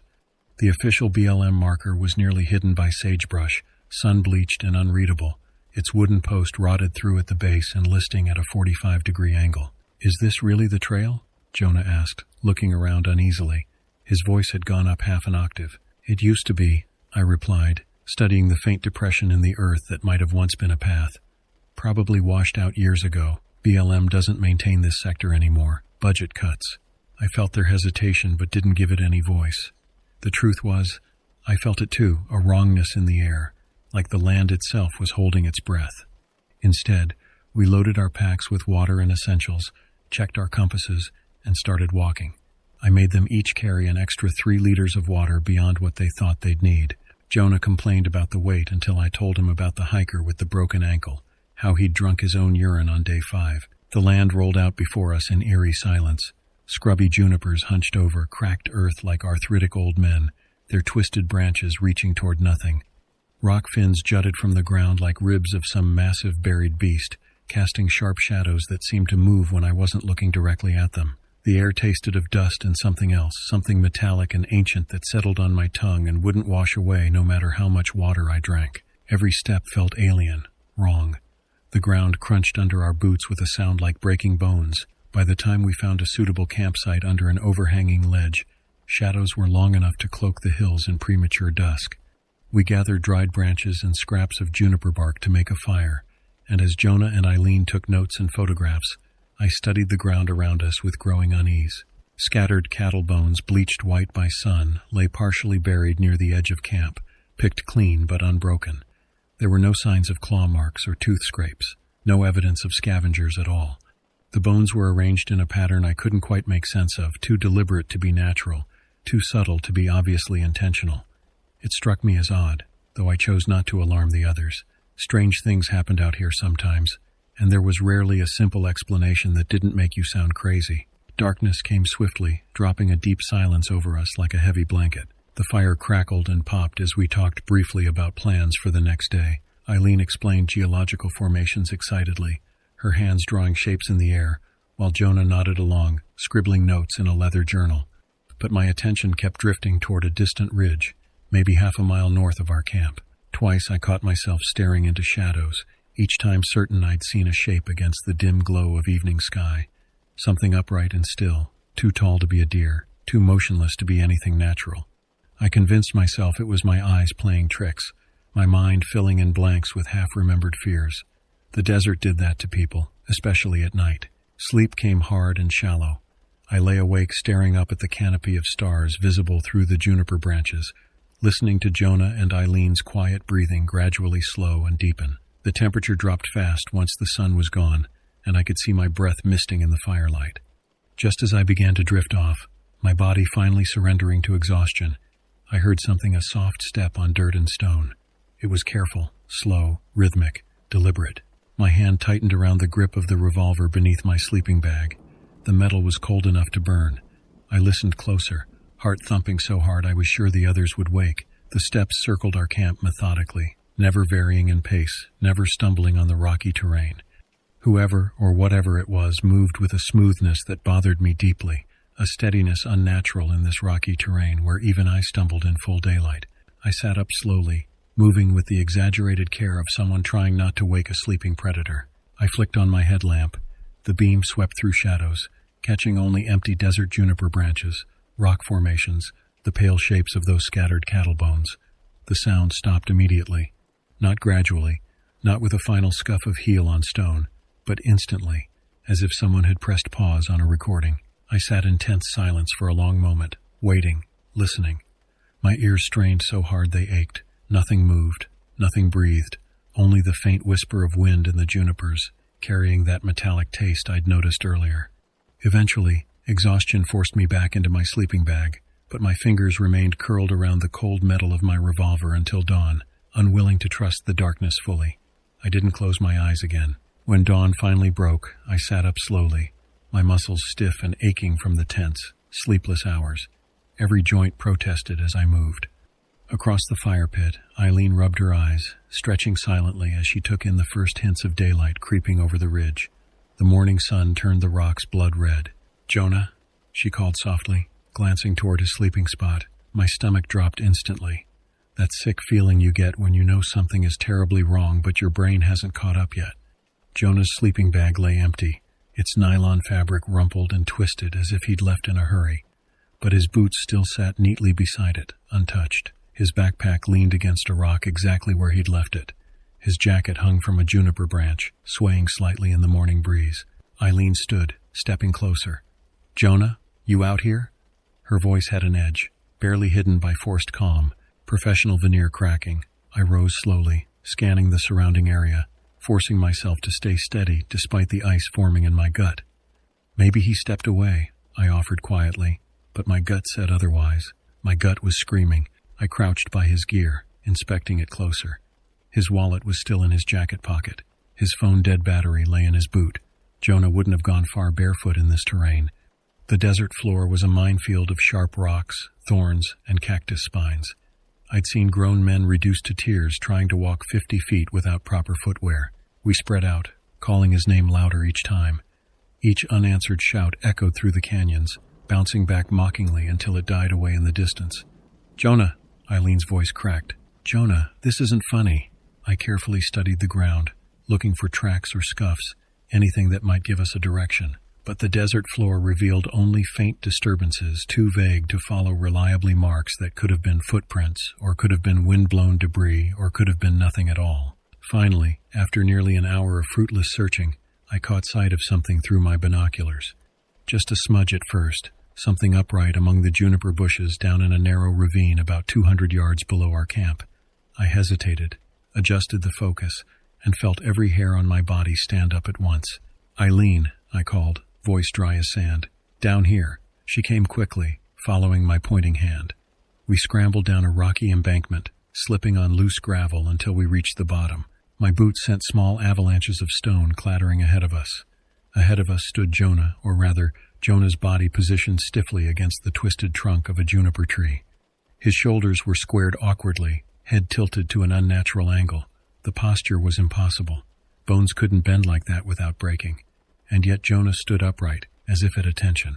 "Oh, God," Eileen whispered, the words barely audible. I stepped closer, fighting nausea that rose in waves. His eyes had been removed, the sockets empty, dry and clean, staring blindly toward the sky. No blood, no fluids, just absence. But worse was the complete lack of blood, wounds, or tracks around him. Nothing disturbed the dust. It was as though he'd simply appeared here, placed like a mannequin in a store window. His skin had a waxy quality, pale and artificial. His lips were slightly parted, and I could see his tongue was gone too. His fingernails were missing, all removed with surgical precision, leaving no mess, no evidence. "Oh, God," Eileen whispered again, voice barely audible, shaking. What could have done this?" I shook my head slowly, unwilling to guess aloud. I'd seen animal kills plenty. Mountain lions that crushed skulls with their jaws, bears that tore bodies apart looking for the fatty organs. But nothing like this. Nothing that placed bodies like statues, stripped clean without any trace of violence or feeding. Nothing that took only specific parts and left the rest arranged just so. "We need to get out of here," I said firmly, pulling gently on her arm, guiding her away. "Now." Eileen stumbled numbly beside me, silent as we climbed back toward camp. The bright daylight did little to ease the dread sitting in my chest, heavy and suffocating like a stone. When we reached our site, I immediately started packing, jamming gear hastily into bags. My hands moved on autopilot. I avoided looking at Jonah's untouched belongings, the empty sleeping bag that now seemed sickeningly ominous, his glasses lying on a flat rock where he'd left them before bed. Eileen stood quietly, shaking, staring at the ground as if reality was too difficult to process. Tears ran down her face, but she made no sound, just stood there, trembling. I'd nearly finished packing when she let out a low, breathless gasp. "Wes, look!" Across the dry wash, silhouetted against the distant sandstone ridge, someone was walking toward us, naked. Moving slowly, step by step through the brush with that same deliberate rhythm I'd heard circling our camp in the darkness. My pulse quickened painfully. The shape was familiar, too familiar. "It's Jonah," Eileen murmured, barely breathing. Her voice held a desperate hope that made my stomach turn. "No," I said, trying to sound calm, but my voice betrayed my disbelief. "It can't be." But the figure moved closer, slow and deliberate, revealing a tall frame and gangly limbs matching Jonah exactly. Same height, same build, same slightly stooped posture he'd had from hunching over books and microscopes. It paused at the edge of visibility, maybe 100 yards away, the harsh daylight somehow failing to bring it into sharp focus. And then the face tilted up slightly into view, causing a surge of pure revulsion to twist my insides. It wasn't Jonah, not truly. The features were stretched too long, the proportions wrong in ways I couldn't articulate but felt in my bones. The smile was twisted into something impossible, inhuman, too wide, showing too many teeth. The eyes' dark, empty pits seemed to fix directly on me with an intelligence that was cold and hungry. My hand moved instinctively to the revolver on my belt. The leather holster snap sounded loud in the silence. As if recognizing this action, the figure stepped silently back into the junipers, disappearing without another sound. No crunch of gravel, no rustle of branches. Just gone, like it had never been there at all. Neither of us spoke. What was there to say? We'd both seen it. There was no sleeping after that. We sat by the fire. I'd rekindled it with shaking hands, kneading the light, hearts pounding, eyes wide open, waiting desperately for dawn. Every sound made us flinch. Every shadow seemed to move. We didn't wait for full sunrise before breaking camp. The sky was still gray, that pre-dawn twilight that makes everything look flat and lifeless. My hands trembled as I stuffed gear into packs, abandoning anything unnecessary. Water and weapons. Everything else could stay. Eileen barely moved, her face pale, eyes hollow and glassy as she silently watched me work. She'd stopped crying. That worried me more than the tears had. The revolver felt reassuringly heavy on my hip, but my mind kept flashing back to the impossible shape we'd seen in the distance. Jonah, or whatever, had taken his form. It had vanished without sound or trace. My grip tightened involuntarily on the pack straps. "Stay close," I told Eileen firmly, my voice rough from sleepless tension. "Don't stop for anything. Don't look back. If I tell you to run, you run. Understand?" She nodded once, eyes still vacant, following me numbly as I led us back along the faint remnants of our entry trail. We moved quickly, too quickly for the terrain. The morning sun rose hot, turning rock into ovens and baking away the night's chill. Within an hour, we were both drenched in sweat despite the dry air. Hours passed in an exhausting blur, but something was wrong. The terrain wasn't right. Familiar landmarks seemed distorted, shifted. Washes had changed course. Ridges blurred together.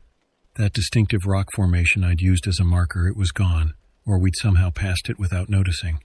My compass still pointed north, but nothing else made sense. Sweat stung my eyes. We had overshot our trailhead badly, forced deeper into the Badlands by the maze of twisting sandstone fins and sheer cliffs that appeared where they shouldn't be. Eileen stumbled behind me, slipping frequently as dehydration took its toll. She was fading quickly, and panic started gnawing at the edge of my resolve. We were going in circles. I was sure of it, but I couldn't tell her that. Just as I prepared myself to stop, to figure out some way to find water or shade before we both died out here, the distant rumble of an engine echoed faintly through the canyon. We froze, listening. It couldn't be real. Nobody came out here. Nobody. An old dust-covered ranch truck crested a ridge and came bumping along an unmarked service road toward us, its faded paint and battered fenders unmistakably local. A DNA man, older, with the weather-beaten face of someone who'd spent decades in this country. I waved frantically, relief flooding through my chest so intensely my knees nearly buckled. The vehicle rolled to a stop beside us. The driver's window lowered slowly, revealing the lined face of the old man.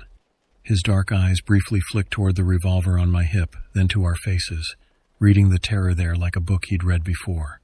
Then he silently gestured for us to get in. No questions, no surprise. We climbed inside. I collapsed onto the cracked leather seat, breathing raggedly. The air conditioning didn't work, but just being in an enclosed space with another human being felt like salvation. He said nothing, his lined face expressionless, eyes fixed straight ahead as we drove. I opened my mouth several times, questions bubbling in my throat. How did you find us? Did you see anything out there? What the hell is happening? But the set of his jaw kept me quiet. We drove in silence, miles passing beneath us until we were far beyond the shadowed ridges of Hogback. The landscape gradually became more familiar, more normal. Signs of human habitation started to appear, fence lines, cattle, tire tracks that weren't our own. Finally, the old man cleared his throat softly, breaking the silence that had filled the cab like water. His voice was low, each word carefully chosen, weighted with meaning. That wash doesn't get used anymore, not since the last cattle were torn up down there. He turned slightly, his dark eyes meeting mine briefly in the rearview mirror. That thing walks in daylight now. I swallowed hard, fighting a rising nausea. He continued slowly, almost reluctantly, like he was violating some unspoken rule by speaking of it at all. You didn't shoot at it, did you? No, I whispered hoarsely, my throat dry as sand, raw from calling Jonah's name. Good, he nodded once, eyes back on the road ahead. Never aim at something that doesn't leave tracks. He didn't speak again until we pulled into a gas station near Blanco. The truck idled noisily as we climbed out, my legs unsteady beneath me. Before I could thank him, before I could ask what he knew or how he'd found us, he drove off, leaving a cloud of dust swirling in his wake. I stood there watching until the truck disappeared, wondering if I'd imagined the whole thing. Eileen left town that night. We didn't exchange numbers or speak again, as if each blamed the other for what we'd seen, for what had happened to Jonah, for surviving when he didn't. The university sent a search and rescue team a week later.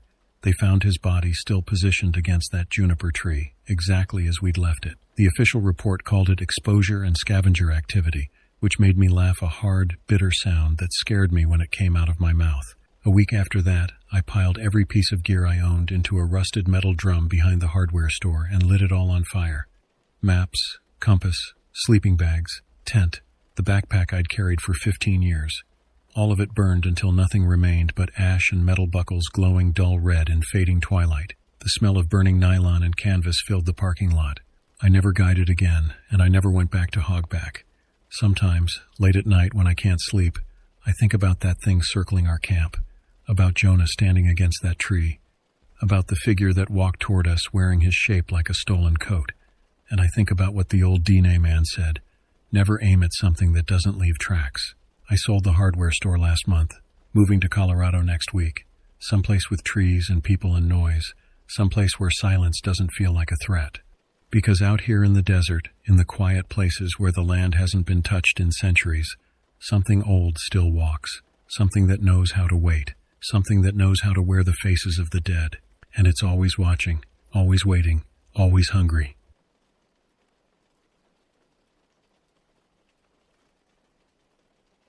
I'm not new to the Horton Creek Trail. It's a clean path with real traffic, families, dogs, couples, and trail runners who nod hello and move on. That's precisely why Tyler and I picked it for a late October overnight trip.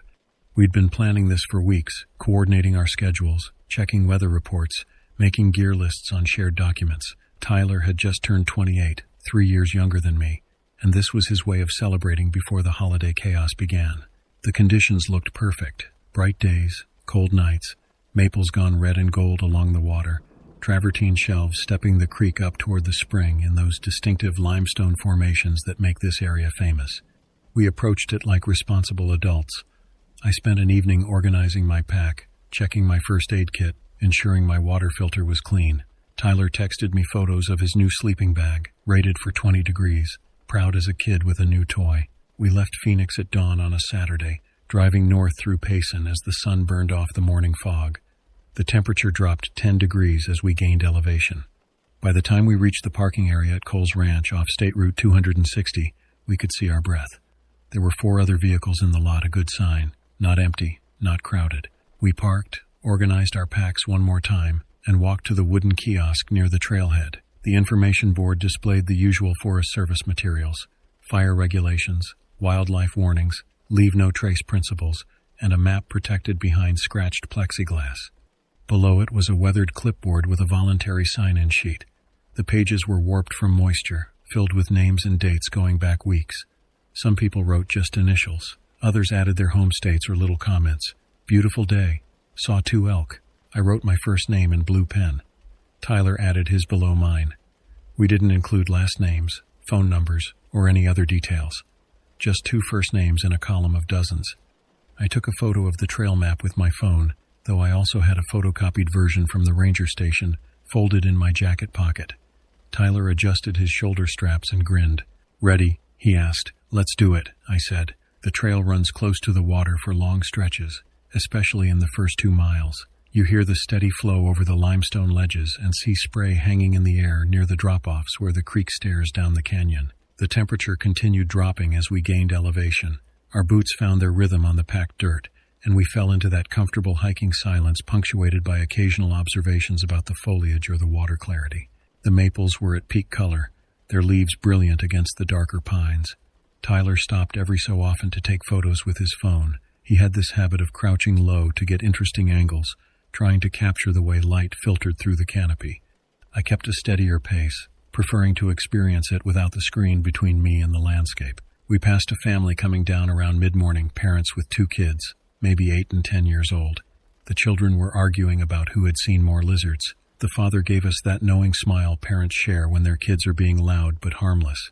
They stepped off the trail to let us pass, and we thanked them. Sometime after noon, with the sun directly overhead and warming the air to something almost comfortable, we stopped for lunch on a broad, flat rock beside a particularly beautiful cascade. Tyler pulled out trail mix and jerky. I had a peanut butter sandwich that had gotten slightly compressed in my pack. We ate in silence, watching the water tumble over itself, feeling the mist on our faces. A man passed us on his way down as we were packing up our trash. He looked to be in his early 60s, wearing a bright orange baseball cap, the kind hunters wear, and a canvas jacket that had seen some miles. He carried a walking stick, one of those adjustable aluminum ones with a rubber tip. His boots were modern hiking shoes, well used but quality. "Afternoon," he said, friendly but economical with words. "Hey," Tyler replied. "Nice day for it." "Sure is. I'm heading back to my truck before it gets cold up here. You folks going much farther?" "Maybe another mile or so," I said. "Then we'll find a spot to camp." He nodded, gave a small wave with the walking stick, and continued past us. His orange hat was visible for a long time through the trees, a bright spot descending through the autumn colors, until the trail curved and he disappeared from view. That detail matters. I need you to remember it. We saw him going down. We saw him leaving, in full daylight, heading toward the parking lot, with hours of light left in the day. We turned short of Horton Spring around 3 o'clock, giving ourselves plenty of time to set up before dark. Tyler had studied the regulations carefully. We needed to be at least 200 feet from the creek, had to use an existing fire ring if available, and were required to pack out everything we brought in. He took these rules seriously in a way that made me trust his judgment completely. We found a suitable spot after 20 minutes of searching a small clearing with an old stone fire ring someone had built years ago. The rocks were blackened from countless fires, arranged in a near-perfect circle about 3 feet across. The ground was level enough for our tents, with a slight slope that would drain water away if it rained. Leaf litter covered everything, thick and damp. The air grew colder as we worked. We set up our tents facing each other across the ring, staking them down properly even though no wind was forecasted. Tyler strung a bear bag line between 2 pines while I gathered small sticks and dead wood from the ground, careful not to break living branches. We worked with the efficiency of people who'd camped together before, not needing to discuss every decision. By the time we had everything organized, the sun was dropping toward the ridge.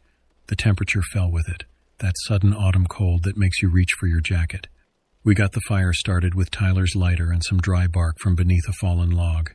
The flames caught quickly, and we fed them slowly, keeping it small and controlled. Dinner was deliberately simple. Ramen cooked in our single pot, mixed with pouches of tuna, finished with instant coffee that tasted better in the woods than it had any right to. We ate sitting on our sleeping pads, watching the fire pop and settle.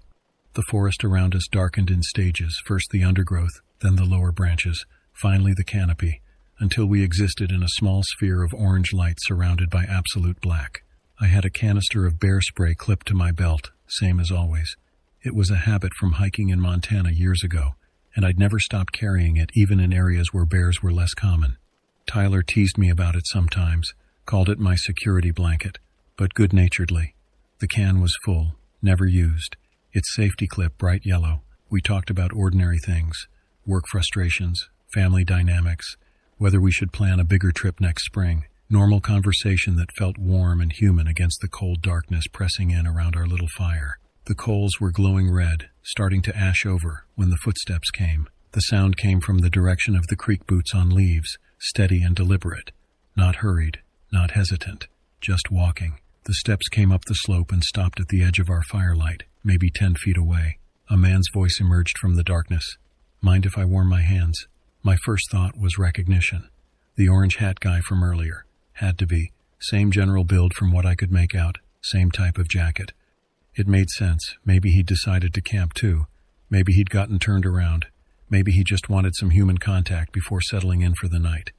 People did that sometimes on trails. But my second thought was confusion. The details weren't quite right.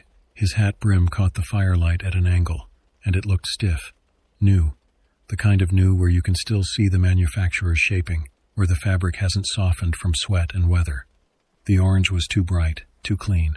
The man we'd seen earlier had been wearing a faded cap, the color muted from sun exposure. His boots weren't wet.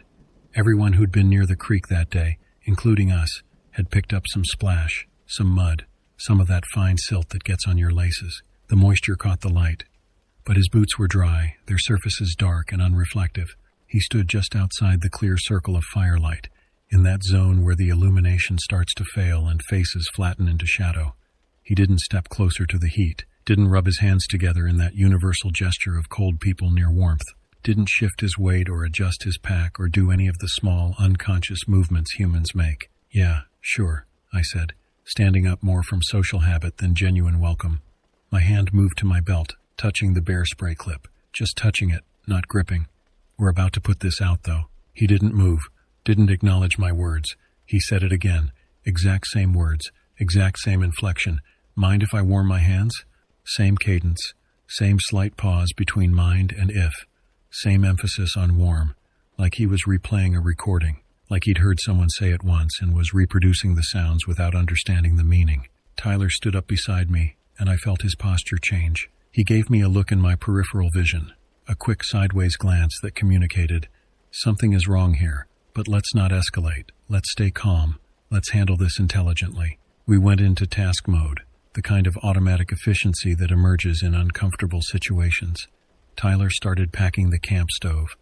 I coiled the food line we'd used for the bear bag. We moved with purpose, making it clear we were wrapping up, getting ready to turn in, normal camper behavior that would give this person, whoever he was, a clear social exit. I kept the bear spray canister in my hand now, safety still on, holding it casually like it was a water bottle. Tyler angled his headlamp toward the ground, pointing the beam at the fire ring so we didn't blind ourselves or the visitor. In that adjusted light, I could see the ground around where the man was standing. Our tracks from the afternoon were everywhere. Boot prints in the damp leaf dust, scuff marks where we'd dragged wood, the compressed areas where we'd walked back and forth setting up camp. The ground told the story of our presence clearly. There should have been fresh tracks where he was standing. Disturbed leaves, pressed earth, some indication of his approach. I looked carefully, letting my eyes trace the ground from the fire ring to his feet. Nothing. The leaves were undisturbed. The dust was smooth. We're going to grab more water, I said, gesturing with our pot as if that explained why we were both suddenly packing up at the same time. To drown the fire properly. He didn't respond, didn't move, just stood at that precise distance, like the firelight itself was a barrier he couldn't or wouldn't cross. Then he spoke again, and my stomach dropped. Have a safe night, he said. Then he added my first name, then Tyler's first name, spoke them clearly, distinctly, with that same flat affect. We hadn't introduced ourselves, not at the trailhead, not on the trail during our brief exchange. We'd been friendly but not personal, the way strangers are in passing. The only place we'd written our names was on that voluntary sign-in sheet at the kiosk, hours ago, at the parking lot miles away. Tyler's hand went still on his pack strap. I felt my breathing change, become conscious instead of automatic. We'd been calm until that moment, cautious but rational. Now something primal kicked in, some old animal instinct that lives underneath language and logic. We killed the fire the way the regulations specified. Tyler poured water from his bottle onto the coals. I stirred the mixture with a stick, ensuring every ember was drowned. He poured again. I stirred again. Steam rose in a white cloud, hissing, smelling of wet ash and carbon. When I pressed my hand close to where the flames had been, I felt no heat, just mud, cold and lifeless. The night didn't change around us. The sound of the creek stayed constant, that steady white noise that had been our companion all day. No birds called, no wind moved the branches. Nothing dramatic happened, but everything felt different. We'll get more water, I said, though we'd just used water, though the fire was clearly dead, though the statement made no practical sense.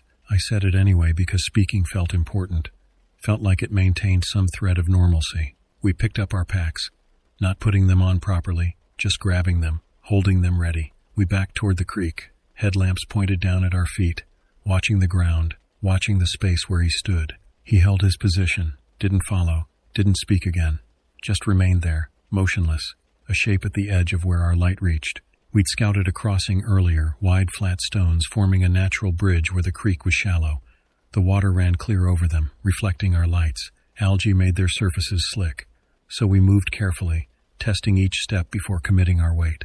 The water was shockingly cold around our ankles, the kind of cold that makes your bones ache immediately. It had the sound you expect at that depth, steady, flowing, unchanging. Halfway across, Tyler ahead of me, I looked back. Something was on the bank where our fire ring had been. Something stepped off the dirt and entered the water behind us. No splash. That was what my brain locked onto. When you step into moving water, you displace it. You create sound. Water hits your boots, flows around your calves, creates turbulence. You hear it clearly. The surface changed around this shape. The water level adjusted. The flow pattern shifted. But the sound didn't match. It was like watching a video with the audio slightly out of sync. Everything looked right, but the timing was wrong. "Tyler," I said quietly. "Eyes on the far bank. Move steady." "I know," he said, his voice tight. "I see it." We reached the opposite side and climbed the slick dirt bank, grabbing exposed roots for handholds. Tyler pulled himself up first, then reached down to help me. His hand was cold and shaking slightly. "Don't say it," I told him. "We need to name it," he said. "People say you're not supposed to use this word, but we need to." "Tyler, don't." "A skinwalker," he said anyway, low and urgent. "They can show up looking like someone you saw, wearing what they wore, but the details are wrong because they're copying something they don't understand." I didn't argue. I'm not spiritual. I don't believe in curses or cryptids or things that go bump in the night, but I also couldn't explain what was behind us in the water. Moving wrong, sounding wrong, knowing things it shouldn't know. We cut upstream fast, keeping the creek between us and the camp. The trail narrowed here, forcing us closer to the water. Tyler knew this section. We'd studied the map, and he muttered directions as we moved. "There's a pinch point ahead. Small waterfall. We'll have to go around it." The terrain squeezed us. The creek narrowed before a small cascade, and the banks rose on either side into a natural funnel.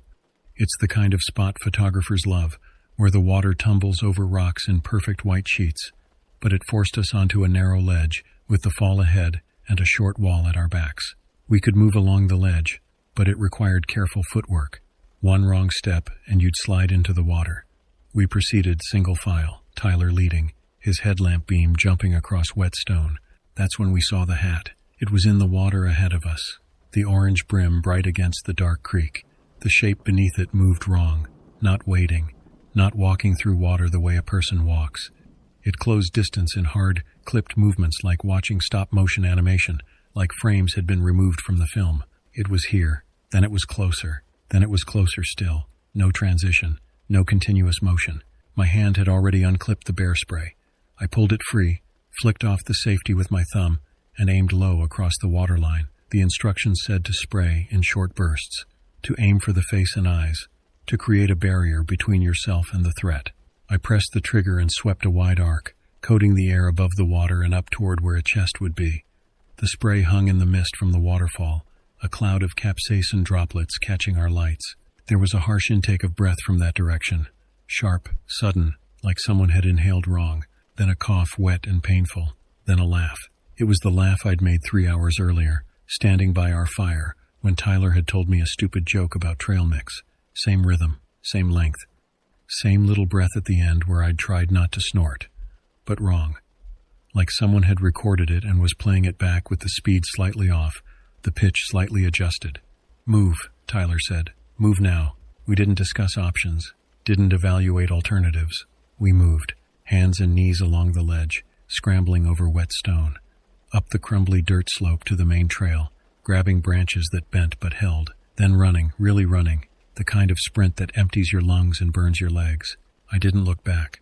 Looking back would mean slowing down, would mean processing what I might see, would mean making decisions when the only good decision was forward.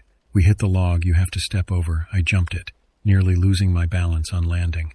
Then the small wooden footbridge that crosses a side tributary, our boots thundered on the planks. Then the gravel path that means the parking lot is close, and I felt something in my chest release slightly because gravel means people, means cars, means help. The lights by the kiosk showed through the trees. Those fluorescent bulbs the Forest Service installs looked like home. A couple was loading gear into a black pickup truck. They saw 2 people emerge from the trail entrance, hard and fast and wrong, and their body language changed immediately. The man stepped slightly in front of the woman. His hands came up, visible, non-threatening, but ready. "You good?" he called out. We must have looked insane. Covered in trail dust, breathing hard, eyes too wide. "Please," I managed. "Please call Gila County Sheriff. We need to report." I stopped, tried to think of words that wouldn't make us sound crazy. An incident, on the trail. Adult, male, orange hat, wrong details. "Please." The woman already had her phone out. "What's your location?" "Horton Creek Trail, Cole's Ranch parking area," Tyler said. He'd caught his breath faster than me. "About 2 miles up." They didn't ask questions, didn't demand explanations. They just stayed with us. The man standing where he could see both us and the trailhead. The woman talking quietly into her phone. Professional, calm, the kind of people who know when to help first and understand later. A sheriff's cruiser arrived maybe 10 minutes later, though it felt longer. A deputy stepped out, mid-40s, with the weathered face of someone who works outdoors. He had a small notebook and a pen, and he took our statement with the economy of someone who's taken 1,000 statements. Names, license plate numbers, what we saw, what we heard, what we did. He looked at the bear spray canister in my hand, mostly empty now, with the expression of someone who'd seen this equipment before and knew what it meant. "You folks been drinking?" he asked. Standard question. No judgment. "No, sir," I said. "Stone sober." He nodded, wrote that down. He walked to the edge of the parking area and shined his flashlight down the road toward the trailhead for a long moment, lighting up the entrance sign and the dark space beyond it. "I'll patrol the area," he said finally. "You folks should head into town. Get a room. I have your contact information if we need to follow up." We checked into a motel in Payson. It had bad carpet and thin walls and a bathroom that smelled like industrial cleaner. I slept better than I'd slept in months. My phone rang at 8 the next morning. I didn't recognize the number, but I answered anyway. "This is Deputy Hernandez, Gila County Sheriff. We spoke last night." I sat up in bed, suddenly awake. "Yes, sir. Did you find anything?" "That's why I'm calling. I want to share some information with you." He paused, and I heard paper rustling. "The individual you described, orange hat, canvas jacket, we were able to identify him from the trail sign-in sheet, cross-referenced with other data. He signed out at a different trailhead near Christopher Creek around 5 p.m. yesterday." "Signed out?" I repeated. "Yes. He completed his hike at a separate location. We also found a time-stamped receipt from Safeway in Payson at 5:47 p.m. Credit card transaction. He purchased groceries and fuel. The room felt very still. Tyler was sitting up in the other bed, watching me. So he was in town," I said slowly. "By dark. He wasn't at our camp." "That's correct. According to the evidence we have, that individual was not on the Horton Creek Trail after approximately 3 p.m. He has a solid timeline placing him elsewhere." "Then who?" I started.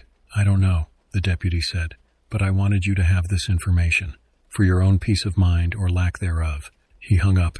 Tyler and I drove back to the parking lot in full daylight.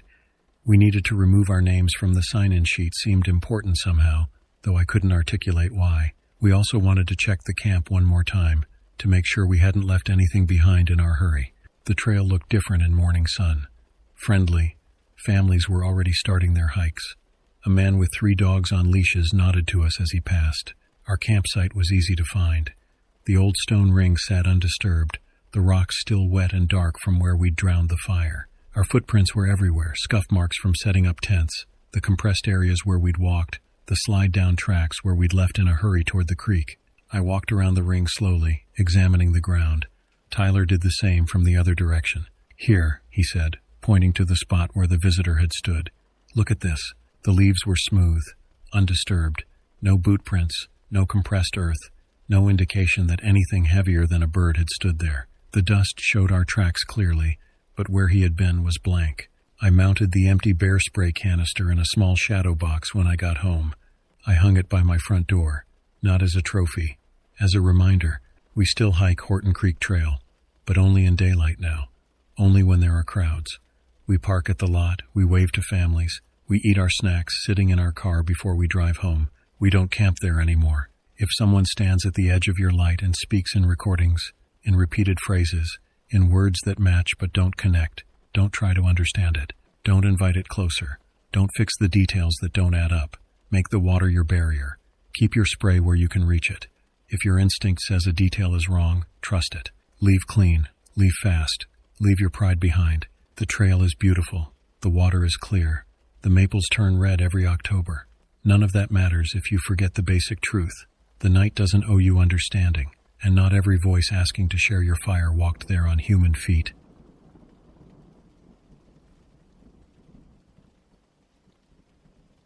When you spend enough time alone in the wilderness, you learn the difference between ordinary silence and the kind of quiet that warns you something's wrong. It's a silence that settles over you slowly, the kind you don't notice until you realize you've stopped breathing just to hear better. My name's Jason Weller, and 2 years ago, I resigned as a backcountry ranger at Zion National Park after an accident that I still don't talk about. These days, I earn a living writing about solitude in wild places. My editor had given me a simple assignment: write about authentic wilderness experience. No technology, no safety nets. Authentic, unfiltered, and completely analog. No GPS, no cameras, no electronics, just maps, journals, and intuition. This time, my assignment was to tackle the Grandview Trail on the south rim of the Grand Canyon. It was late November, well past the tourist season, and the canyon was nearly deserted. Perfect for the kind of article I had in mind. Raw, isolated, real. On my first day down from the rim, I remembered why few hikers venture onto the Grandview Trail. It drops fast, too fast for comfort, switchbacking sharply through crumbling rock and loose gravel. The wooden trailhead sign, weathered and splintered, had warned, "Unmaintained path. Proceed with caution." I'd been warned about worse. My boots slid and skidded, kicking up dust and sending loose stones bouncing away into nothingness. Each step felt like a negotiation with gravity.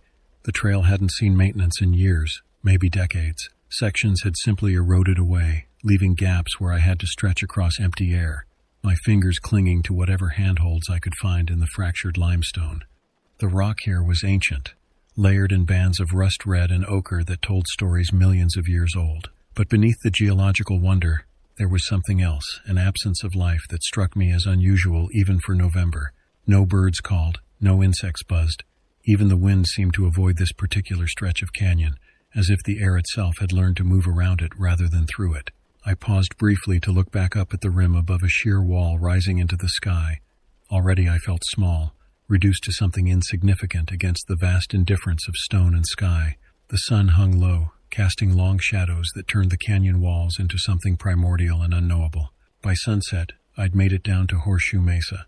My legs trembled with exhaustion, muscles burning from the constant strain of descent. I picked a spot close to a rust-colored rock wall, sheltered just enough to block the cold wind blowing up from below. The temperature had dropped 20 degrees in the last hour, and my breath now formed small clouds in the dimming light. My camp came together quickly, tent staked out, stove and fuel canister set carefully to one side, map folded neatly by my sleeping bag. But as I worked, an uncomfortable awareness crept over me. The sensation of being watched is primitive, hardwired into our brains from when we were prey as often as predator. I kept turning, scanning the surrounding cliffs and rock formations. Nothing, just empty space and darkening sky. I ate without thinking, distracted by the canyon's shifting shadows. The freeze-dried meal tasted like cardboard, but I forced it down, knowing I'd need the calories. As darkness fell completely, the temperature plummeted. I could see my breath clearly now, thick white plumes that dissipated slowly in the still air. The stars emerged with startling clarity, thousands of them scattered across the black expanse above. In different circumstances, it would have been beautiful. Instead, it felt exposing, as if those distant points of light were eyes, watching, waiting. Exhaustion set in fast, pulling me under before I'd even finished my journal entry. I wrote only 3 lines. Day 1. Made it to Horseshoe Mesa. Something feels wrong here. The pen slipped from my fingers as consciousness faded. I woke hours later. My watch read 2:15 a.m., the numbers glowing faintly green in the absolute darkness. I blinked, unsure at first what had startled me awake. My heart was already racing, adrenaline flooding my system before my conscious mind had even identified the threat. Then it came again, the sound of something breathing just beyond the thin nylon fabric of my tent. Not the quick, animal-like breath I'd come to recognize in my years as a ranger. I knew what bears sounded like, what mountain lions sounded like, what deer and elk and even mice sounded like when they investigated campsites. This was none of those. It was slow, calm, measured, almost human, but not quite. The rhythm was slightly off, like someone consciously trying to breathe but having to think about each inhale and exhale. I sat upright, every muscle tightening, ears straining against the darkness. The fabric of my sleeping bag rustled loudly in the silence, and immediately, the breathing outside stopped. For 10 seconds, maybe 15, there was nothing. Then it resumed, exactly as before. Slow, deliberate, wrong. My hand found the knife I kept by my sleeping bag, fingers wrapping around the handle with desperate force. The breathing continued for another 20 or 30 seconds, never changing pace, never moving closer or farther away, just there, constant and inexplicable.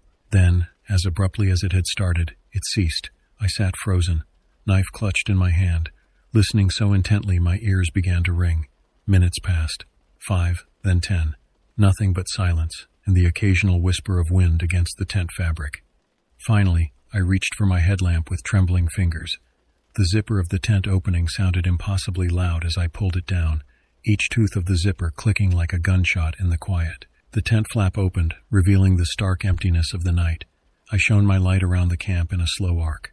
Sleeping bag, pack, stove. Everything seemed exactly as I'd left it. Except my right glove lay near the fire ring, 20 feet from where I remembered setting it down inside the tent vestibule. I stared at it, my mind racing through possibilities. Could I have dropped it earlier without noticing? Had I actually put it inside the vestibule, or was that just what I remembered? Memory is unreliable, especially when you're tired. Maybe the wind had caught it somehow, though the night air was completely still now. Cold anxiety settled in my stomach, but I forced logic back into my mind.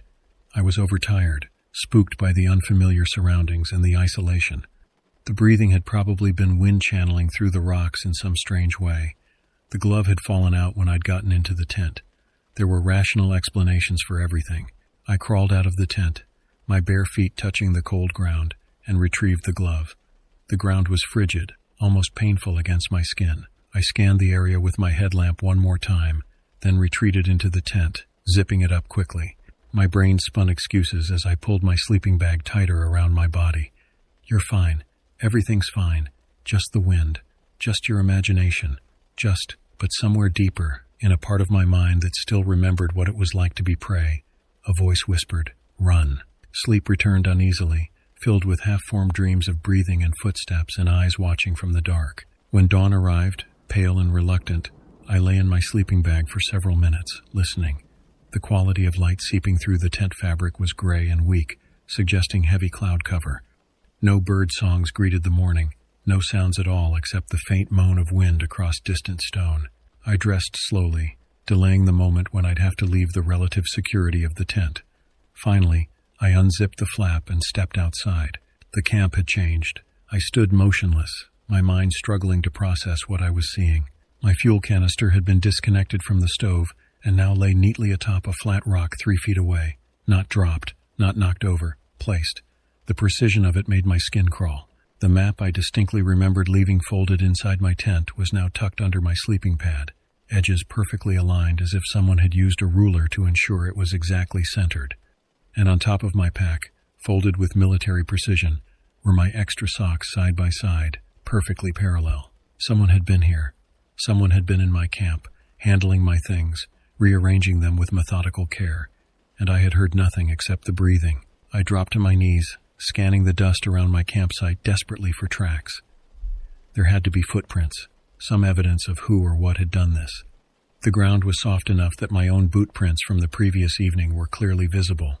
But there was nothing else clear, nothing identifiable, just loose dirt and scattered stones, and my own tracks leading to and from the tent. How was that possible?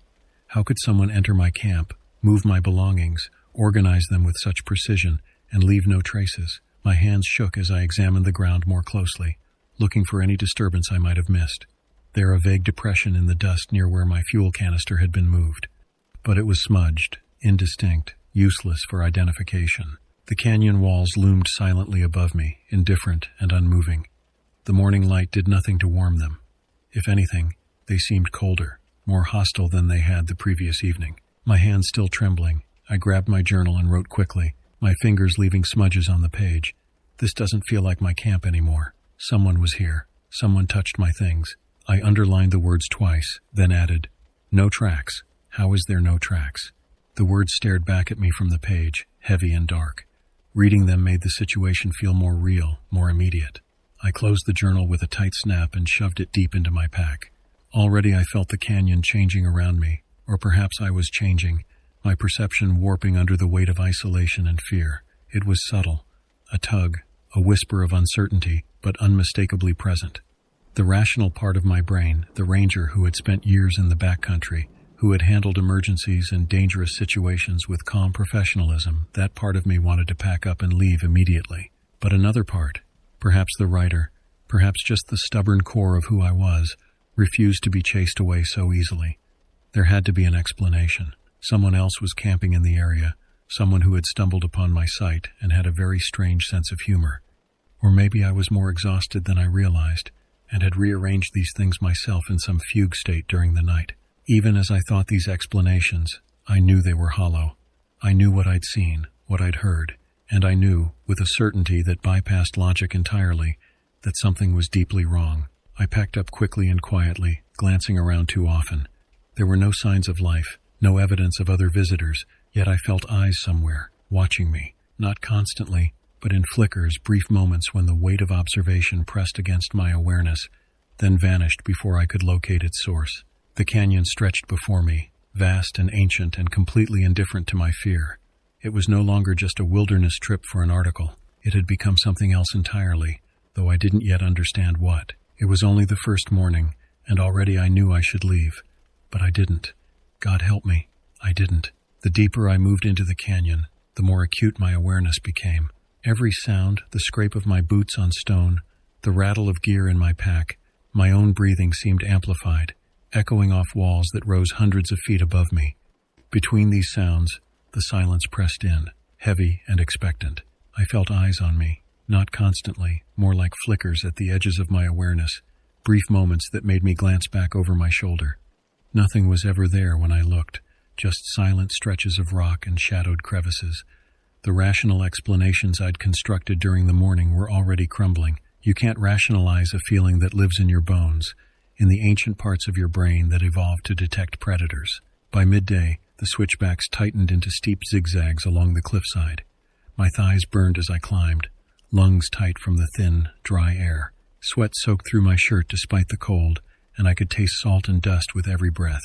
The trail here was particularly treacherous, barely 2 feet wide in places, with sheer drops on one side and vertical rock face on the other. I reached an exposed ledge, deciding to stop for water and check my map. My hands trembled slightly as I unscrewed the cap of my water bottle from exertion. I told myself, though I knew that wasn't entirely true. The sun hammered down despite the late November date, reflected and magnified by the surrounding stone until the heat felt almost physical. I shielded my eyes, squinting across the vast emptiness to the cliff face opposite mine. The canyon here was perhaps half a mile wide, the far wall a mirror image of towering stone and geological layers. Then I saw it. On a narrow shelf about 400 feet away stood a figure. At first, I thought it might be a dead tree, or perhaps a rock formation that happened to resemble a human shape. The human mind is excellent at finding patterns, at seeing faces and figures in random arrangements of shadow and stone. But as my eyes adjusted, as I focused on that distant shelf, the unmistakable reality of what I was seeing solidified. It was a person, tall and slender, standing rigidly still, arms relaxed at their sides. Too still. No one stands that motionless, not even when trying to. There's always some slight movement, weight shifting from foot to foot, head turning to scan the surroundings, hands adjusting position. This figure had none of that. It stood with the stillness of stone. I raised a hand in a hesitant wave, the gesture feeling absurd even as I made it. No response. The figure didn't move, didn't acknowledge me in any way. My heart began to pound harder. I lowered my hand slowly, and in that exact moment, delayed by perhaps 2 seconds, the figure raised its hand. Unease tightened in my chest, making it hard to breathe. This wasn't a simple wave returned. It was a mirror image, the timing too precise to be coincidence, too delayed to be natural. I shifted my weight to my left foot, watching intently. The figure shifted its weight to its left foot, that same 2-second delay. I tilted my head to the left, my neck cracking slightly with the movement. The figure tilted its head to the left. My throat went dry. This wasn't another hiker. This was something else, something that watched and imitated with mechanical precision. I could feel my pulse in my ears now, each heartbeat distinct and rapid. Without taking my eyes off the figure, I slowly stepped back until the cliff edge obscured it from view. For several long minutes, I leaned against the stone wall, breathing hard, fighting the panic that threatened to overwhelm me. My hands shook so badly I had to clasp them together to keep from dropping my water bottle. What I'd just seen violated something fundamental about reality, about how people behave. The delayed mimicry, the perfect stillness, it was wrong on a level that bypassed rational thought and spoke directly to primal fear. Eventually, driven by a need to know, to understand, I mustered the courage to look again. I edged forward carefully, peering around the rock that blocked my view. The shelf was empty, but that brought no relief. Instead, a new fear took hold. If the figure wasn't on the shelf anymore, where was it? Was it moving? Was it coming closer? I scanned the opposite cliff face frantically, looking for any sign of movement or human presence. Nothing. Then I looked down at my feet. Fresh boot prints marked the dust of the ledge where I stood, leading to the very edge. Large prints, oddly elongated, pointing toward the direction I'd been heading. I knelt down, examining them more closely. The tread pattern was similar to my own boots, but not identical. And they were fresh. I could see where individual grains of dust had been displaced, still settling. Someone had stood exactly where I was standing, probably within the last few minutes. While I'd been focused on the figure across the canyon, someone had approached from behind, had stood close enough to touch me, then had moved on. My stomach lurched. I spun around, scanning the trail I'd just climbed. Empty. I looked ahead, toward where the trail continued. Also empty, yet those prints were real, tangible evidence that someone or something had been here. I stood there on that exposed ledge for nearly 20 minutes, paralyzed by indecision. Every instinct screamed at me to turn back, to climb out of this canyon as fast as possible and never return. But another part of me, perhaps foolish, perhaps just too proud to admit defeat, insisted there had to be a rational explanation.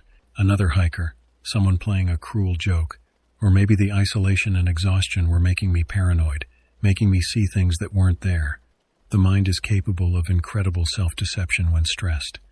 I'd seen it before in lost hikers, in people who'd been alone too long, the way reality could bend and warp under the weight of solitude and fear. But those boot prints were real. I could reach down and touch them, see the clear outline of a sole pattern in the dust. Finally, as the sun began its descent toward the western rim, I forced myself to continue forward.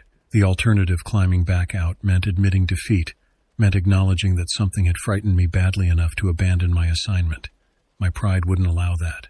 Not yet. As I hiked, I found myself talking out loud, narrating my actions in a steady stream of words that filled the oppressive silence. Step over this rock.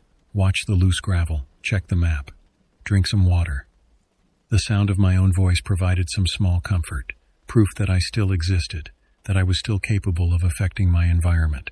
But occasionally, very faintly, I thought I heard an echo. My own words, repeated back to me from somewhere distant. Just fragments, loose gravel, or drink some water coming from no identifiable direction. Each time I stopped to listen more carefully, the echoes ceased, leaving only the vast silence of stone and sky. That night, I chose my campsite with paranoid care. I found a shallow ravine, its walls close enough to provide some sense of security. The space was cramped, barely large enough for my tent, but that was exactly what I wanted.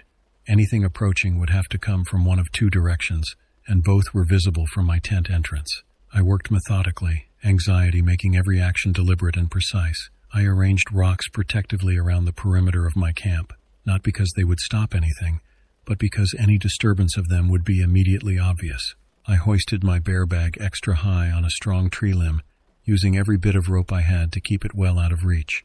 As I worked, the sun disappeared behind the western rim, and shadows flooded the ravine with startling speed. The temperature dropped precipitously, and within minutes I was shivering despite my jacket. My breath formed thick clouds that hung in the still air. I ate quickly, forcing down food I didn't want, then retreated into my tent. Darkness descended fast, complete and absolute. There was no moon, and the stars, though bright, provided almost no illumination down in the ravine. I lay in my sleeping bag, fully dressed, knife within easy reach, listening. The night sounds of the canyon were minimal. Occasional gusts of wind would moan through distant rock formations, creating sounds that were almost musical, almost like voices. I told myself it was just wind, just the natural acoustics of the landscape. But my body remained tense, every muscle coiled, ready to react. Sleep seemed impossible. I lay awake, my eyes wide in the darkness, listening to the faint hiss of wind through dry scrub. My body was exhausted from the day's hiking, yet I was hyper-alert, waiting, listening. I checked my watch every few minutes, watching the glowing numbers advance with agonizing slowness. 11:47 p.m., 12:03 a.m., 12:19 a.m. At exactly 12:40 a.m., footsteps crunched through the gravel nearby. I froze completely, even stopping my breathing. The steps were slow, deliberate, human steps, not the padding of animal paws or the scuttle of smaller creatures, but the unmistakable sound of boots on gravel. Each step was distinct, measured, approaching from the eastern end of the ravine. I lay perfectly still, gripping my knife so hard my knuckles throbbed.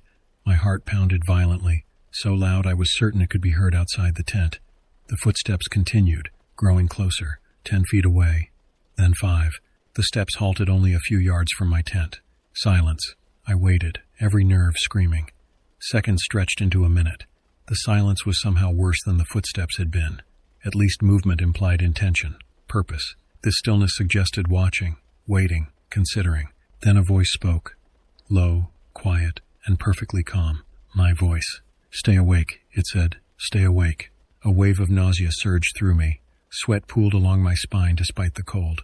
The voice was mine, not similar to mine, not an imitation, but exactly mine. The same cadence, the same slight rasp I had from years of smoking in my 20s, the same way I dropped the ends of words slightly, but I hadn't spoken. My jaw was clenched tight, my throat closed with fear. The voice repeated, with the exact same inflection, Stay awake, stay awake. I fought the urge to open the tent, to see what stood outside. Some deep, primal part of my brain understood that seeing what spoke with my voice would break something fundamental in my mind. There are some things human consciousness isn't meant to process, some violations of reality that cause permanent damage. Instead, I fumbled in the dark for my journal, forcing my shaking fingers to grip a pen. Eyes wide, staring at nothing in the absolute darkness of the tent, I scribbled blindly onto the paper. The pen caught and skipped on the page, but I kept writing, repeating the only words I could think of. It's not me, it's not me, it's not me, it's not me. I filled an entire page, then another, the words becoming less legible as my hand cramped and trembled. The act of writing anchored me somehow, gave me something to focus on besides the voice and the presence just outside my tent. The voice didn't speak again. The footsteps moved no closer, nor did they retreat. They simply lingered, motionless, just beyond the canvas of my shelter. I could sense the presence there, patient and unwavering, waiting for something. Hours passed. I kept writing, filling page after page with the same phrase, slight variations, anything to keep my mind occupied and away from the edge of panic. It's not me, not me, can't be me, I'm here. It's not me. My watch read 3:15 a.m. when the presence finally withdrew. I didn't hear footsteps retreating. The departure was more felt than heard, a sudden absence of pressure, a lifting of weight I hadn't fully realized was there. The air felt different, less charged, less aware, but I didn't relax.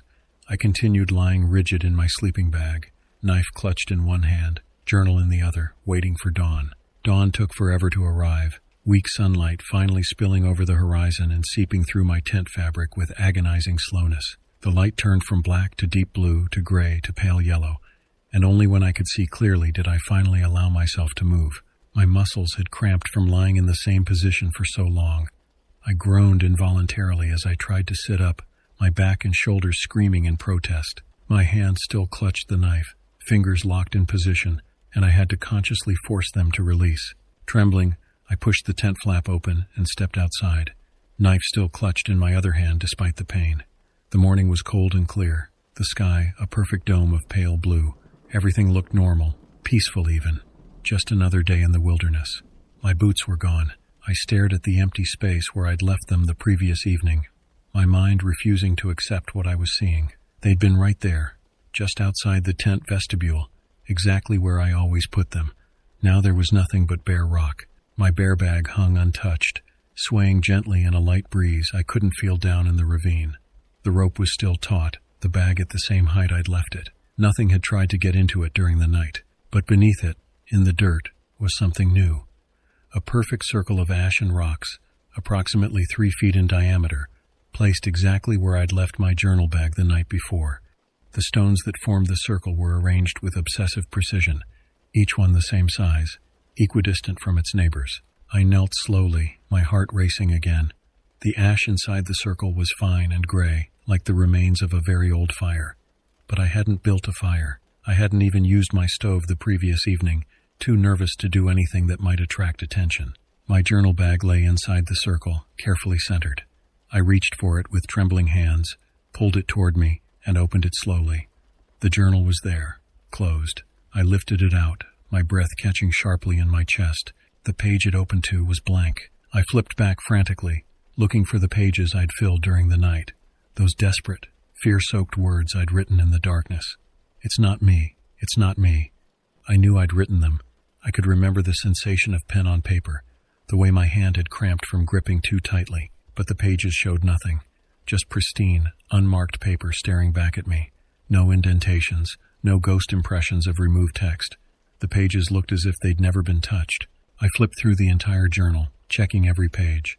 My previous entries were there, notes about the trail, observations about the landscape, the brief entry from the first night, but nothing from last night. Hours of writing, erased or removed or never existed at all. I sat frozen, breathing shallowly, staring at the empty pages. My mind spun through possibilities, each more disturbing than the last. Had I hallucinated the entire episode? Was the isolation affecting me more severely than I'd realized? But no, the boots were gone. The circle of stones and ash was real. These were physical changes to my environment, not products of imagination. Around me, the canyon walls pressed in silently, offering no explanations or comfort. The morning sun touched the highest peaks, but down here in the ravine, shadows still dominated. I felt exposed despite the enclosing walls, vulnerable in a way that transcended physical danger. Whatever watched me, whatever had spoken with my voice and rearranged my camp and stolen my boots, it wasn't done yet. And I knew, deep in my bones, that the canyon wouldn't let me leave easily.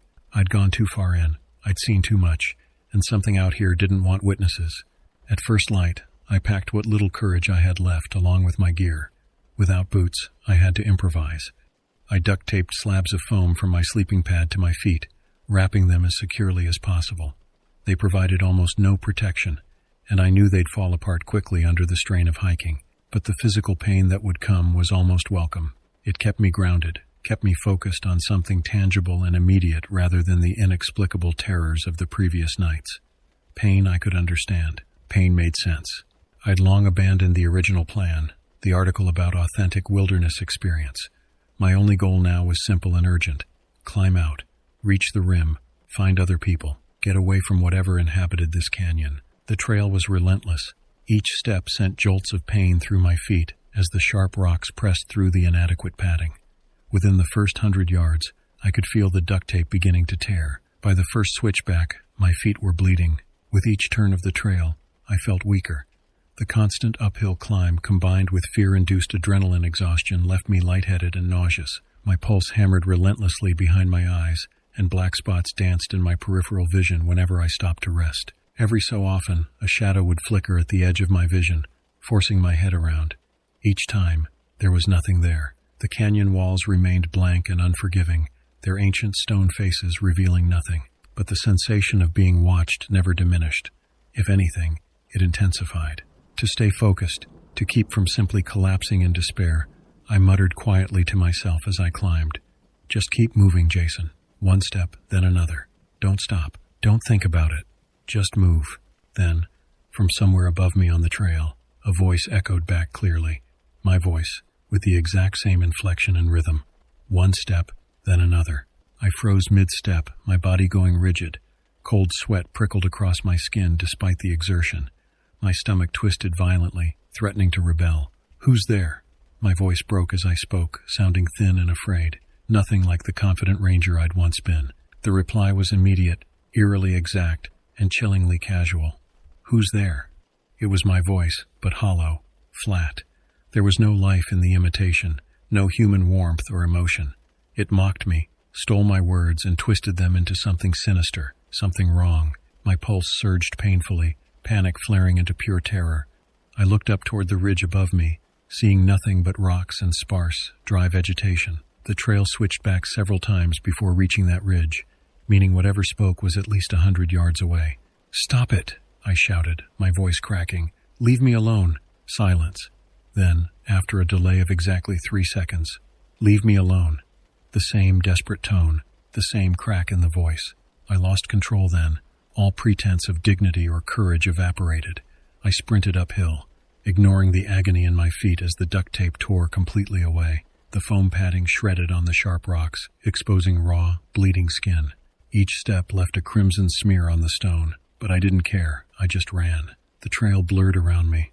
I stumbled and fell, my hands catching my weight on jagged rock that tore open my palms. I scrambled up and ran again, gasping, sobbing, any semblance of rational thought gone.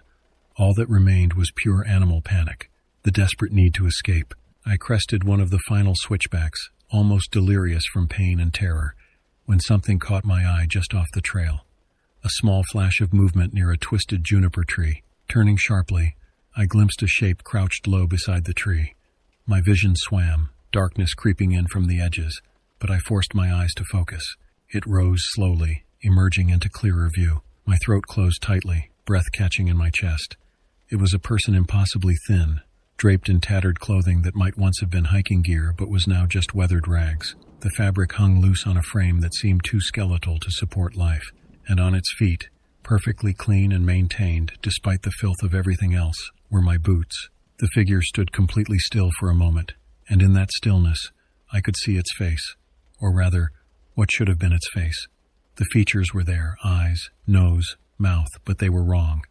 The proportions were slightly off, the placement not quite human, like something that had learned what faces should look like from descriptions but had never actually seen one. It tilted its head slowly, precisely mirroring the angle of my own head, which I realized had tilted in unconscious horror. I opened my mouth to scream, but nothing came out. My voice had abandoned me completely. The figure took a single step forward, leaning slightly toward me, and I could see its eyes now dark and reflective, and completely empty of anything I recognized as consciousness. No words, no sounds, just an unbearable silence as its head tilted further, studying me with inhuman patience. Instinct took over where conscious thought had failed. I ran blindly, no longer following the trail but simply moving upward, using my hands to climb when the slope became too steep. I crawled on all fours at times, desperate and mindless, operating on nothing but the overwhelming imperative to reach the rim. Gravel cut deeply into my palms and knees. My makeshift shoes had shredded completely, leaving my feet raw and numb. I couldn't feel the individual injuries anymore. It had all merged into one continuous agony that existed somewhere distant from my conscious awareness. Blood mixed with dirt on my hands, making everything slippery. I fell repeatedly, my chin cracking against rock, my shoulders bruising from impact. But each time I fell, I got up and continued climbing. Stopping meant staying, and staying meant. I didn't know what it meant, but every cell in my body understood it would be worse than death. The final 100 yards stretched forever. The trail became less distinct here, overgrown in places, completely eroded in others. I followed it more by instinct than sight, my vision tunneling down to just the next handhold, the next place to put my foot. My lungs burned. Each breath felt like inhaling ground glass. My heart hammered so hard I could feel it in my teeth, in my fingertips, in every part of my body. I was aware, distantly, that I was probably doing permanent damage to myself, that this level of exertion and injury would have long-term consequences. I didn't care. All that mattered was reaching the top, reaching people, reaching safety. When I finally crested the rim, pulling myself over the final rocky ledge onto level ground, I fell to my knees and couldn't get up. My chest heaved, each breath a desperate gasp that never seemed to bring enough oxygen. My vision spun violently, the sky and ground switching places in nauseating arcs. I pressed my forehead against the dirt, trying to anchor myself, trying to convince my body that we'd made it. We were safe. We could stop running now. My hands left bloody prints in the dust. Everything felt distant, underwater, unreal. Slowly, through the ringing in my ears and the pounding of my pulse, a shape came into focus. A vehicle, green, with an official-looking emblem on the side. A green SUV, the unmistakable insignia of the National Park Service. A ranger stood leaning calmly against it, watching me carefully. He was older, maybe in his 50s, with the weathered face of someone who'd spent decades in the sun. He took slow steps toward me, his movements steady, cautious, the way you'd approach an injured animal. "Easy now," he said quietly, his voice deliberately calm and measured. "You're all right. You're safe now." I tried to speak, but my throat was painfully dry, lips cracked and bleeding. I swallowed, the action excruciating, and tried again.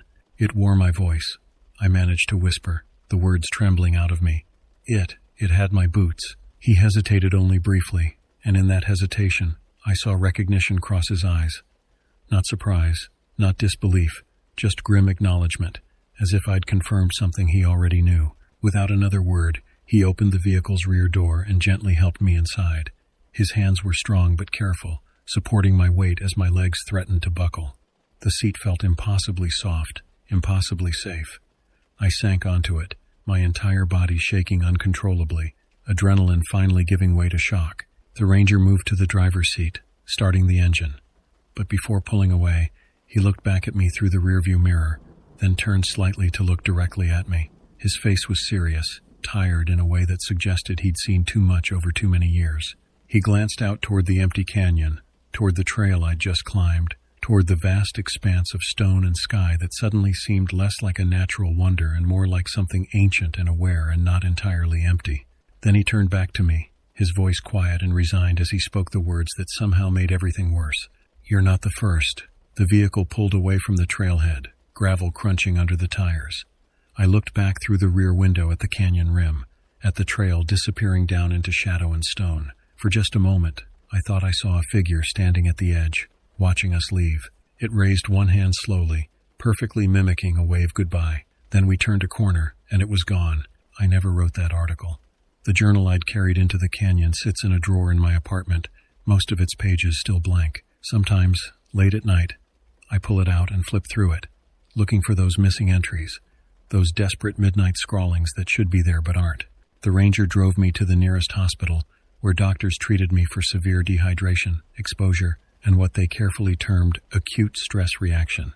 They cataloged my injuries with clinical precision, multiple lacerations on both feet, extensive bruising, mild hypothermia. Nothing that wouldn't heal with time, but there are injuries that don't show up on medical charts, violations of understanding that no amount of time can fully repair. The ranger visited me once before I left. He sat beside my hospital bed and told me things I'm still not sure I believe, even having experienced what I experienced. He said the canyon has always had quiet places, areas where the normal rules seem to bend. He said rangers have learned which trails to avoid recommending to solo hikers, which campsites to steer people away from. He said I was lucky some people who encounter what I encountered don't make it out. When I asked him what it was, what I'd seen and heard, he shook his head. "We don't know," he said. "We just know it's there. Has been for as long as anyone can remember, probably longer." Before he left, he looked at me seriously and said, "Don't go back. Whatever you think you need to prove, whatever you think you need to understand, it's not worth it. The canyon keeps what it wants to keep. You got out. Consider that a gift." I never did retrieve my boots. According to the official report, they were lost during the descent, which is technically true even if it misses the essential horror of what actually happened. Sometimes I wonder if they're still down there, still on those feet that weren't quite feet, part of something that mimics and watches and waits. I don't write about wilderness solitude anymore. These days, I write about other things, city life, human connection, the importance of community. I live in Phoenix now, where the lights never go out and you're never truly alone. At night, I keep my windows closed even in summer, because sometimes, carried on the wind from the north where the canyon sits, vast and empty, I think I hear a voice, my voice, calling softly, patiently, as if waiting for me to answer, as if waiting for me to return. I never will. God help me, I never will.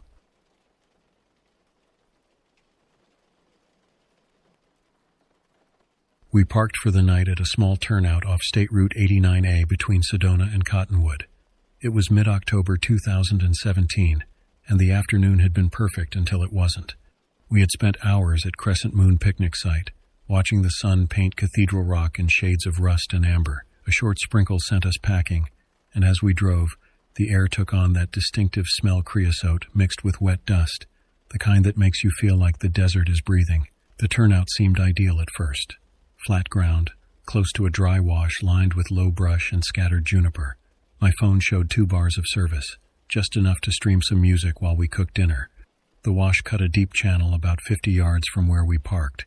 Its banks eroded into smooth curves that suggested water rushed through here when the monsoons came.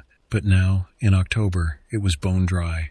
About 200 feet away sat an older blue Sprinter van, its paint faded and dusty from road miles. The man inside looked to be in his 60s, with gray stubble and a weathered face visible through his window. He glanced our way once when we pulled in, but he didn't wave. He didn't nod. He simply turned his attention back to whatever he was doing.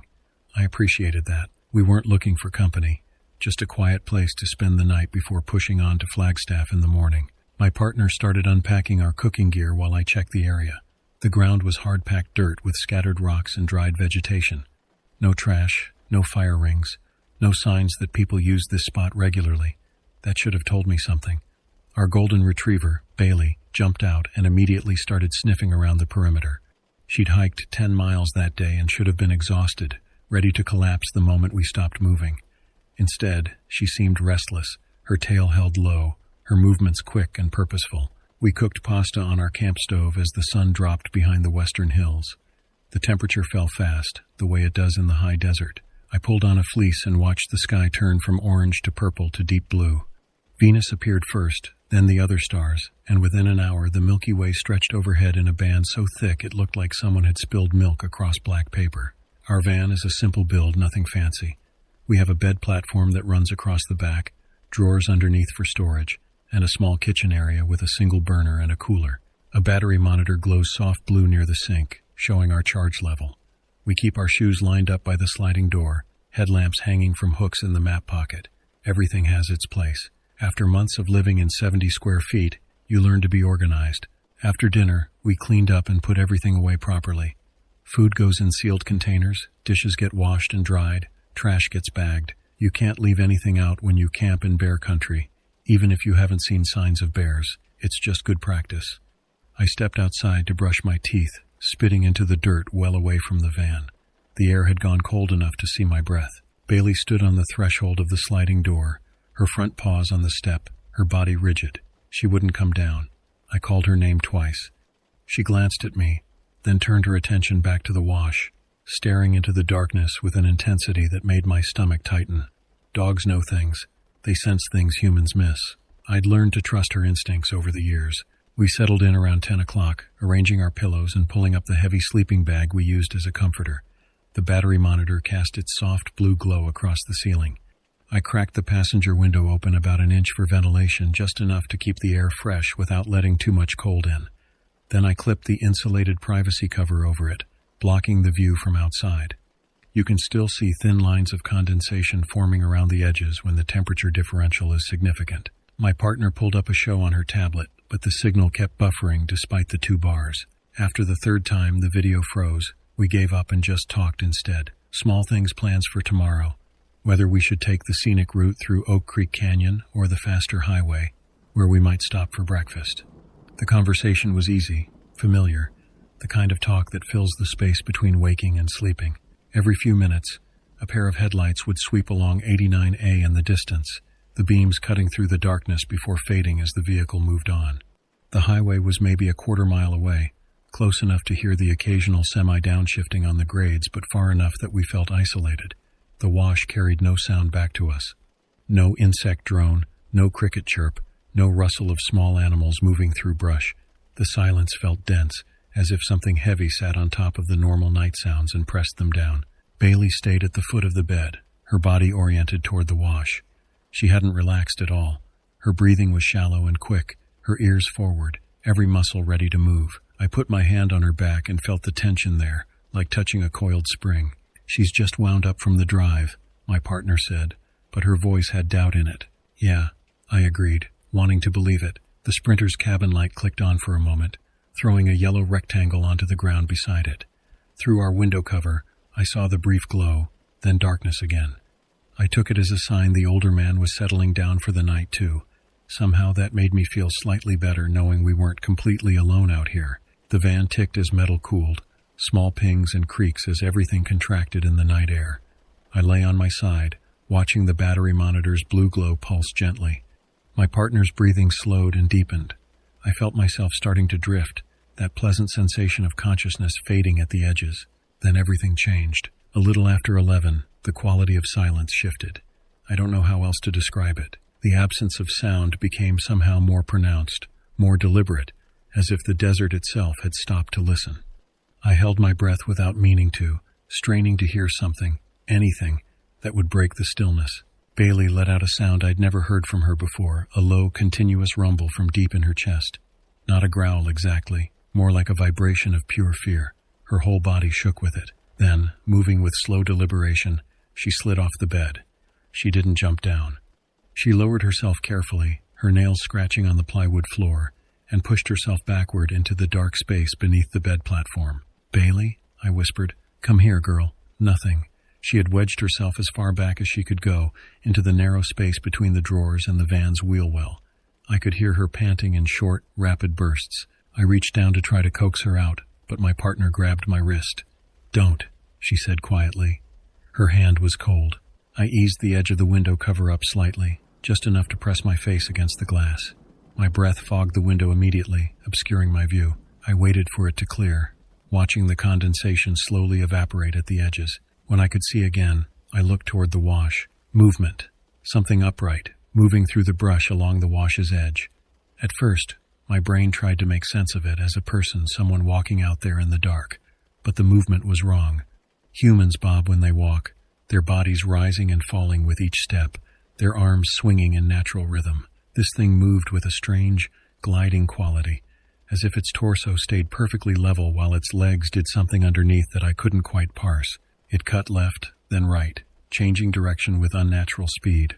No gradual turn, no shifting of weight, just instant changes in trajectory. When it leaned forward, the elbows hung low, too low, and at angles that made my eyes hurt to track.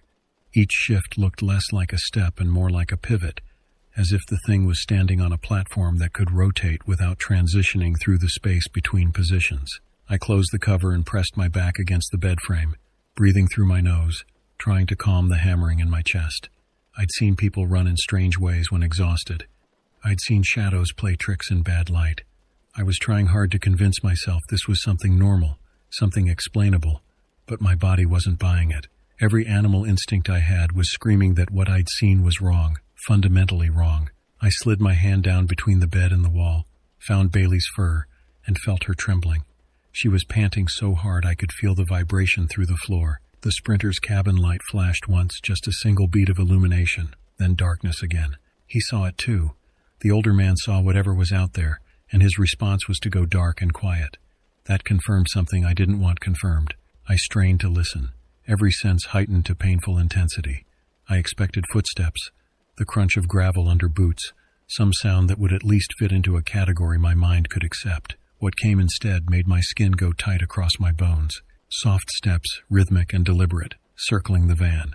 Not the sharp sound of boots or shoes on gravel, but something muffled, like weight pressed into thick padding. Step, step, step. Each one carefully placed, each one the same pressure, the same duration. It moved clockwise around us, starting from the rear driver's side. I counted the steps, 16 to complete the circle. Then it started again. Same pattern, same rhythm, but slower this time. My partner had gone completely still beside me, her hand finding mine under the sleeping bag, gripping hard enough to hurt. The steps stopped at the passenger side, directly adjacent to where I lay. Through the thin metal wall of the van, I could feel a presence, something standing close enough that only 2 inches of aluminum and insulation separated us. The temperature inside the van seemed to drop. I could see my breath now, small clouds forming with each exhale. I moved my eyes toward the edge of the window cover without turning my head. The condensation on the glass had increased, water droplets running down in small rivulets. As I watched, a handprint formed on the exterior surface. 5 fingers, too long, too thin, pressed against the glass from outside. The palm was narrow, and the fingers were spread wide, as if testing the surface. The print was positioned high, higher than I could comfortably reach from outside. I'm 6 feet tall, and this print was at a level with my line of sight while lying down, which meant it was at least 6.5 feet off the ground. The handprint slid downward an inch, leaving a smeared trail. Whatever made it was adjusting its position, shifting its weight. I wanted to look away, but couldn't. The print seemed to glow faintly in the darkness, as if the substance on those fingers held some kind of phosphorescence. I finally turned my head, breaking the spell. And in that moment of movement, I heard something else. A soft, wet sound, like meat sliding against metal. It was coming from the back of the van. The rear doors, our double doors that opened outward, were flexing inward, just slightly, just enough to make the thin inner panel bow by a fraction of an inch. But it wasn't a pull or a yank. It was steady pressure, sustained and patient, as if something was leaning against them and testing their strength. The bed frame transmitted every tiny movement directly to my body. I could feel the metal flexing, could feel the bolts that held the frame to the van's floor taking strain. My heels pressed into the mattress involuntarily, as if I could somehow push back against whatever was on the other side of those doors. My partner's whisper cut through the fear. Keys, cup holder. My brain snapped into a different mode. Not thinking, just acting. I slid forward carefully, trying not to make noise, and reached for the cup holder mounted between the front seats. My hand closed around the keys. The metal was ice cold against my palm. "Shoes by the door," she added, her voice perfectly controlled but thin, like wire pulled taut. I had a clear view of the van's interior from where I lay. The sliding door on the driver's side. Our shoes lined up neatly below it. The headlamp hanging from its hook. Everything normal, everything in place, except for the pressure on the rear doors that wouldn't stop. I moved forward on my stomach, pulling myself with my elbows, and eased into the driver's seat. The motion seemed to take forever, every second stretching out. I put the key in the ignition. My hand was shaking so badly I had trouble getting it into the slot. Behind me, Bailey whimpered a sound of pure distress. I turned the key.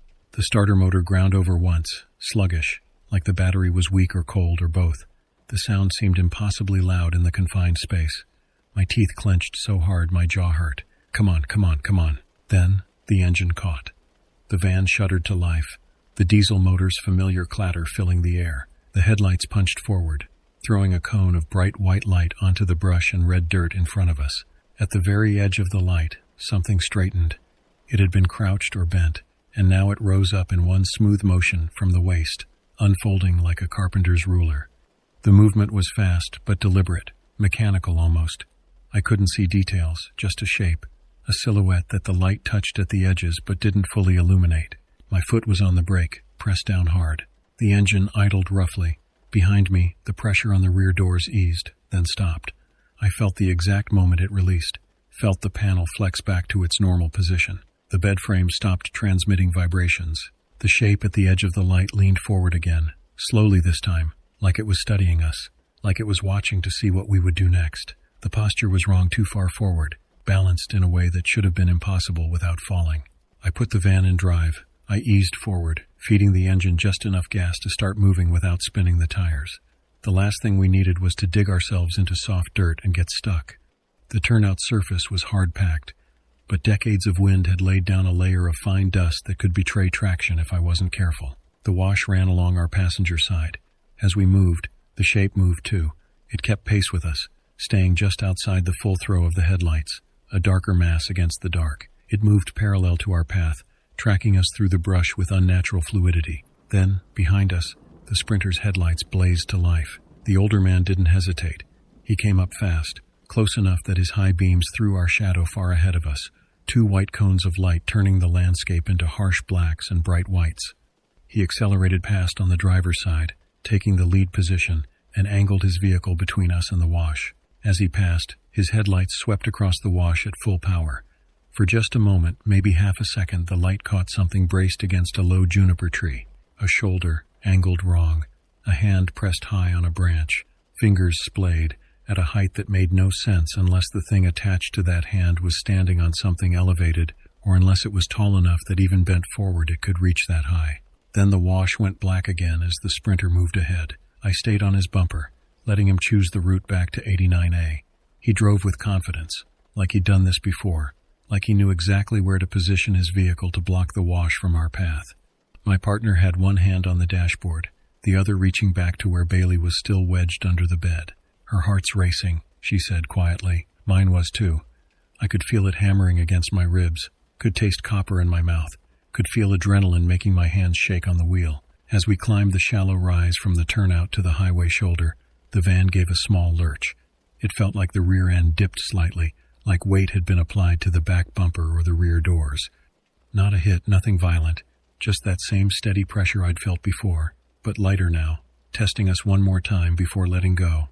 Then nothing. The wash dropped away below us, and the smooth asphalt of 89A took over. The Sprinter signaled right and merged onto the highway. I followed, keeping close, and we accelerated together toward Cottonwood. The speedometer climbed. 45, 50, 55. The speed limit here was 60, and we held just under it. I checked the mirrors compulsively, unable to stop myself. The darkness behind us looked complete, undifferentiated. Just brush and night and the red glow of our taillights painting everything in shades of crimson. No movement, no shapes, nothing following. But I kept checking anyway. We didn't speak for the first few miles. The white dotted line on the highway became something to focus on, a point of normalcy that I could track with my eyes while my brain tried to process what had happened. The rock walls that make this stretch of highway so beautiful during the day were invisible now, black masses against a black sky. The Sprinter stayed in front, steady and deliberate. The older man never wavered, never slowed, except when the highway curved. He drove exactly the way someone would drive if their only goal was to get two vehicles to safety as quickly and efficiently as possible. When the white and blue chevron canopy appeared in the distance, I felt something release in my chest. Light, civilization, people.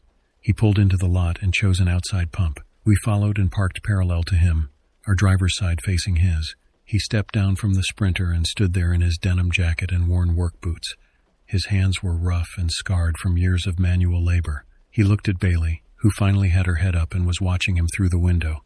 He gave her a single nod, acknowledging something. He didn't ask if we were okay. He didn't start with pleasantries or small talk. He walked to the back of his Sprinter and pointed at the rear door without saying a word. I got out and walked over, my legs unsteady. There was a smear on his door at shoulder height, oily, dark, catching the overhead fluorescent lights in a way that made my stomach turn.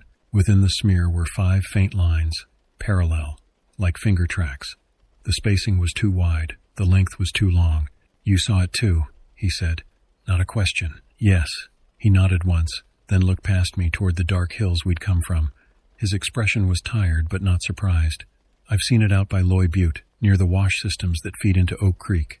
It uses them like roads." He paused, making sure I was listening. "Don't camp in the washes. They like the cover." His voice was matter-of-fact, the way someone talks about rattlesnakes or flash floods, a known danger that you simply avoid if you have any sense. I told him about Bailey hiding under the bed. I told him about the handprint and the smell. He absorbed each detail with small nods, his face unchanging. These weren't new pieces of information to him. They were confirmations of a pattern he already knew. "Good dog," he said, looking at Bailey through my window. That was the only praise he offered, but somehow it felt significant. We thanked him. I wanted to ask his name, wanted to offer mine, wanted some kind of normal human exchange after what we'd been through, but he didn't seem interested in that. He climbed back into his Sprinter without another word and drove off without fueling, his taillights disappearing toward Cottonwood. The parking lot went flat and quiet again. Just us, the fluorescent lights, and the distant sound of traffic on 89A. We didn't get back on 89A right away. We sat in the gas station parking lot for 20 minutes, doors locked, engine running, while we tried to figure out what to do. Neither of us wanted to go back to that turnout. Neither of us wanted to find another random spot in the dark. We needed people. We needed lights. We needed normal. Dead Horse Ranch State Park was only a few miles away. I remembered seeing signs for it earlier. It had designated campsites, bathrooms with lights, a pay station, posted rules, all the trappings of managed, official camping. We drove there through Cottonwood's empty streets, past closed shops and dark houses. The entrance was obvious even at night, marked with a large wooden sign. We found a site near the front, close to the bathroom facilities. I backed in carefully, making sure the van was level and positioned so the sliding door faced away from the darkness. The bathroom security light threw a wide circle of illumination that just reached our front bumper. As soon as I shut off the engine, Bailey jumped onto the bed and collapsed so completely it was like someone had cut her strings. Her paws twitched as she slept, processing whatever dogs process. I sat there with my hand on her back, counting her breaths, feeling the steady rise and fall of her ribcage. The van cooled slowly. My heartbeat eased back toward normal. My partner made tea on the camp stove, and we drank it without talking much. Outside, the Verde River murmured in the distance, a sound so normal and peaceful it almost felt like mockery. In the morning, after coffee and some semblance of normal routine, I cleaned the passenger window. The handprint was still there, faint but visible, an oily residue that didn't want to come off with just water. I used glass cleaner, and it cut through most of it in a few passes, but not all. I had to scrub. The smell that came off the glass made me step back, metallic, sharp, like hot copper and something else I couldn't identify. It hung in the air around the seat and the door pocket. I wiped everything down twice, then left the doors open for 20 minutes to let fresh air circulate. The breeze from the river helped. By the time we rolled out to find breakfast, the smell had thinned to almost nothing. Almost. We didn't roadside camp near Sedona again. Not near any wash. Not in that whole region. When we tell people this story, and we do tell it, sometimes, when the conversation goes that direction, we keep it short. We don't embellish. The details are real enough without adding drama. The place exists. You can find that turnout on 89A if you look for it. The wash is there. Our dog hid. The door flexed. An older man in a blue Sprinter helped us without asking questions. That's what happened. If someone doesn't believe it, I don't try to convince them. I don't argue. I don't get defensive. I just shrug and change the subject. But I'll say this, and I mean every word. If your dog won't settle, and a wash sits beside your camp like an open pathway, move. Don't analyze it. Don't wait to see if you're being paranoid. Just pack up and move. If the night goes quiet, really quiet, the kind of quiet that feels wrong, move. And if you see a handprint high on your window, positioned where no normal person could reach, with that coin-hot metallic smell, do not wait to see what made it. Do not investigate. Do not convince yourself there's a rational explanation. Start your engine and get back to the road. Some things in the desert are older than roads, older than towns, older than any map or guidebook. They know the washes. They know the dark places between lights. They've been here longer than we have, and they'll be here long after we're gone. Respect that, and stay out of the washes.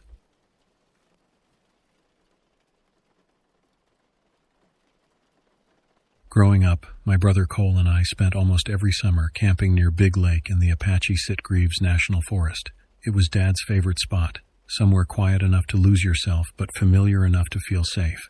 Even now, years after Dad had passed, I could still recall the faint scent of pine and trout, the feeling of cold lake water on sunburned skin, and nights spent counting stars under the vast Arizona sky. The memories were precious, untouched by the darkness that would later consume them. But things change. Life has a way of twisting even the good memories into something else, something unrecognizable. Cole's recent divorce had turned him bitter, restless, and desperate for something familiar. The legal battles had drained him financially and emotionally, leaving him hollow-eyed and withdrawn. It's time we went back, Cole insisted one cold November morning, showing up at my apartment before dawn. Clear our heads, like the old days. His hands shook slightly as he spoke.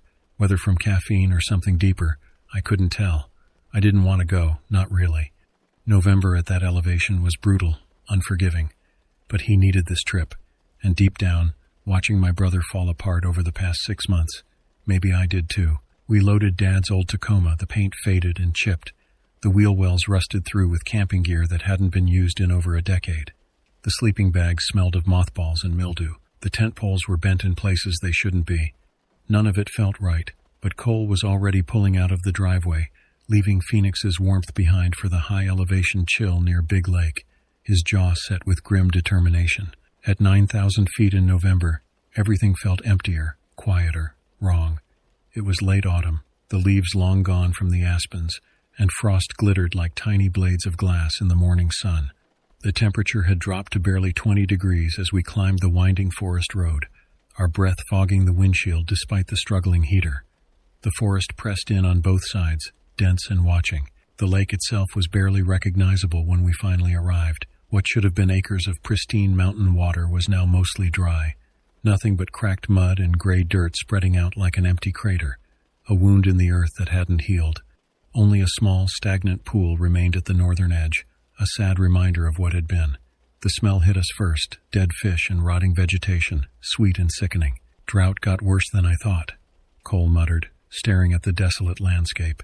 His disappointment was visible, the fantasy he'd built up in his mind crumbling against reality. Cole parked above the lake bed on a rough dirt trail that probably hadn't seen vehicle traffic in months. Deep ruts threatened to bottom out the truck's suspension. We set up camp beneath a cluster of tall aspens that rattled dryly in the wind, their white bark peeling in long strips, exposing dark wood underneath that looked almost like claw marks.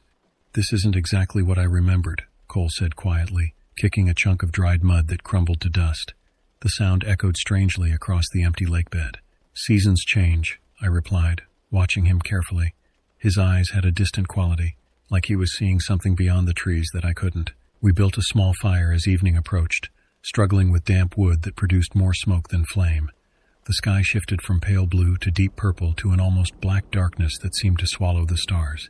It was brutally cold once the sun dropped behind the ridge, and our breath turned to fog between us, hanging in the still air long after we'd exhaled. The crackling fire did little to ease the bitter chill that settled into my bones, making my joints ache. After a quiet meal of canned soup that tasted like metal, we retreated to our tents. I lay awake for hours, listening to the strange sounds of the forest branches breaking with no wind. distant rustling that moved in circles around our camp, and once, what might have been footsteps crunching through frost. When I finally drifted off, my dreams were fragmented and disturbing, filled with images of empty eye sockets and hands reaching up through cracked earth. The next morning, I woke to frost coating the tent flaps, turning the nylon fabric stiff and brittle. My sleeping bag was damp with condensed breath. Cole was already moving around outside, impatiently urging me to hurry up, his voice carrying an edge I didn't recognize. By mid-morning, we started toward the ridge he'd mentioned the night before, each step crunching through half-frozen earth and scattered pine needles that released a sharp, almost medicinal smell when crushed. I fell behind Cole slightly, lost in thought about how different everything looked, when my foot hit something hard, almost twisting my ankle. Pain shot up my leg. I looked down, expecting to see a rock or tree root, but instead saw bleached white bones partially covered by fallen leaves. Deer bones, I thought at first. My stomach tightened as I looked closer.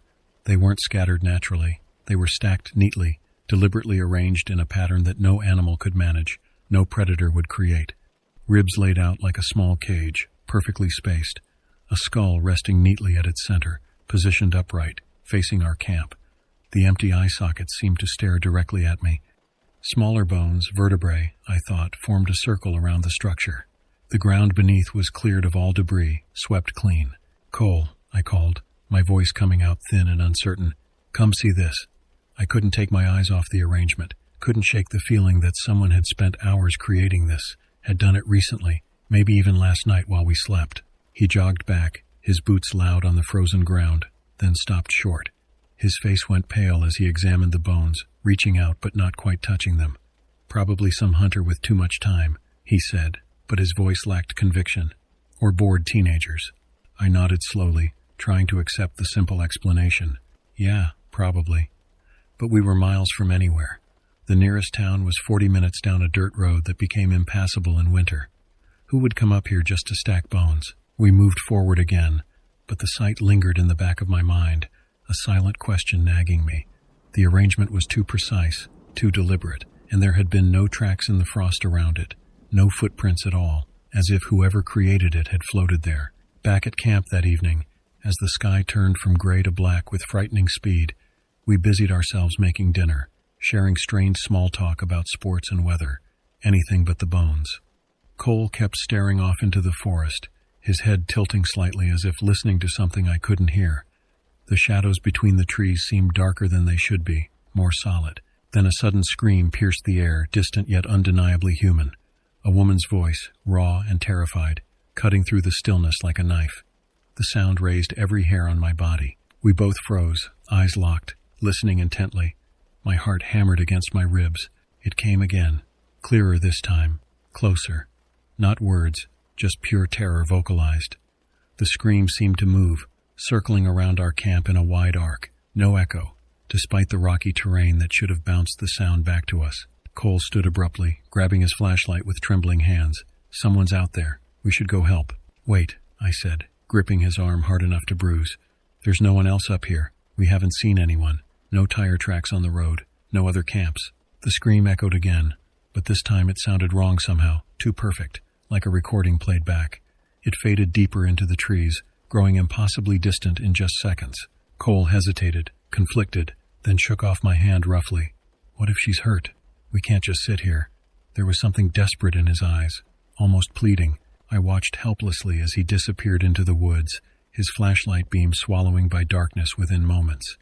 The forest seemed to close behind him like a mouth shutting. I stood alone by the fire, straining to hear his footsteps, but there was nothing, complete silence. Even the wind had stopped. Minutes dragged into an hour. I paced the perimeter of camp, ears straining for any sound, branches breaking, footsteps, Cole's voice. Nothing. The fire crackled and popped, and I jumped at each sound.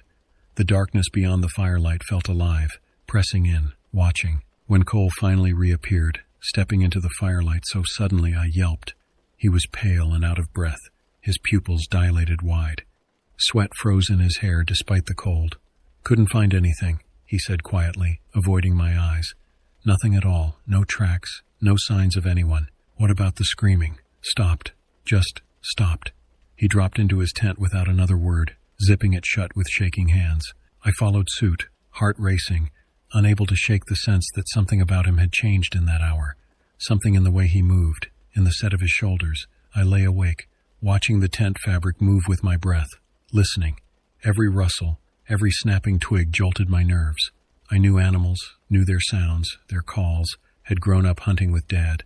Whatever screamed out there wasn't wildlife. It was something else entirely, something mimicking human distress with unnatural perfection. I woke early to the sound of absolute silence, more complete than any I'd experienced before. Not even wind, not even the distant call of ravens. My breath was visible inside the tent, crystallized by the freezing air that had somehow seeped through every gap in the fabric. A creeping dread settled into my bones even before I realized Cole was missing. His sleeping bag lay empty, twisted open, thrown aside violently. The zipper was wide apart as if he'd gotten out quickly, urgently. His boots sat untouched beside the tent flap, frost crusted on the laces. His heavy jacket was still hanging from a low branch, frost clinging to the sleeves, stiff and frozen. "Cole?" I called out softly at first, then louder, my voice cracking. "Cole, where are you?" The only reply was silence, absolute, smothering silence that pressed against my eardrums. Stepping outside barefoot, I winced at the chill biting into my toes, the frost burning like fire. The morning sun barely reached our campsite through the dense tree cover, leaving a gray twilight across the frozen lake bed that stretched out like a lunar landscape. Something wasn't right. Cole wouldn't leave without boots or a coat, not in this weather, not voluntarily. My heart sped up, adrenaline overcoming the cold numbness in my feet. I quickly dressed, pulling on extra layers with shaking hands, and started searching around camp for footprints. Any sign of which direction he'd gone. There were none. Just a thin, undisturbed layer of frost and snow dusting the ground, pristine and unmarked. That didn't make sense. Even a squirrel would leave tracks here. Even a bird landing would disturb the surface. But there was nothing, as if Cole had simply vanished into thin air or floated away. For hours, I circled the campsite in ever-widening loops, calling Cole's name until my throat burned raw and my voice gave out. The more I searched, the more desperate I became, stumbling over roots and rocks I couldn't see clearly. The eerie quiet only heightened the growing anxiety in my chest, making it hard to breathe. By mid-afternoon, I had covered every possible path twice, each sweep ending with no sign of Cole. The forest felt oppressive around me, looming trees casting dark shadows that crept slowly across the ground as the sun moved. I noticed things I hadn't before, more bone arrangements, smaller ones, hidden in the underbrush.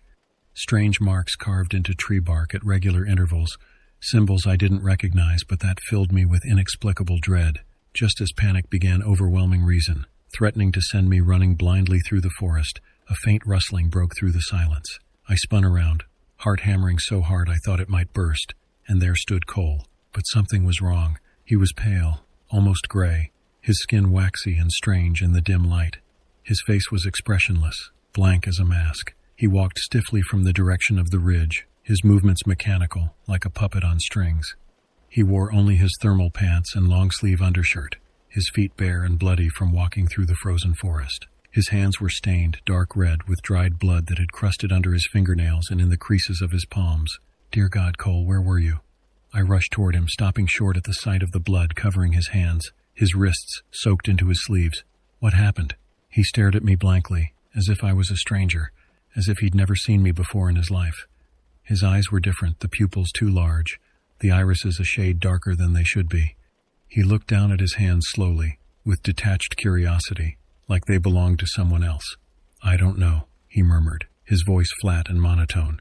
"Are you hurt?" I reached out cautiously, grabbing his wrist to inspect him, feeling for wounds. His skin was ice cold, far colder than exposure alone could explain.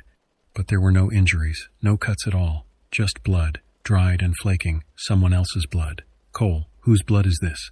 "I don't know." He repeated the words exactly as before, same inflection, like a recording. "Where were you?" His eyes remained unfocused, staring through me rather than at me.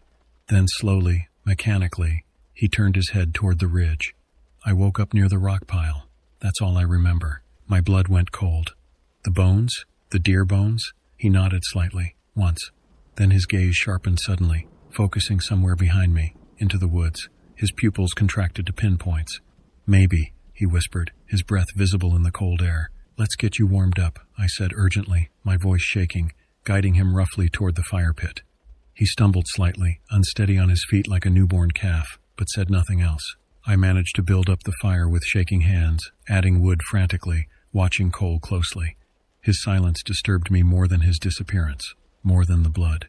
Cole was never quiet. He joked, talked endlessly, tried filling any gap with noise and stories. This Cole felt wrong, felt like something wearing my brother's face.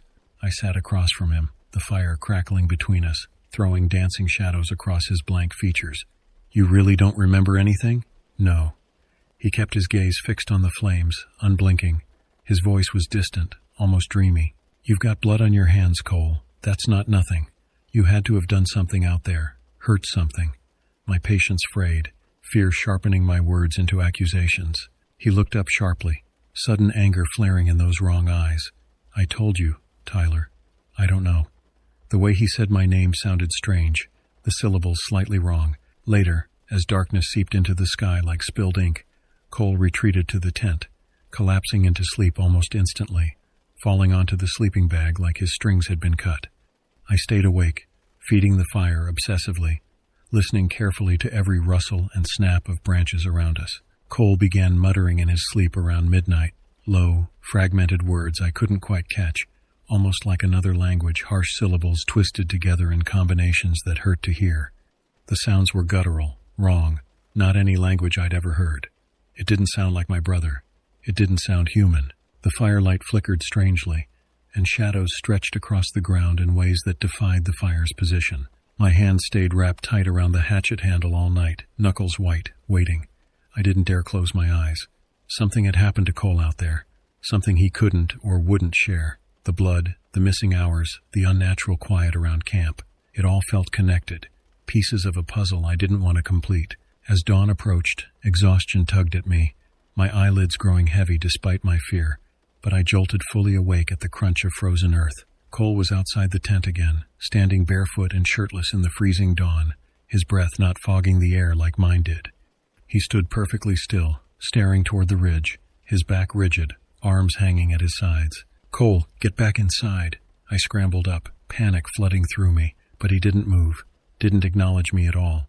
He just stood there, muscles tensed under his skin, eyes fixed on something beyond the trees. I followed his gaze, my breath hitching painfully when I saw it. A dark, hunched figure crouched low on a distant boulder, perfectly still, watching us. It was man-shaped, but wrong somehow, the proportions off, the limbs too long, the way it held itself unnatural. Even from this distance, I could feel its attention, its focus, like physical pressure against my skin. Cole, do you see that? I hissed urgently, fear closing my throat. He didn't reply, didn't even blink.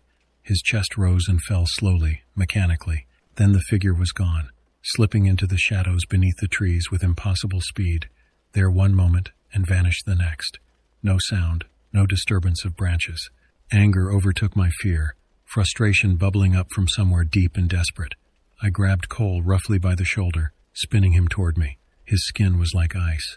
What the hell happened to you out there? He shoved me violently, with strength he shouldn't have had, strength that sent me stumbling back several feet. Don't touch me, he growled. His voice was low and guttural, unrecognizable, coming from somewhere deep in his chest. Panic surged through me, instinct overpowering hesitation. We're leaving. Now. We're getting off this mountain. No, Cole shouted, his voice cracking in panic, in genuine terror. His eyes went wide, pupils dilating. You can't. It watches when you speak of it. What watches? I demanded, grabbing his shoulders hard, shaking him. What are you talking about? He twisted in my grip violently, his eyes wild and terrified, showing whites all around. You don't understand. We disturbed something. The bones, they weren't just bones. They were markers, warnings. I don't care, I shouted back. We're leaving. He shoved me again, harder, and I stumbled backward over the fire ring. My hand found a thick fallen branch, gripping it tightly. Cole lunged toward me again, his hands reaching for my throat, fury and something else, something desperate distorting his features. I swung instinctively. The branch cracked against his knee with a sickening sound, and he dropped instantly, crying out in pain. The sound was human again, blessedly human. My stomach churned, guilt colliding with survival instinct. I'm sorry, Cole. I'm so sorry. My voice broke as I looked at him writhing on the ground, but I couldn't stop. I bound his legs tightly with paracord, then his hands, lifted him into the truck bed with strength I didn't know I had, and threw our gear in haphazardly. His eyes never left me, filled with hatred and something else, something darker I couldn't name and didn't want to understand. I drove fast, too fast for the rutted dirt road, headlights cutting sharply through the trees, desperate to reach civilization before dark.